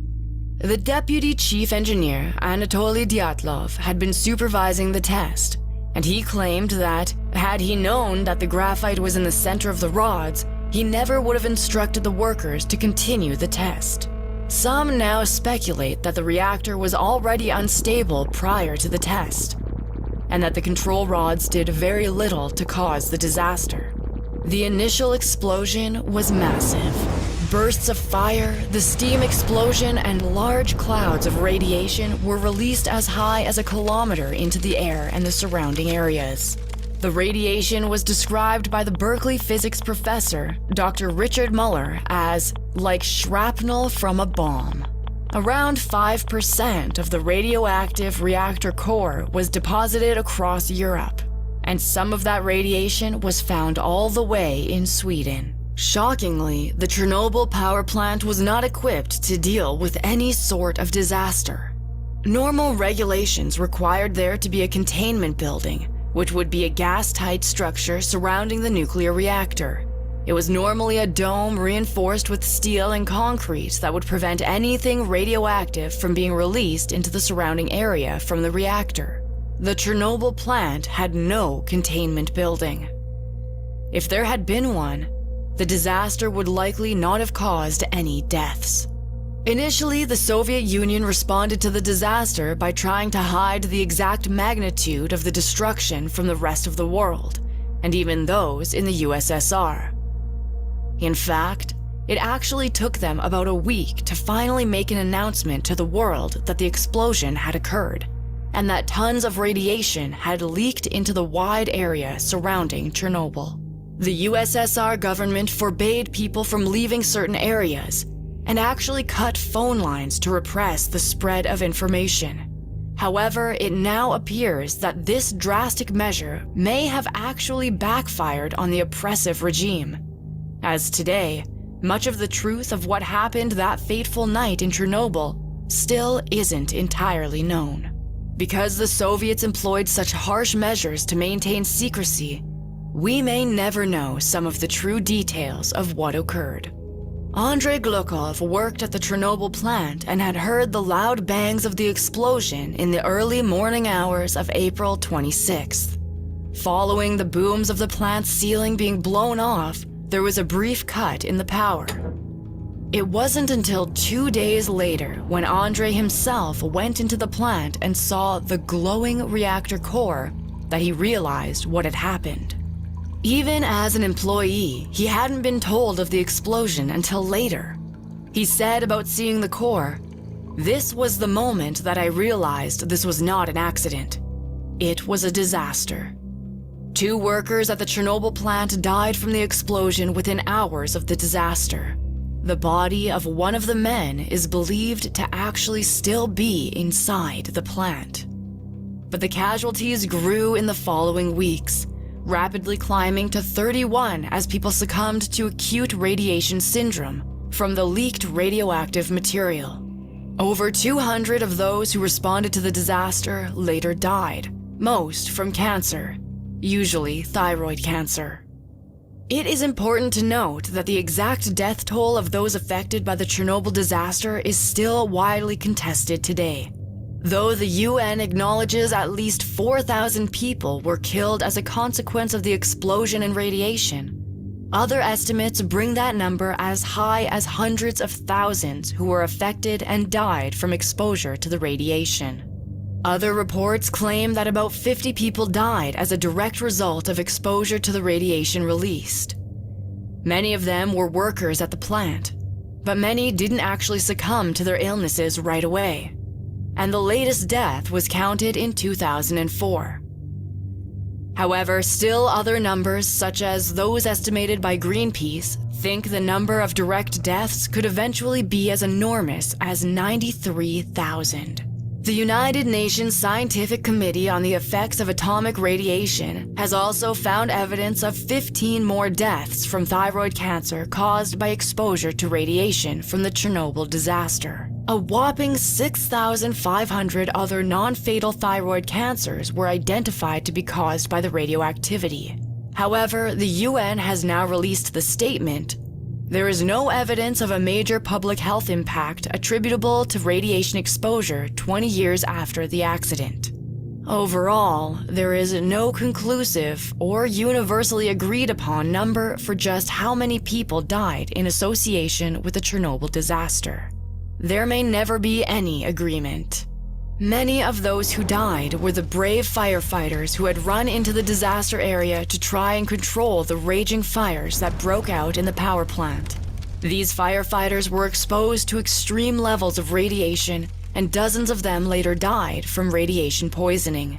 The only way to fight off this kind of extreme exposure is through a blood transfusion, which none of them received. In total, 27 firefighters died from radiation sickness. One of those firefighters was Vasily Ignatenko, who was one of the first to arrive after the reactor exploded. He was only 25 when he responded to what he believed was a routine fire. Vasily and the other firefighters showed up without any of the necessary equipment that may have kept them safe from the radiation. He had been living in the city of Pripyat, which is near the Ukraine-Belarus border, when he received the summons to help stop the rapidly spreading fire. Pripyat was built specifically as a place for the Chernobyl workers and their families to live. About 60,000 people lived there at the time. Ignatenko's wife, Lyudmila, later lamented that Vasily and the other firefighters were going straight into the hands of death. They all drove out in their usual uniforms, not wearing chemical protection, not having anything but a layer of clothes against what was an unimaginable dose of radiation. They didn't even put on the canvas gear that would have slightly helped to protect them. The firefighters arrived at 1:28 a.m., just 5 minutes after the test began and the explosion occurred. Along with the other firefighters, Vasily immediately hurried up to the Chernobyl plant's roof in an attempt to extinguish the graphite fires that were spewing flames into the open air. They apparently tried to beat down the flames and put out the burning graphite by kicking at it with their feet. As highly trained firefighters, it only took them a few hours to put out those fires completely. However, the flames inside Reactor 4 remained burning for almost 2 weeks. The brave team of firefighters couldn't have known that each moment ticking by as they toiled away at the fire for hours was spelling their demise. Vasily died 2 weeks later from severe radiation poisoning. His passing wasn't easy, and in fact, he seemed to improve for a short time before he began to rapidly deteriorate. Lyudmila said that when she visited him daily in the hospital, he had times where he seemed to be recovering, even feeling well enough to stand up from the bed and give her 3 carnations he had kept under his pillow for her. She later said these were the last flowers he gave her. Horribly, Vasily was essentially burning up from within from the radiation, and his doctor said that his nervous system and his skull were both extremely damaged. Lyudmila described it as, his skin started cracking on his arms and legs. He became covered with boils. When he turned his head, there'd be a clump of hair left on the pillow. The burns started to come to the surface, in his mouth, on his tongue, his cheeks. At first there were little lesions, and then they grew. It came off in layers, as white film, the color of his face, his body. Blue, red, gray-brown. Lyudmila said she tried to joke with him to make him feel better by commenting that it was convenient he no longer needed a comb since his hair was falling out. The loving couple met as young teenagers in 1979 before marrying in 1983, and they had been together ever since. Lyudmila had actually begged the radiologist treating her husband to let her see Vasily. At the time, she didn't mention that she was pregnant. In fact, she actually lied to the doctor and told him that she had already had 2 children. The doctor reportedly warned her not to touch him, and that if she cried or showed too much emotion, they would kick her out of his room. She chose to ignore many of the warnings from doctors to stay away and would move the protective plastic around him in order to see Vasily. She recalled, "But I was 22, madly in love with my husband. With every cell of my body, I wanted to believe this was fume poisoning. Tragically, as much as Lyudmila wanted to maintain hope, the inevitable soon occurred, and she was sadly left a widow." After he died, Vasily's body had to be buried in a metal coffin because it was still filled with dangerous levels of radiation. He was also buried below zinc and concrete to keep the public safe. Lyudmila said, they couldn't get shoes on him because his feet had swelled up. They had to cut up the formal wear too, because they couldn't get it on him. There wasn't a whole body to put it on. 2 months later, she gave birth to a baby girl who died only 4 hours later. Her daughter suffered from congenital heart malformation and cirrhosis of the liver, which are both consequences of radiation exposure. The HBO show Chernobyl, based on the real disaster, has become a binging sensation. In fact, it is the highest rated show on IMDb. Most TV shows are thought to dramatize certain aspects of such disasters to make the story more extreme. But in this case, it seems that no mere media reenactment can truly do complete justice to how horrific that fateful day was. The series' interpretation of the disaster has been described by the former Chernobyl plant deputy director, Alexander Kovalenko, as, "The series more or less reflected the drama of the situation, but in real life it was much worse." Lyudmila and Vasily appear as some of the most tragic characters in the HBO series. When the show Chernobyl premiered, Lyudmila fell under intense scrutiny for her choice to visit her husband while he was dangerously radioactive in the hospital. She later told BBC that journalists, quote, "were asking me why I had been at my husband's bedside, knowing that I was pregnant at the time. But tell me, how could you leave him? I thought my baby was safe inside me.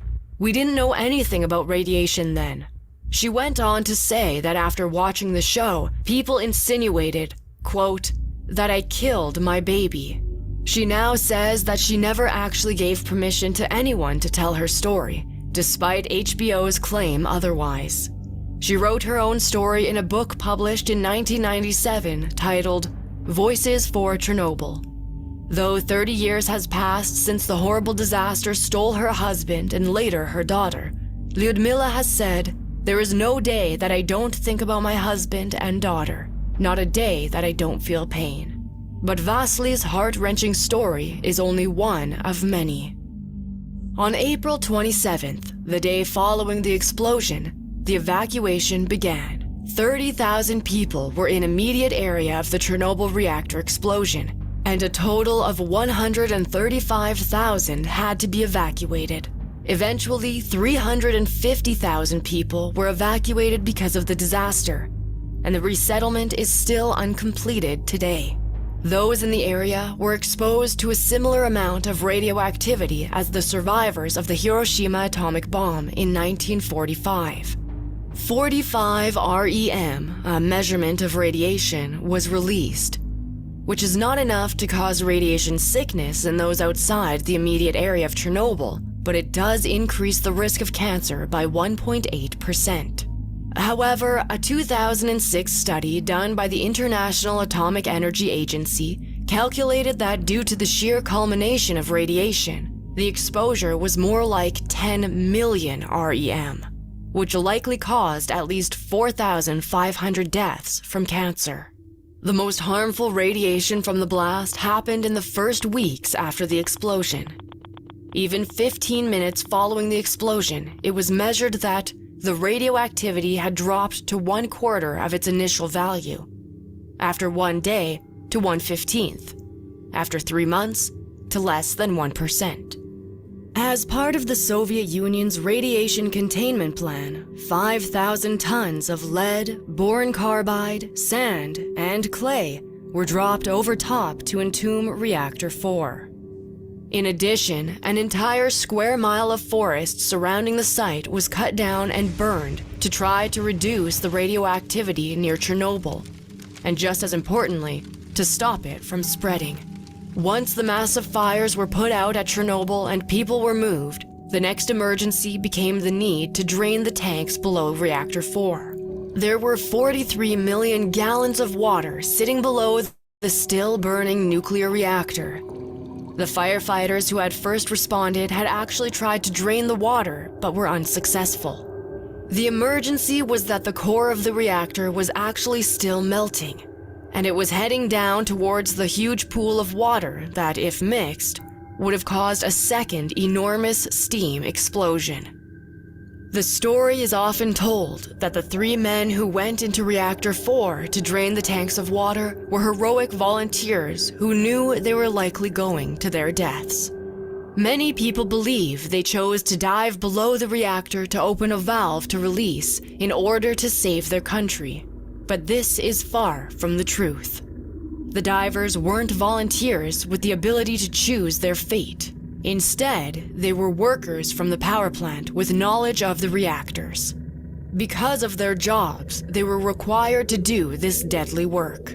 Though they were told they could refuse, the feeling of immense pressure and responsibility meant that none did. One explained that he simply felt that nobody else could properly complete the task, as he was the only person on the shift who knew where the valves were located. On May 8th, the divers arrived to finally drain the tanks. They donned wetsuits and entered the water, soon encountering a harrowing setback that only added a level of difficulty to the intimidating mission already ahead of them. Their lamp went out, leaving them with no choice but to continue their operation in the dark. Chernobyl expert Andrew Leatherbarrow, author of 1-2340, The Incredible True Story of the Chernobyl Nuclear Disaster, explains that the divers were met with radioactive water up to their knees as they waded through the dusky basement, walking through a corridor stuffed with myriad pipes and valves. He said of the group's objective to locate the correct valve, it was like finding a needle in a haystack. And yet the determined divers did it anyway. The group of men are often referred to as the Suicide Squad, as their expected survival rate was so low. One of the men was the engineer Alexei Ananenko, who wore no other protection against the radiation and the radioactive water except for diving equipment. Alexei said, "I never felt like a hero. I was doing my job. I was ordered to go there, so I went. I wasn't afraid." Initially, reports claimed that all 3 of the men had died from the exposure to radiation. But in fact, all 3 survived. They described their immense joy and relief upon fixing the problem, saying, "When the searchlight beam fell on a pipe, we were joyous. The pipe led us to the valves. We heard the rush of water out of the tank, and in a few more minutes, we were being embraced by the guys." One of the divers passed away in 2005, but the two others still have survived to this day. Because of their brave actions, they prevented another, possibly even more deadly explosion. Aforementioned expert Leatherbarrow emphasized the dire necessity of these unlikely heroes' actions, saying that, regardless of how anyone might try to downplay the importance of what they did that day, quote, they still went into a pitch-black, badly damaged basement beneath a molten reactor core that was slowly burning its way down to them. Some experts on the Chernobyl disaster later explained that, had this trio not stepped up to prevent this potential additional explosion, half of Europe's population could very well have been wiped out from the impending catastrophe. To make matters worse, the scope and range of radiation that this could have caused may have left a huge chunk of Europe completely and utterly uninhabitable for up to 500,000 years in its wake. The first person who fully understood the gravity of the situation of Chernobyl was Valery Legasov. Legasov was a Soviet scientist and member of the Academy of Science of the USSR, and became chief of the Investigating Response Commission of the disaster. Prior to the explosion at Chernobyl, he had championed the need for better safety measures at nuclear power plants. It was Legasov who first insisted that all of Pripyat be evacuated, and without his input, the death toll from direct radiation would have likely been much higher. He and the commission looked into the possible causes of the disaster, as well as ideas on how to prevent this type of catastrophe in the future. While they investigated, they couldn't stay in a hotel, and ended up living in an evacuated hospital for the mentally ill. Legasov eventually suggested that liquid nitrogen should be put under the reactor in order to try to cool the core. This turned out to be a mistake. However, as the core never melted through the concrete, and as a result, this actually resulted in more contamination for areas in Belarus. On April 26, 1988, the anniversary of 2 years since the Chernobyl explosion, Legasov committed suicide. It was one day before he was meant to present the findings of his investigation into the disaster. There are conflicting reports about where he hung himself, whether it was in his apartment, the stairwell of his apartment, or his office. What isn't contested is Legasov's mental state after finishing his investigation at Chernobyl. He was under immense pressure from the Soviet government to censor his findings, but instead, his documents revealed previously unknown facts about the Chernobyl disaster. Many believe that his commitment to share the truth about Chernobyl brought more stress than he could handle. Following the disaster, the men in charge were taken to court, and a 3-week trial ensued. The 3 men were 51-year-old Viktor Brukhanov, the plant director, the chief engineer Nikolai Fomin, and his deputy Anatoly Dyatlov. Brukhanov had become the plant's director at only 34, and was described as a well-liked, soft-spoken man. Before the disaster, his supervision brought Chernobyl to a higher standard and was used to exemplify USSR's success. After the trial, they were all found guilty, charged with the gross violation of safety regulations. The judge was quoted as saying, "There was an atmosphere of lack of control and a lack of responsibility at the plant." Viktor Brukhanov was sentenced to 10 years of hard labor, plus a concurrent 5 years for his abuse of power, the maximum punishment, as the resulting deaths and destruction were seen as solely his fault. Nikolai Fomin and Anatoly Dyatlov both received 10-year sentences as well for criminal mismanagement. Though Fomin received the same sentence as the other men, he was actually not even present at the plant at the time of the explosion and was on vacation. None of the defendants showed any emotion beyond bowed heads when their sentence was passed, even though the courtroom was filled with the weeping relatives of those who had died at Chernobyl. The trial concluded that the disaster was caused by both the flaws in the reactor and human error. But despite this, Anatoly Dyatlov is now often viewed as the villain of the Chernobyl disaster.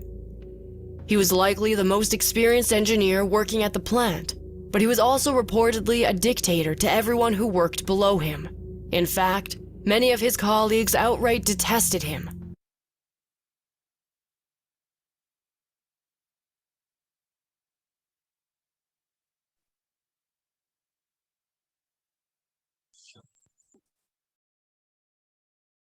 Okay, so here we stop the documentary because we had some time. We have both our speakers have joined.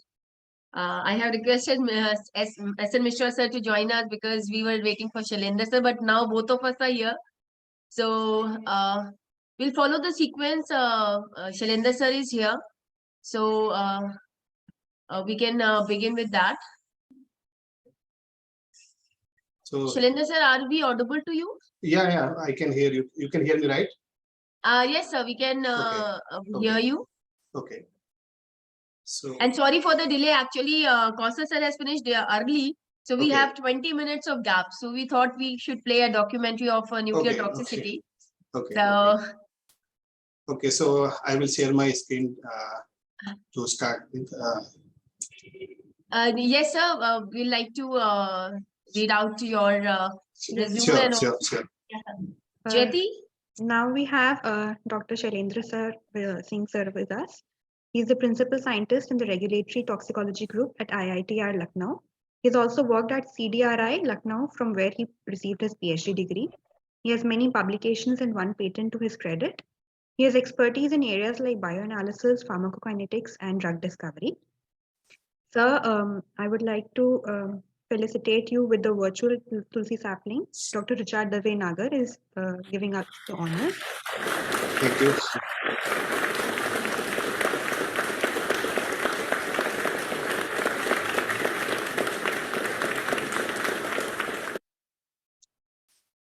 Over to you, sir. Thank you. Okay.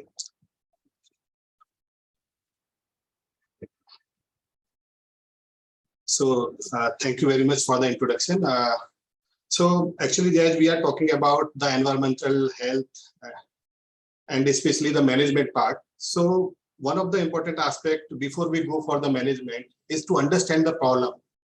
And to understand the problem, one of the important components is to understand the prevalence of the chemicals, either it is in the environment or in the food or maybe in the biological body, in the biological fluids. So the knowledge about the presence of these chemicals in different kind of matrices will help us to understand whether is there any problem, and if there is a problem, what are those chemicals and how we can mitigate these kind of problems. So keeping that in mind, today I thought to give idea about that how the challenges we face as analytical challenges for the pesticide residue analysis especially, and how we can overcome by using the different kind of sample preparation techniques, and how the processing and extraction and cleanup step can be followed for making the analysis easier for understanding the prevalence of such chemicals in the different environmental matrices.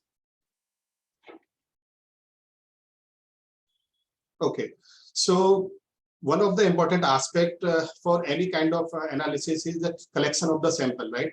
So this is a slide which shows you that what is the sample analysis workflow.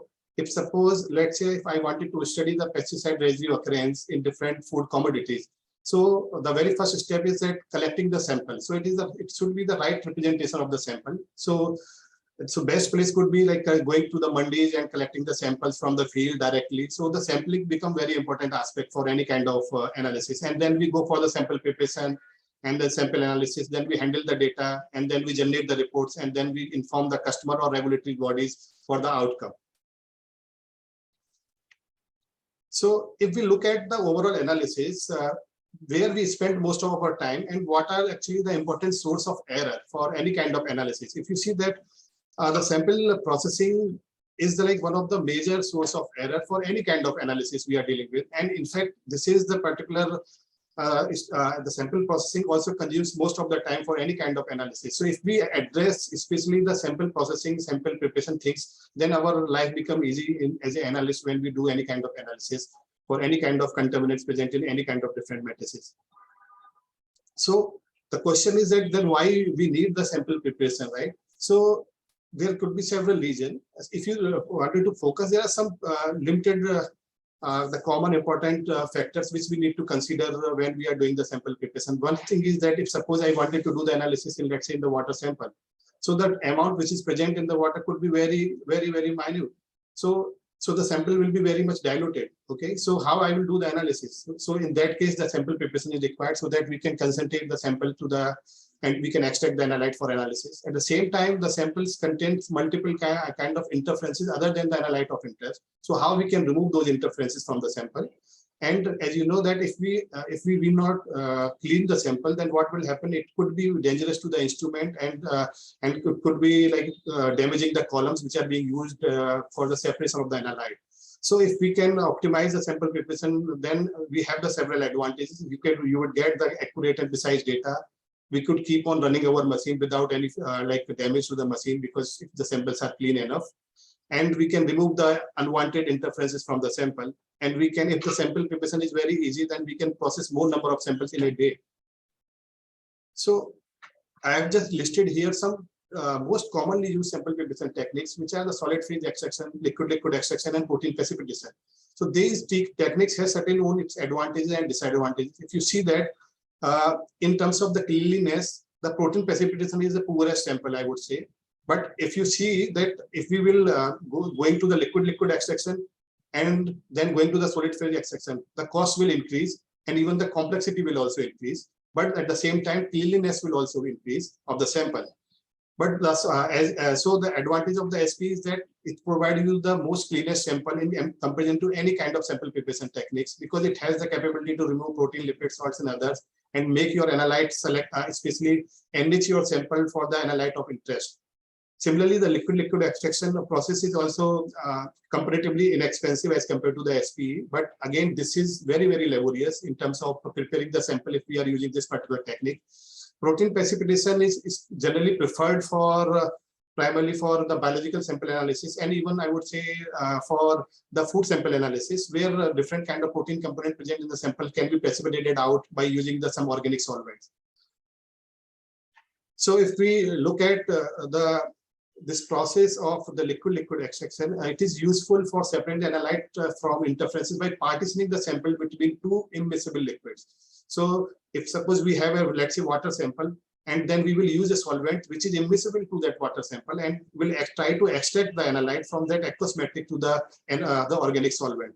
So that we can have the selectivity of the analyte. And so the important component here is that how we can increase the contact area between the aqueous sample and the organic phase, so that the recovery can be increased for any given compound. So, I mean, this is just one I have put in between that some of my publications, because I am not going detail in my publications. So I have just put, if anybody is interested, they can follow for a specific sample preparation technique to understand that how this sample preparation technique can be used for the analysis. So that we have used this for the pharmacokinetic study, especially in the biological metricity. Coming to the protein precipitation, this is one of the most simplest techniques because it consumes very less time. It just requires the addition of the solvent in the sample, and you will just remove use centrifuge your sample, and you just take out the supernatant and inject into the machine. But at the same time, this has certain advantage, because still the salts, lipids, and phospholipids, which are interferences, could remain in the sample. So we have to work a lot with the chromatography if we are using this particular techniques. But the advantage is that it is very rapid. I mean, you can do quickly the sample processing. One sample can be processed in a 2 minute time. So this has certain advantages, but has certain disadvantages also. And if we wanted to use the different organic solvent for a precipitation purpose, we can use the acetonitrile, methanol, ethanol, the trichloroacetic acid, perchloric acid, zinc hydroxide. So these kind of solvents and the acids, which are strong acid, which can denature the protein, and protein will settle down, and we can take out our analyte which is present in the aqueous phase. It will come to the organic phase, and we can directly inject on the machine. So this is just one publication from my lab only, where we have did the analysis of simultaneous analysis of different pesticides and in the rat plasma, and we have used the same methodology. So if you see that existing method has a very long time, but because the protein precipitation is very easy, but as I said, that it requires a lot of effort for the chromatography point of view when you are using this technique. We have standardized a method, and we have used it for the pharmacokinetic study. So one can follow this paper if they wanted to go into the detail. Coming to the solid phase extraction, as I said that earlier, that solid phase extractions give you the cleanest sample for any kind of analysis. But it is more laborious than as compared to the liquid extraction and the protein precipitation methodology. And but because some important steps for solid phase extraction are the conditioning, load, wash, and elute. So what this is indicate, actually these are the cartridges where the stationary phase is packed in a kind of syringe, and before we are loading our sample for any kind of separation of the analyte of interest, we have to condition that particular cartridge because it is in dry condition. We have to make it wet. So and after that we load the sample, and then we do the washing step. So when we will do the washing step, unwanted things will be eluted out along with some amount of analyte, but that we have to standardize that in washing steps, most of the interferences should be removed without losing the analyte. And in the last step is the elution, where we can elute our analyte of interest by using a solvent system in such a way that it selectively will give you the elution of your analyte of interest. So this is a general concept. If anybody just wanted to do the solid phase extraction, how it should start. I mean, in terms of selecting the washing solvent or in terms of selecting the elution solvent. So this is a very simple concept of using the, we can start with the 0% organic. It means the 100% is aqueous. And then we keep on increasing the organic content. And we will see that where the, if you see the 20% at the 20% methanol content, still we do not have any analyte coming into the washing, in the solvent. So I would prefer this as a 20% solvent in the aqueous as a washing step. And if you see that 70% organic is giving you your analyte of interest coming out in the elution. So I would prefer the 70% organic as a for elution purpose of the analyte of interest. So this is how we can select the washing step and the elution step for any kind of solid phase extraction technique, and we can use different kind of cartridges for this purpose. Now coming to a universal method, which I would say that even I was not aware when I was working with the drug discovery. When I moved to the area of food in this institute, I realized that this particular sample preparation techniques has a very strong potential in terms of application in the food as well as the biological matrices. So this is actually regulatory approved method and is used across the world for any kind of pesticide residue analysis in the fruit and the vegetables and cereals. Okay, so this is a regulatorily accepted method, and the quick, easy, cheap, effective, and rugged and safe. The catches terminology is actually taken from these words. And the advantage of this is that it is like having the wider selectivity. We can, because there are more than 300 pesticides which are being registered in our country. And if you wanted to do the analysis, how I could selectively extract all the analyte of interest, because they have very diverse physicochemical properties. So the catches method works very well for diverse nature of the analytes, but there are different steps which we have to optimize in the catches methodology also, depending on the analyte of interest we are working, maybe which particular class of pesticide or what kind of problem we are facing if we are using this methodology. So we have to do some kind of modification in the steps. So I will just take you through those steps. If you see that in the catches methodology, these are the three most important steps which are being followed. One is the sample preparation and the extraction, which is like a common for in general for any kind of analysis. We do the extraction from the biological matrix or food matrix, whatever it is. This particular methodology has another step after extraction, is the cleanup step. And the third step is the analysis step. So if you see that in the step one, I have highlighted that there is a list of the buffers which could be used in the catches methodology. So and certain salts which can be used in the sample preparation and extraction process. If you see that in the cleanup step, I have highlighted certain components, the PSA, C18, graphitized carbon black, which can be used for the cleanup purpose. And we have the sample analysis where we are using the, especially the different solvent, because certain solvents are not compatible to the GC, or certain solvents are not compatible to the LC-MS-MS. So we have to exchange the solvent at the last after doing the extraction process to have the right solvent for the right machinery, which we are using for the analysis purpose. So I'm just giving you here the example that what is the advantage of having the different salts and buffer into this extraction, and why this method is so famous. Because in this particular methodology, the magnesium sulfate and sodium chloride is being used in the extraction process along with the acetonitrile. And you can see that when the 4 grams of magnesium sulfate was used, this is giving you the co-extractive in the extract. It means that interferences present in the sample which are coming, it is the weight of that particular interferences. And you can see that the blue color bar, it is giving you very high, I mean, co-extractive when I am using the magnesium sulfate only. But when I am using the sodium chloride along with the magnesium sulfate, you can see there is a improve in the performance. There is a reduction in the co-extractives as an interference which are coming into your sample. So you can see that how playing with just salts and buffer we can remove the unwanted things from the samples. And similarly, if you see that after PSA, it is written in the red color bar, it is clearly showing that when we have done the cleanup using the PSA, there is a further reduction of the co-extractives present in the sample. So this is how, if we playing with the different solvent, different buffers and different kind of cleanup reagents, we can improve our methodology for sample extraction and we can do the analysis easy way. If you see this particular slide, here it is showing you the comparison of again that how much the residual co-extract is coming from the fruit and vegetables using the different kind of extraction solvent. As you can see that acetonitrile, ACN with PSA, ethyl acetate after PSA, acetone. So as you can see that acetone is giving you the most amount of the co-extractive coming to the sample. So, but in the acetonitrile it is much less, and when the ACN with PSA it is again much less the co-extractive. So that is why the acetonitrile is the universal solvent which is being used in the Ketchers methodology. But as you can see that in this particular slide, when the PSA, which is the primary secondary amide, which is used for the cleanup purpose after the extraction step, you can see that there is a increase in the pH of the sample. Okay, so what will happen? The pesticide which are especially the sensitive to the basic pH, they will degrade on this particular when we are using the PSA. At the same time, sometimes there are several vegetables which are green in nature or red in color.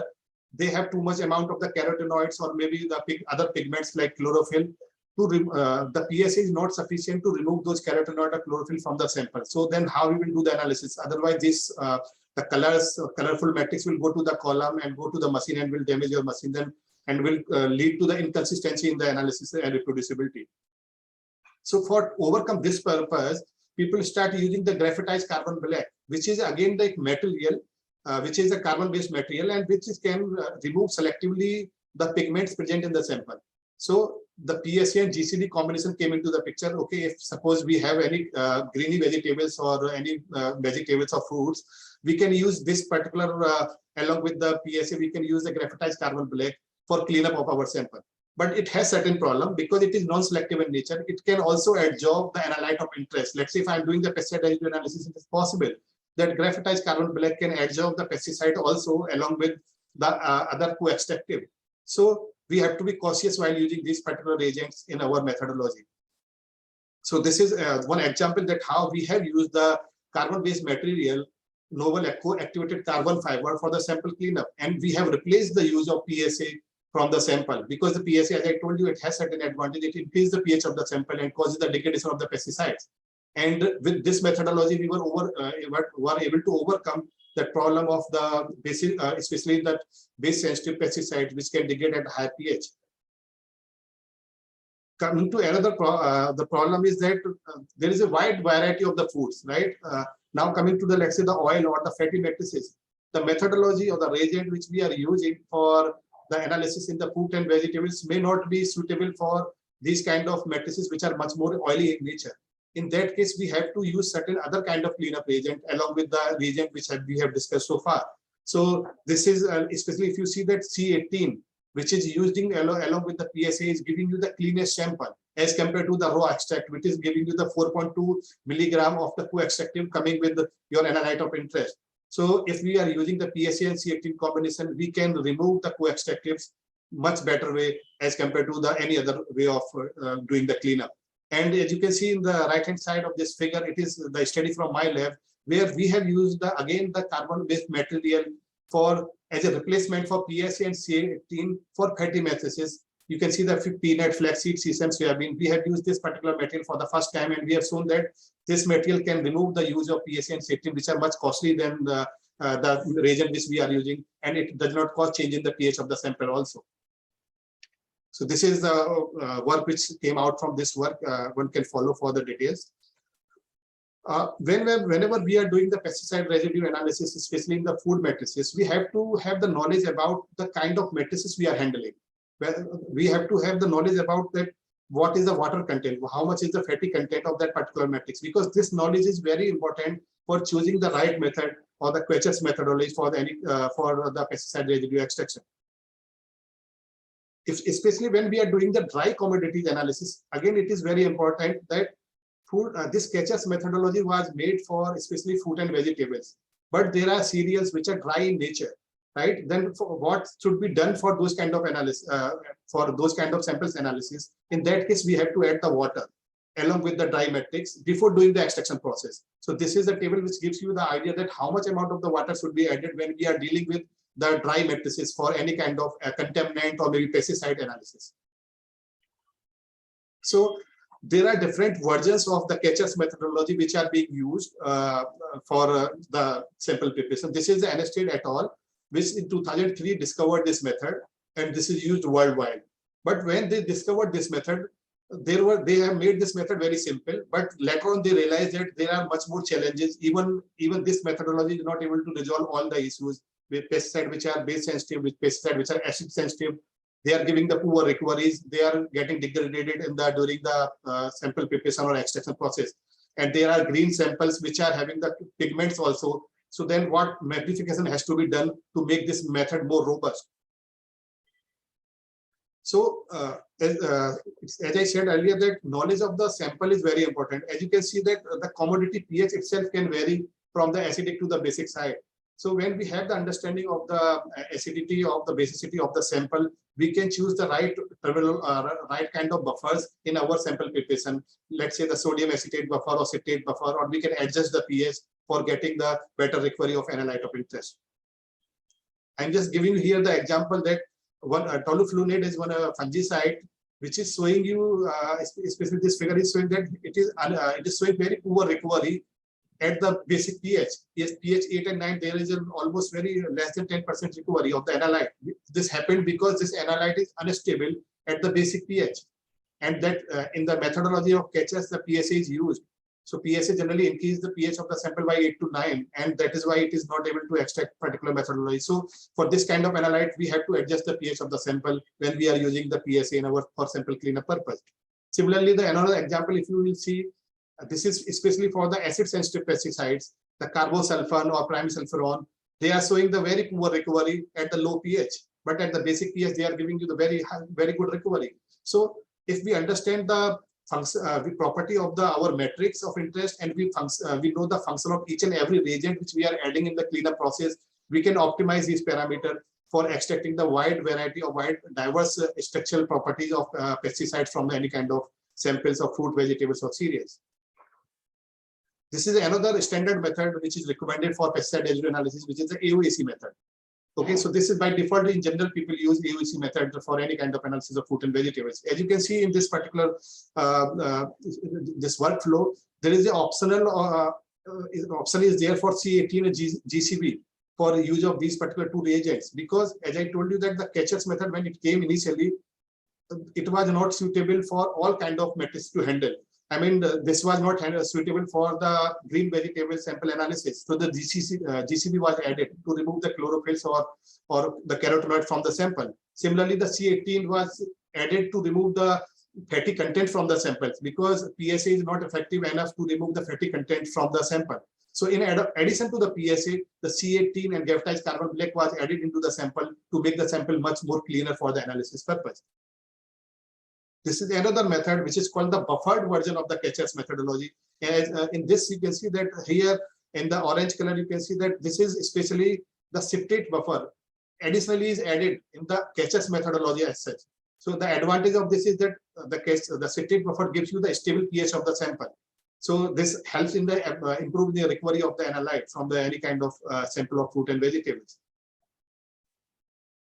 So, as I said, that Quechas were primarily designed for fruit and vegetables analysis. We have tried this methodology to use in the biological matrix also, because based on my past experience, I realized that the human plasma also contains fatty acids and different kind of phospholipids, which can interfere with the analysis of any kind of pesticide or any kind of pharmaceutical. So can we use the Quechas methodology for human plasma? And we have used this methodology, and it worked very well. And when we have used the Cassels method of plasma sample analysis as compared to the traditional methodology of liquid extraction, protein precipitation, these methods outperform those all methods. So this is the work which was published. One can follow for details. Coming to the another important methodology, which those who are working with, especially in the water sample analysis, this is the dispersive liquid micro extraction. This is the you can say the miniaturized version of the liquid extraction process. In this particular process, there is a three combination. One is the solvent of interest, one is the disperser solvent, and one is the extraction solvent. So three things are required: extraction solvent, disperser solvent, and the sample of interest is the water. So the choice should be in such a way that the disperser solvent should be soluble in the water in your matrix as well as in your extraction solvent. Whereas the extraction solvent should not be soluble with your matrix of interest. It means the extraction solvent should not be soluble with the water, but the disperser solvent should be soluble with the water as well as the extraction solvent. So, but this has a very, very good advantage, because if you see that in this particular sample, we take the sample, we inject the extraction solvent with along with the disperser in forcefully into the sample, and cloudy soluble dispersion is formed. When it is centrifuged, now the analyte of interest is present in the microliters of volume. So it means that from a large sample, we have concentrated the sample in minor volume, in very small amount of the volume, and now we can take that solvent out, we can dry it, and we can inject, reconstitute with the suitable solvent, and we can inject on the machine. So we have concentrated the sample or analyte of interest in very small amount of the solvent directly from the sample itself. So it has several advantages because it consumes very less amount of the extraction solvent. It requires only in the microliters, 100 microliter to 200 microliter of extraction solvent. And as I said, the major advantage is the enrichment factor. Let's say if your analyte of interest was present in the 2 ml of the sample. Now it is present in the 100 microliter of the solvent. So it has concentrated your sample directly without doing any kind of evaporation process. So there are different kind of limitations also, as you know, and as I said, that what should be the property and what should be a different kind of solvent for this purpose. The chlorobenzene, carbon tetrachloride, chloroform tetrachlorothiazide, these are the extraction solvent which are being used in the DLLME methodology. And the disperser solvent choice we have is the methanol, acetonitrile, ethanol, chloroform, and 2-propanol. We can use the combination of these disperser solvent and the extraction solvent for any kind of DLLME methodology. And this is the in general sequence. If anybody wanted to follow and wanted to do the DLLME, this will be the kind of process we have to optimize. We have to optimize the volume of the extraction solvent. We have to optimize the volume of the disperser solvent. We have to optimize the pH of the solution. We have to optimize the ionic strength of the solution for any kind of extraction process. There are different advanced version of the DLLME also, which is other than the common methodology which are being used. So ionic liquid based DLLME, ultrasound assisted DLLME, or solidification of floating organic drop, or in situ DLLME. So as I said, the ionic liquid is another advanced version of the DLLME process where they are using the ionic liquids for the extraction process. And again, the major advantage, these are the green solvents, whereas the solvents which were originally proposed in the DLLME were the harmful for the environment because they were the chlorinated solvent. So the major advantage with the ionic liquid is these are the green solvents, and again the advantage, other advantage will remain same as of the DLLME process. This is the DLLME, but in earlier version you have seen that the formation of the sediment was taking place at the bottom, whereas in this case the sedimentation is forming at the top of the layer. Okay, so for removing this top layer, we have to solidify it, and then we can scrape out that organic solvent, and we can do the further analysis. So these are the solvent actually which are used as a for this purpose, the 2-dodecanool or 1-dodecanone. These are the different solvent which we can use for the ionic liquid based DLLME process. So this is another section which will tell you that we can combine also the Cassels methodology with the DLLME. Let's say if I have extracted my analyte of interest from the Cassels methodology, but as I said that always there are more interferences present in the sample. I can club it. I can take the extract from the Cassels method and then subject it to the for DLLME process, and it will further help you to concentrate your sample and make the sample much more cleaner for further analysis. So if you see that this DLLME can be used for all kind of samples, it's a liquid sample as well as a solid sample. So as you can see that especially it has been used much more in the food juices, any honey sample as well as the food vegetables analysis. Coming to the another very important sample preparation technique is the molecularly imprinted polymer. So this is actually simply a lock and key kind of theory. What we have done, we have used the polymer and analyte of interest, and we have created a template on the polymer surface. So now that particular analyte of interest will bind to that particular polymer cavity which we have created, just like a lock and key theory. So, and when we have this particular molecularly imprinted polymer made, this requires different kind of monomers, initiator, cross-linker to form the molecularly imprinted polymer. If you see this scheme, I will show you that how this looks like. So as you can see that especially once there is a binding of the polymer with the template, we can remove that polymer, and there is a white color cavity which is being created as a recognition site for a specific analyte. So this is for analyte specific extraction process. Otherwise, the solid phase extraction process which we generally use, which has the sorbent, adsorbent, it is non-specific in nature. But when we can make the MIP, molecularly imprinted polymer, we can replace that adsorbent with the molecularly imprinted polymer, and then we can do the analysis of a selective analyte. From a mixture of a large number of analytes, we can selectively extract out an analyte, specific analyte, and do the analysis. And again, we can also club the MIP plus DLME process further for the concentration purpose. MIP will give you the extraction process, and the elution we can do just like I have told you in the solid phase extraction process. So we can collect the sample from the solid phase extraction as a eluent, and that eluent we can further subject for the dispersive liquid micro extraction for the directly concentrating the sample in the small volume. Another important aspect for the sample preparation is again the green material, I would say, is the quantum dots. The quantum dots has the same property like it's an optical property. It's a kind of fluorescence property they have. We can create the MIP on their surface. So when any analyte of interest will bind to that cavity, there will be a quenching of the fluorescence which is coming out from the quantum dot, and that we can read and we can do the analysis. And this can be from the technological point of view also. This methodology can be clubbed with any kind of fluorescence device and can be used for the field application directly. We have used this technology for the mercury and the iron determination from the water sample. So with this, coming to the last slide of my presentation, I would say this is another very important aspect which we have standardized in our institute is using the dye blood spot techniques for analysis of the analytes in the biological matrix. And the most advantage of this technique is that we can collect the sample simply on a card. So major advantage that we can collect the sample from the field and we can directly bring it to the lab without any kind of a standard transport system, maybe maintaining the ice cold chain. Nothing is required in this case, because always the material will be much more stable when in the solid form as compared to the liquid form. So one can one can follow the article if they wanted to read in details. So with this, I end my presentation. Thank you very much. Thank you so much, sir, for such a detailed and enlightening session. Yeah. Sir, we have a few questions. Okay. Sir, is it okay to perform pesticide residue analysis using GCFID? Yes, we can perform the GCFID. GCFID is also, because different detectors are there. GC is always the technique of interest for any kind of pesticide analysis.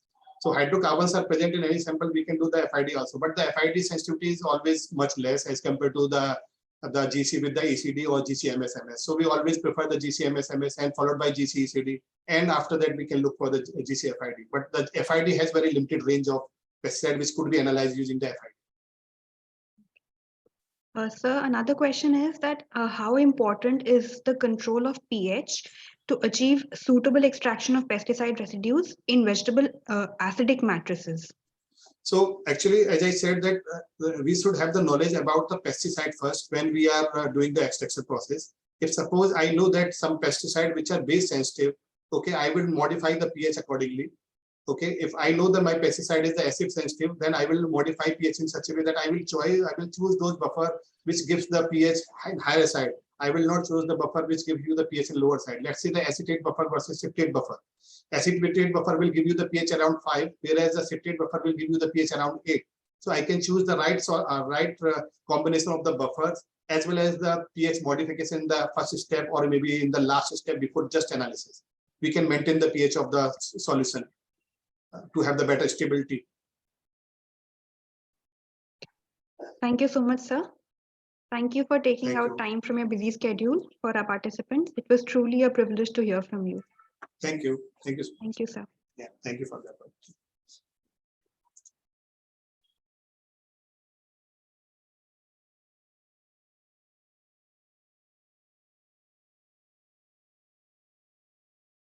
Now we have come to the last speaker for today's session. We have with us Dr. S.N. Mishra. Group Captain Dr. S.N. Mishra is an Indian Air Force veteran with an experience of more than 3.5 decades in climate change and extreme weather events, both across India and Sudan.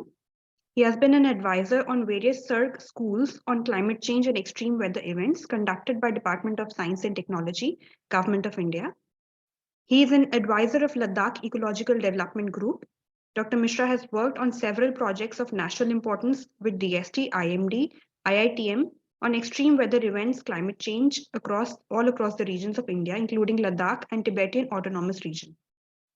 He's a climate change expert member at Center for Ethics, ESG Initiatives, and Responsible Organization, MDI, Gurgaon.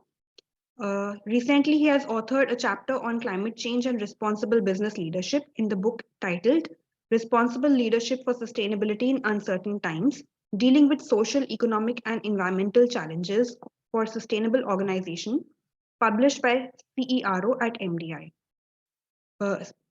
and Springer Nature publication. Sir, we are honored to have you here with us. Sir, we would like to felicitate you with a Tulsi sapling. Thank you.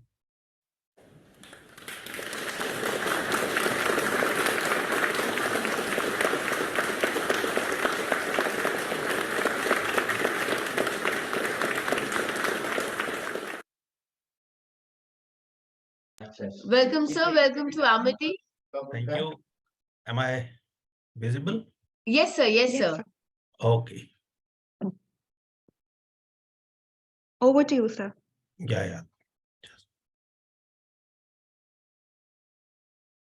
I'll just share my screen.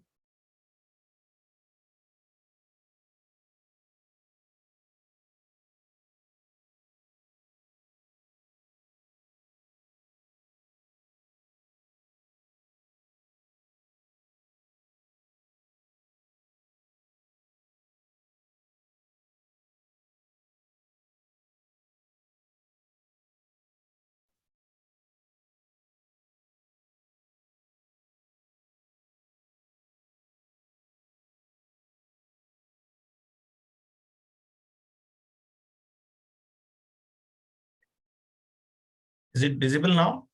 Yes, sir.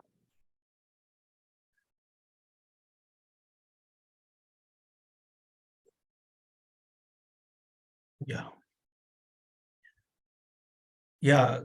Good evening, everyone. First of all, let me thank Dr. Amrina S. Khan to invite me for this talk. And I am here to discuss a different topic. Actually, it's a total track change, climate change and air pollution, environmental catastrophe. And this has both implications, health as well as economic for the country, and actually not for the country, world as a whole. So I'll just would like to have this talk as, interactive, but whatever is the format, it suits me. There's no issue.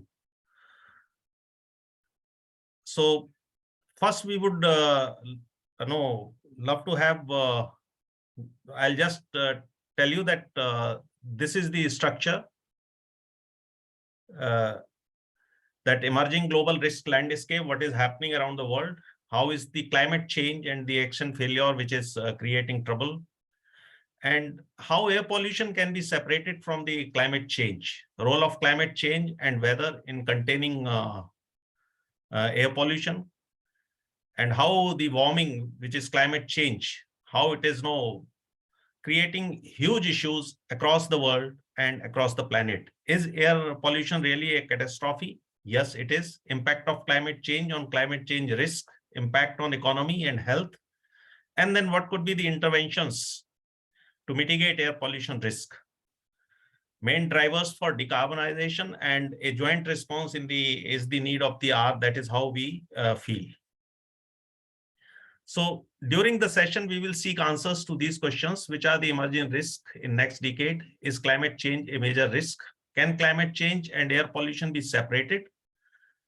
And are these risks impacting health and economy? And can we expect better air quality by decarbonizing our economy or by mitigating climate change? So we will seek answers to these questions during the entire session. Now, this is the very interesting global risk landscape. This is the World Economic Forum conducts a risk perception survey every year amongst more than 1,000 leaders across the globe. And the global risk survey of last 10 years has revealed that main global risk for the next decade are climate action failure, extreme weather events, and biodiversity loss. Now, this is being conducted, and currently also this World Economic Forum meeting is going on in Davos in Switzerland.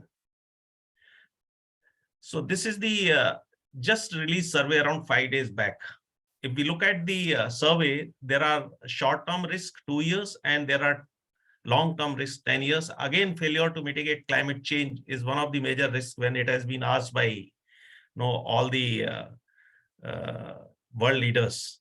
So these top 3 global risks are failure to mitigate climate change,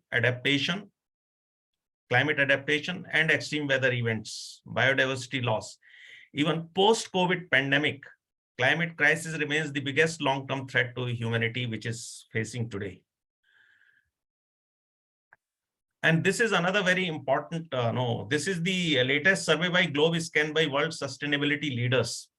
And it shows the urgency to act and how it's changing from last year. From 2021 to 2022, every year it is conducted. The climate change continues to be the most urgent. And if you look at air pollution is also, all these climate change, biodiversity loss, water scarcity, food security, and air pollution. These are all very, very urgent, where the world leaders have to act very urgently to seek solutions to these issues. Now, this is a very interesting word cloud. This shows climate change, how it is being perceived by all individuals. If you ask somebody what is climate change, everybody is his own perception. And actually it is, everybody is correct. Somebody will say, okay, it is air pollution. Excuse me. Somebody will say it is environmental protection. And somebody will say, no, it is environmental pollution, earth collapsing. So this is a very interesting word cloud and air pollution. So everything encompasses into climate change. So what is air pollution and climate change are two sides of the same coin, but they are typically addressed separately. They should be tackled jointly with a focus on protecting people's health, particularly in low and middle income countries, to strengthen human capital and reduce poverty. This is what the WHO feels.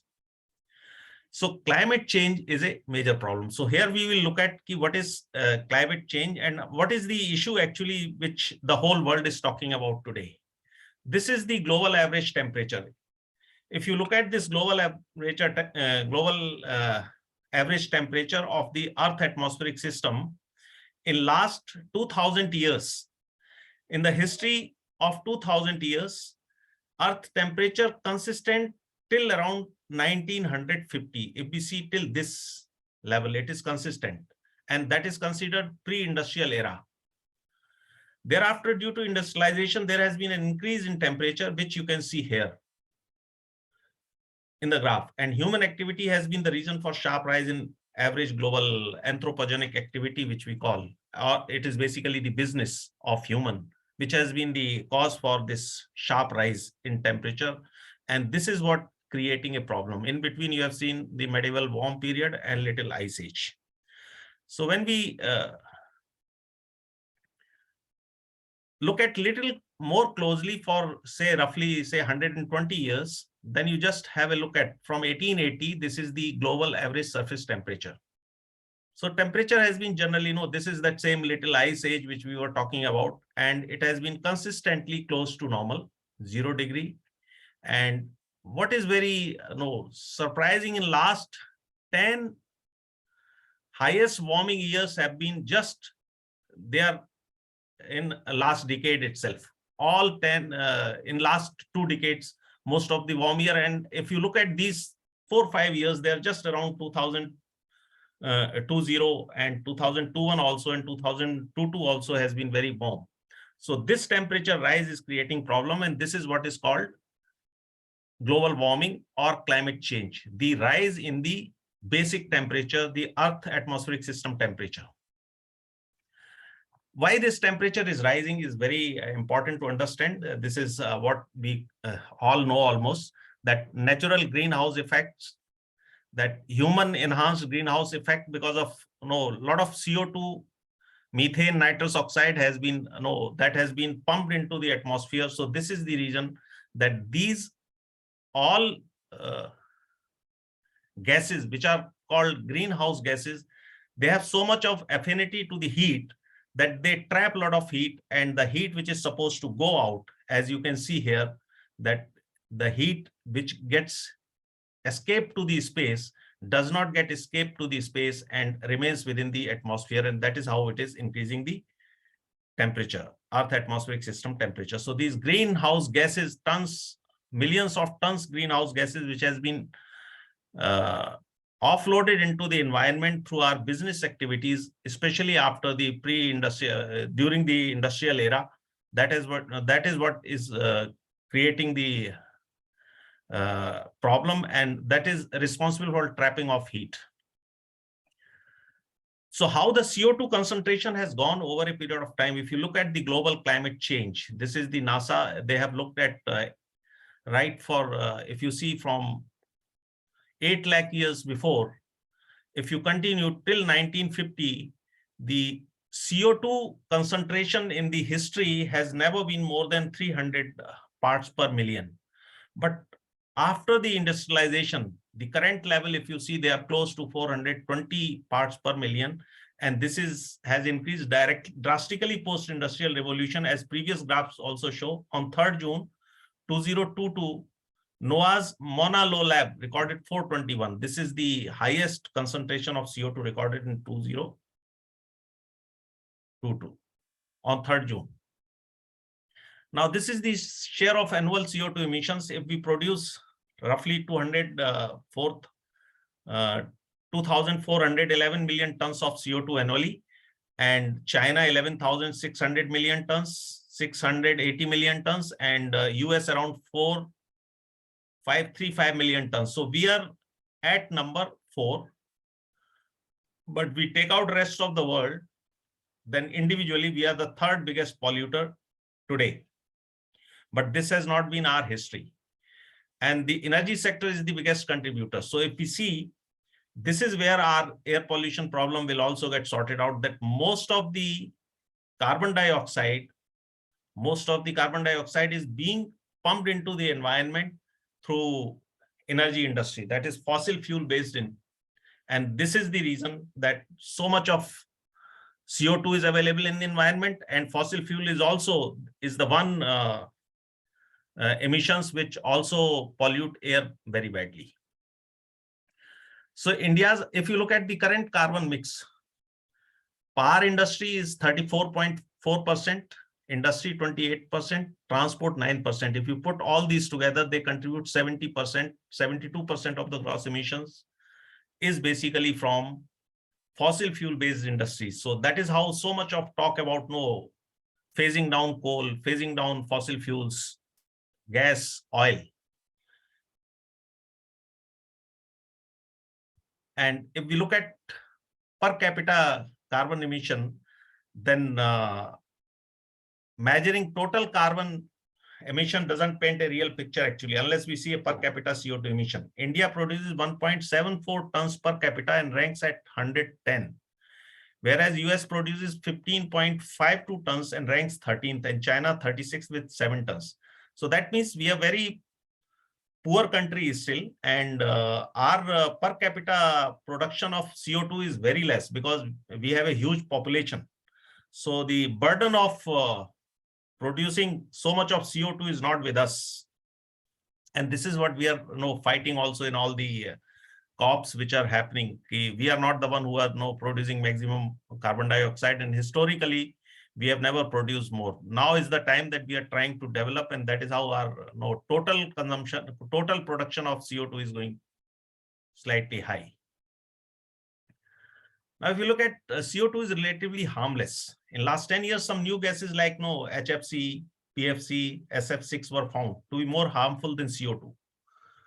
The major industry which are emitting these gases are those industries on which our entire, if you look at these primary aluminum production, your used in electric power, your sulfur hexafluoride, these are semiconductor industries. Their global warming potential is 23,900 times more than the carbon dioxide. Sulfur atmospheric lifetime is very high. But basically, no, the countries, all developing countries, they remain silent, and even developed countries, because your whole growth and this thing is depending upon these particular products. If you don't have semiconductors, then we knew this year when the entire supply chain got disrupted from China, we didn't have sufficient production of anything from mobile to any and every electronic thing which uses chips. And why this suddenly climate change has got so much of traction in last 2 years? Because first time a very prominent rules were made, that was COP21 Paris Agreement, where it was adopted by 196 parties on 25th December 2015, and it was effected from 4th November 2016.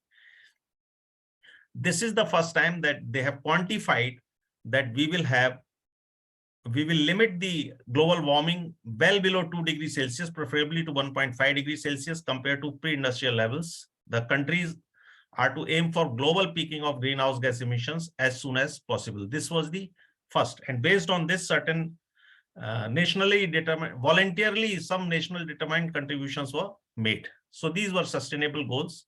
And if you see your air pollution, climate change, they are cutting across all sustainable goals. And even more shocking was when we had 6th IPCC report, which has given that the things are so bad that the chair has said our planet has entered a phase that could lead to a 6th mass extinction event. IPCC co-chair has said, because of extreme weather events. And what we have seen extreme weather events. These events, frequent intense cyclones, prolonged heat waves, severe thunderstorms, heavy rainfall, cloudbursts, more frequent, more intense. And very recently, India has experienced early heat waves this year during March, and where we had said that we will provide food to the world, and a loss of Rabi crop, which 5% because of the terminal heat stress, we had lost 6 billion tons of loss in wheat production. And we had put ban on wheat export. So climate change poses a serious challenge to an aspirational India. Sustained eating leads to increased energy demand. And this is the cost of extreme weather events India had last year, 87 billion USD in India itself. China had 237 billion USD. Amphan cyclone alone, which has struck West Bengal, has caused an estimated damage to the tune of 14 billion USD. The cost of extreme weather events is going to increase year by year, and these disasters are only the beginning. We will see bigger pictures. Then we had COP26, where we all know that Panchamrit Tattva, which was and these are very important to deal with air pollution and other issues also, where India will increase its non-fossil fuel energy capacity to 500 gigawatt by 2030. 50% energy requirements through renewable. India will reduce 1 billion ton of total projected carbon emission between now and 2030. And India will achieve the target of net zero emissions by 2070. So these were the few Panchamrit Tattva which Prime Minister Modi has said during the Glasgow. And based on that, we have updated our NDC on 3rd August 2020 and 2022. And this is very, that the way India progressing, I think world India is very fast progressing towards the achieving its target on climate change. So when the latest survey CCPI, Climate Change Performance Index, released, it shows that amongst the bigger country, India ranks 5th. And if you look at the China and United States, they are 50 and 51 numbers. So that means India is doing so well. These third number 3 are left blank because nobody is going at the desired pace.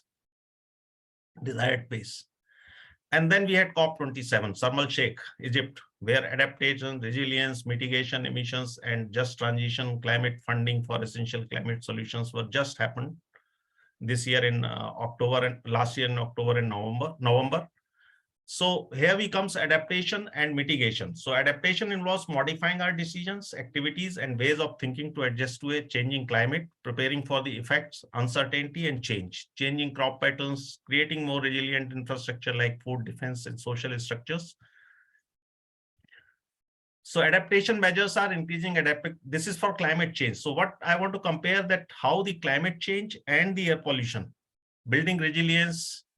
Adaptation we cannot do in case of no air pollution, because if there is air pollution, we are going to suffer only. Air pollution is also a consequence of climate change and needs to be addressed simultaneously. They should be tackled jointly with a focus on protecting old, children, and poor, the vulnerable people in India, in order to strengthen human capital and reduce poverty. So reduce poverty. So what is the global scenario? The World Bank report estimates that cost of health damage caused by air pollution amounts to 8.1 trillion a year, equivalent to 6.1% of global GDP. Air pollution is the world's leading environmental cause of illness and death. Fine air pollution particles or aerosols, also known as fine particulate matter, are responsible for 6.4 million deaths every year across the globe. So there are a few facts. Out of 20 world's most polluted cities, 13 are in India. 140 million Indians are breathing toxic air, which is 10 times more polluted than WHO prescribed safe limit. Actually, 95% people are breathing toxic air. 51% industrial, 27% vehicular, 17% by crop burning, and 5% by other sources is the total composition of your pollutants. Air pollution kills 2 million people in India every year. The National Clean Air Program launched in 2019 with a target of reducing pollution by 40%. In last 4 years, Delhi saw only 7% reduction in pollution levels with this program being in place. So these are the sources of air pollution. When we look at Delhi, vehicular pollution is 41%, construction dust 21.5%, industries 18%, others rest. So that means vehicular pollution is the main. And this is the impacts, air pollution. Impact of air pollution in 2020, see the number of people who have died because of this, and the annual losses for the country as a whole is close to 260 billion USD close to. So what are some requirements for effectively addressing air pollution? So first and foremost is measure it and monitor it. Know the main sources of air pollution and their contribution to poor air quality. Disseminate air quality data to public, very important, so that public can put pressure what they are breathing actually. And National Clean Air Program encompasses all these functions. And this is the latest study after 4 years of NCAP, which wanted to reduce 40% by 2025-26. And we are still top 10 cities are still here. Delhi, Faridabad, Ghaziabad, Patna, Muzaffarpur, Noida, Meerut, Govindgarh, Gaya, Jodhpur. So we are there in the thick of pollution, and it's not going to go easy. And why? There is a reason for it. This year, luckily, when we had a look at the AQI in November, with average AQI for November, this is for Delhi. AQI November came out to be the cleanest in last 7 years. And there were no reasons for it other than the weather for this particular clean November.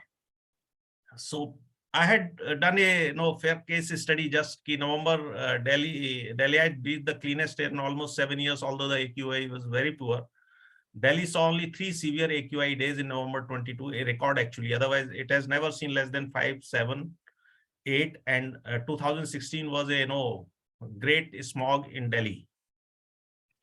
So accumulation of pollutant depends on weather conditions in the region. Northwest India has highly stable environment due to position of wind circulations, wherein temperature inversion persists on permanent basis during winter season, where the temperature near the ground is very cold and higher is the slightly warmer. So nothing, whatever comes on the ground, nothing goes up. This is the problem in entire of Northwest India. That is how Northwest India continues to remain under a smog or very poor AQI, just because of this reason. This miracle happened due to persistent special meteorological conditions which kept northwesterlies strong over Northwest India. So this all is happened not because the source pollutant was reduced, but it was the God's gift that we had good weather conditions which were supporting and cleaning the pollutants. The main support came from continuous cyclogenesis in southeast way and moving low depressions towards Andhra, Tamil Nadu coast.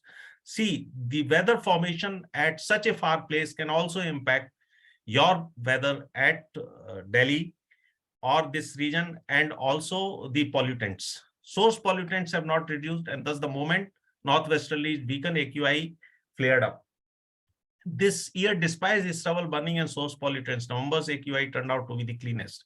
The weather has been kind this year and may not come for rescue. Also, 7% reduction in AQI is attributable to better atmospheric conditions. Reduction in source pollutants and industrial emission is the only way forward to improve air quality in Northwest India during winter season. That we must not have pollutants.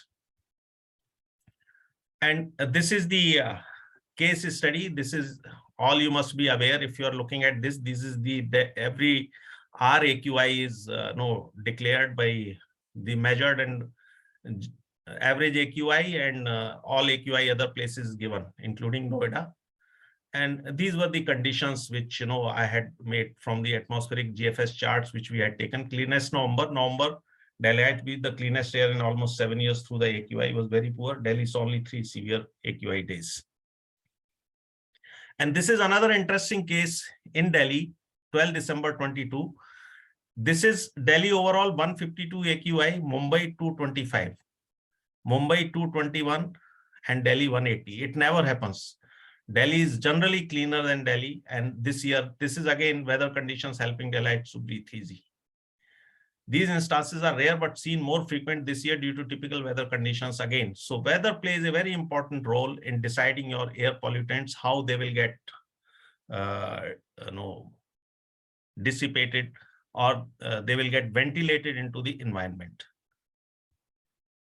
Mitigation measures air pollution. Why this is important? That energy, first of all, energy, change the energy mix to include clean renewable energy sources.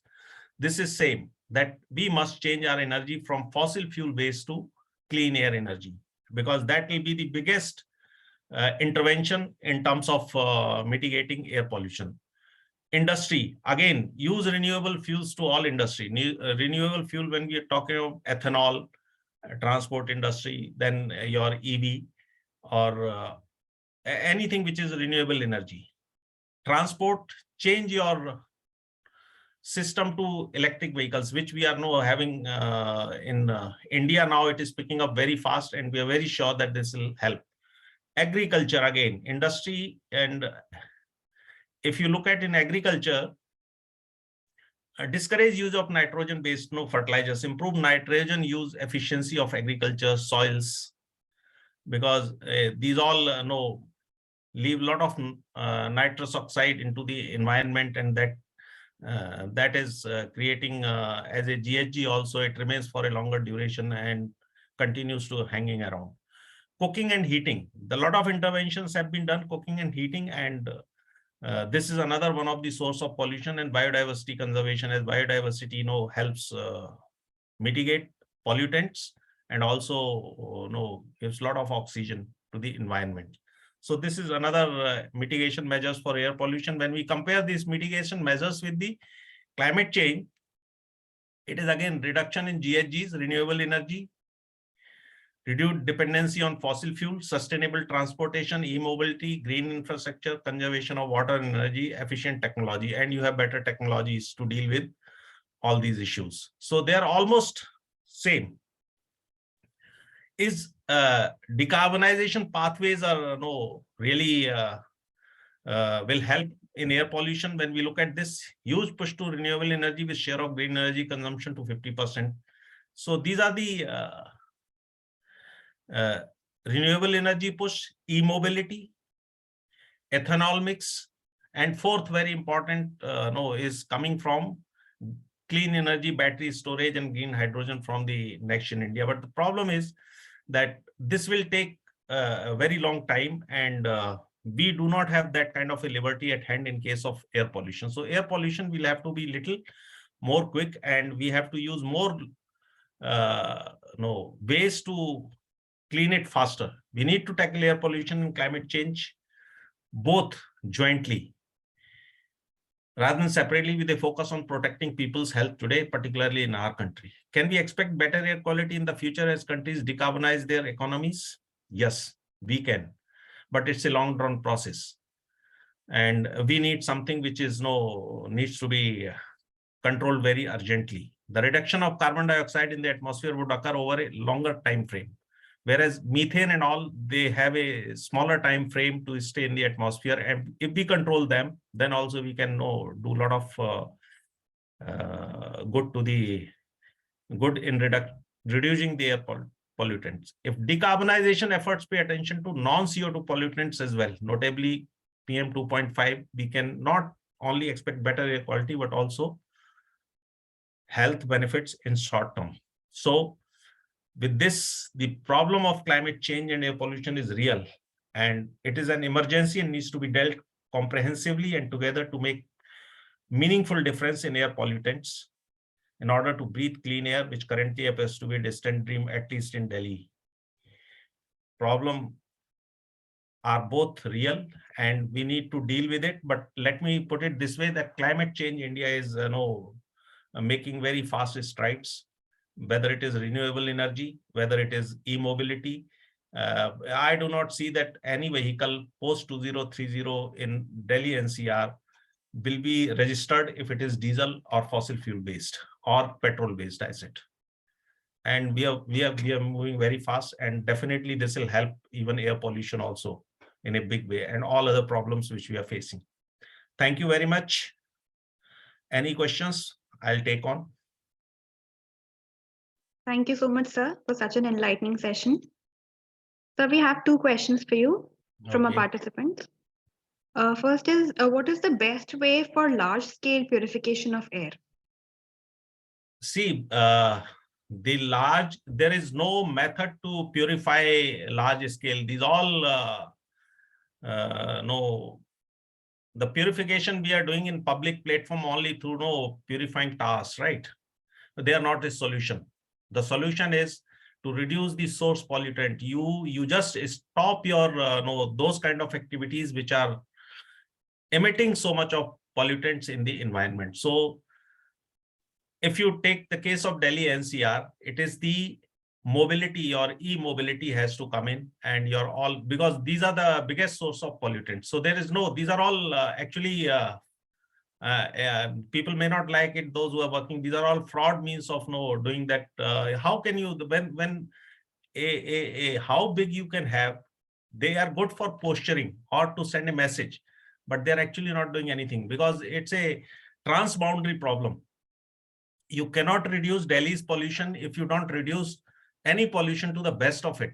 So that is how Punjab Parali affects you. That is why Pakistan, anything is doing that will help you, because unfortunately you are in a wind regime that everything those people will do from that side, it will come to you. You are in a westerly wind regime. So that is how we keep talking about Punjab. We don't talk about East UP, something is coming, because the winds are from that side and this round the year. And that is how the stubble burning in Punjab or Haryana, that puts us under blanket. That's the issue. So the only, yeah. So another question is that what tips would you suggest to reduce personal health risk from air pollution? Yeah, that's very important. So what I'll suggest is, first is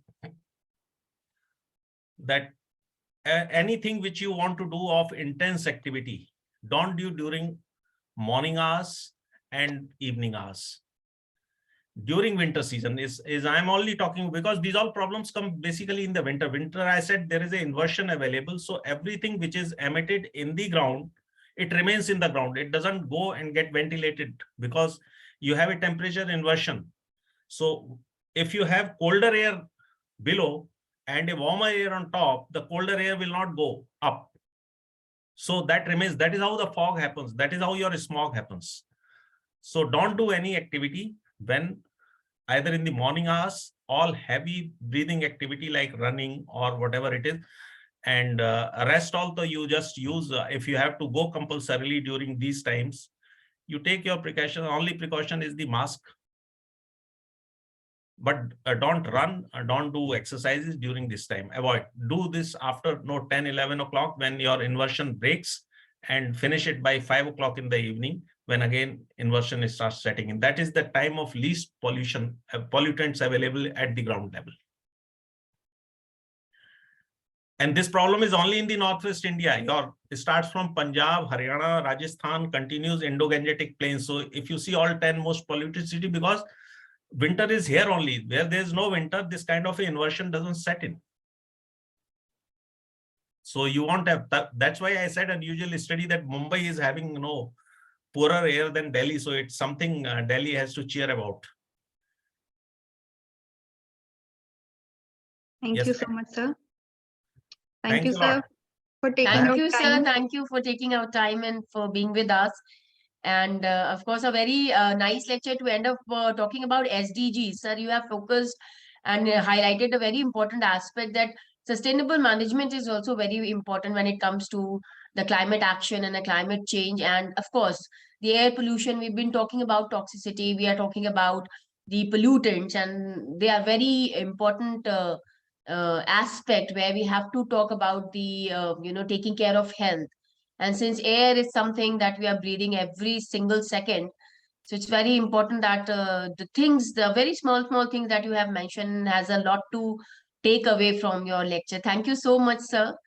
Thanks, Dr. Amrina, and thanks, Jayati. It's been wonderful talking to you all. And sir, we'll definitely invite you on campus as well. I was looking forward for that. Yes, sir. I received your email, and I'll definitely will look forward to some event. We are planning the event in the coming days, so definitely we'll invite you to the campus, and it will be a pleasure talking to you in person as well. Sure. Thank you, sir. I'll be looking forward. Thanks. Thank you, sir. Thank you, sir. An announcement for our participants that online assessment link has been posted in the chat box. Please fill in the assessment so that you can generate your certificates.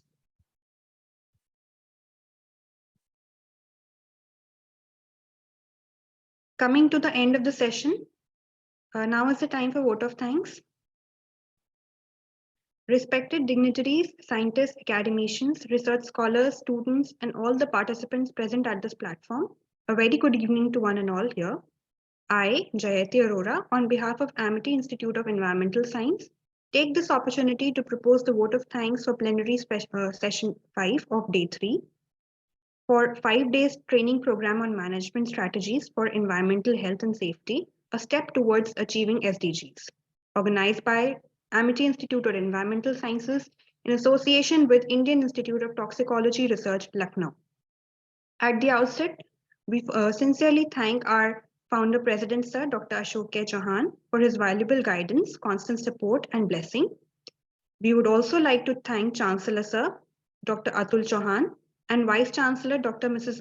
Balvinder Shukla, Mentor AIES Dr. D.K. Pandupadhyay, who have been a guiding force behind us in executing this 5 days training program. We also extend our heartfelt gratitude and thanks to Dr. Bhaskar Narayan, Director IITR, Chief Scientist Dr. V.P. Sharma, and the entire team from IITR Lucknow for their association and guidance. We thank all the eminent speakers for the 5th plenary session on green toxicology, an approach to sustainable chemical and material development, for taking out time and sharing their novel finding and valuable information with all of us. The session started with the talk of Dr. Rachna Kumar, Senior Scientist, CSIR, IITR Lucknow, where she where she talked about science of measurement and its importance, certified reference materials for accurate materials, the backbone of measurement science. Later, we had the privilege of having Dr. Kausar Mahmood Ansari, Principal Scientist, Food, Drug and Chemical Toxicology, IITR Lucknow. Dr. Ansari talked about food adulteration and food safety, wherein he briefed about the common adulterations in our daily food. The session continued with a very interesting talk by Dr. Shailendra Singh, Principal Scientist of Regulatory Toxicology Group, CSIR IITR Lucknow. Dr. Singh discussed the topic analytical challenges for pesticide residue analysis, sample preparation, processing, extraction, and cleanup. For the perfect ending of the session, we had a talk by Dr. S.N. Mishra, Climate and Sustainability Consultant and former Director, Climate and Weather Services, IAF, Ministry of Defense. Dr. Mishra gave a vivid elaboration on the topic climate change and air pollution and environmental catastrophe. He gave a very descriptive and eye-opening lecture, which is indeed the need of the hour. We are also thankful to the organizing team, Dr. Renu Dhupar, Dr. Ambrina, Dr. Anamika, and the entire member of AIES and IITR for their continuous hard work and support for making this session fruitful. We also humbly acknowledge the support of administration staff and IT team. Last but not the least, we would like to thank Almighty God and everyone who has directly and indirectly helped us throughout the training so far. Thank you all. Thank you, Jayati, for very good coordinating the program. And at the early childhood period, I can say, or growing up stage, you have really picked up. And this is our expectation from all of you. That is the purpose that we want to train our coming generation like you all. Thank you so much, sir. Thank you, sir. Thank you, VP sir. It's always been a blessing having you here on Portal and listening to you. And the humility that you have is remarkable. And it's just something that we are learning from you. Thank you so much, sir. Thank you, sir.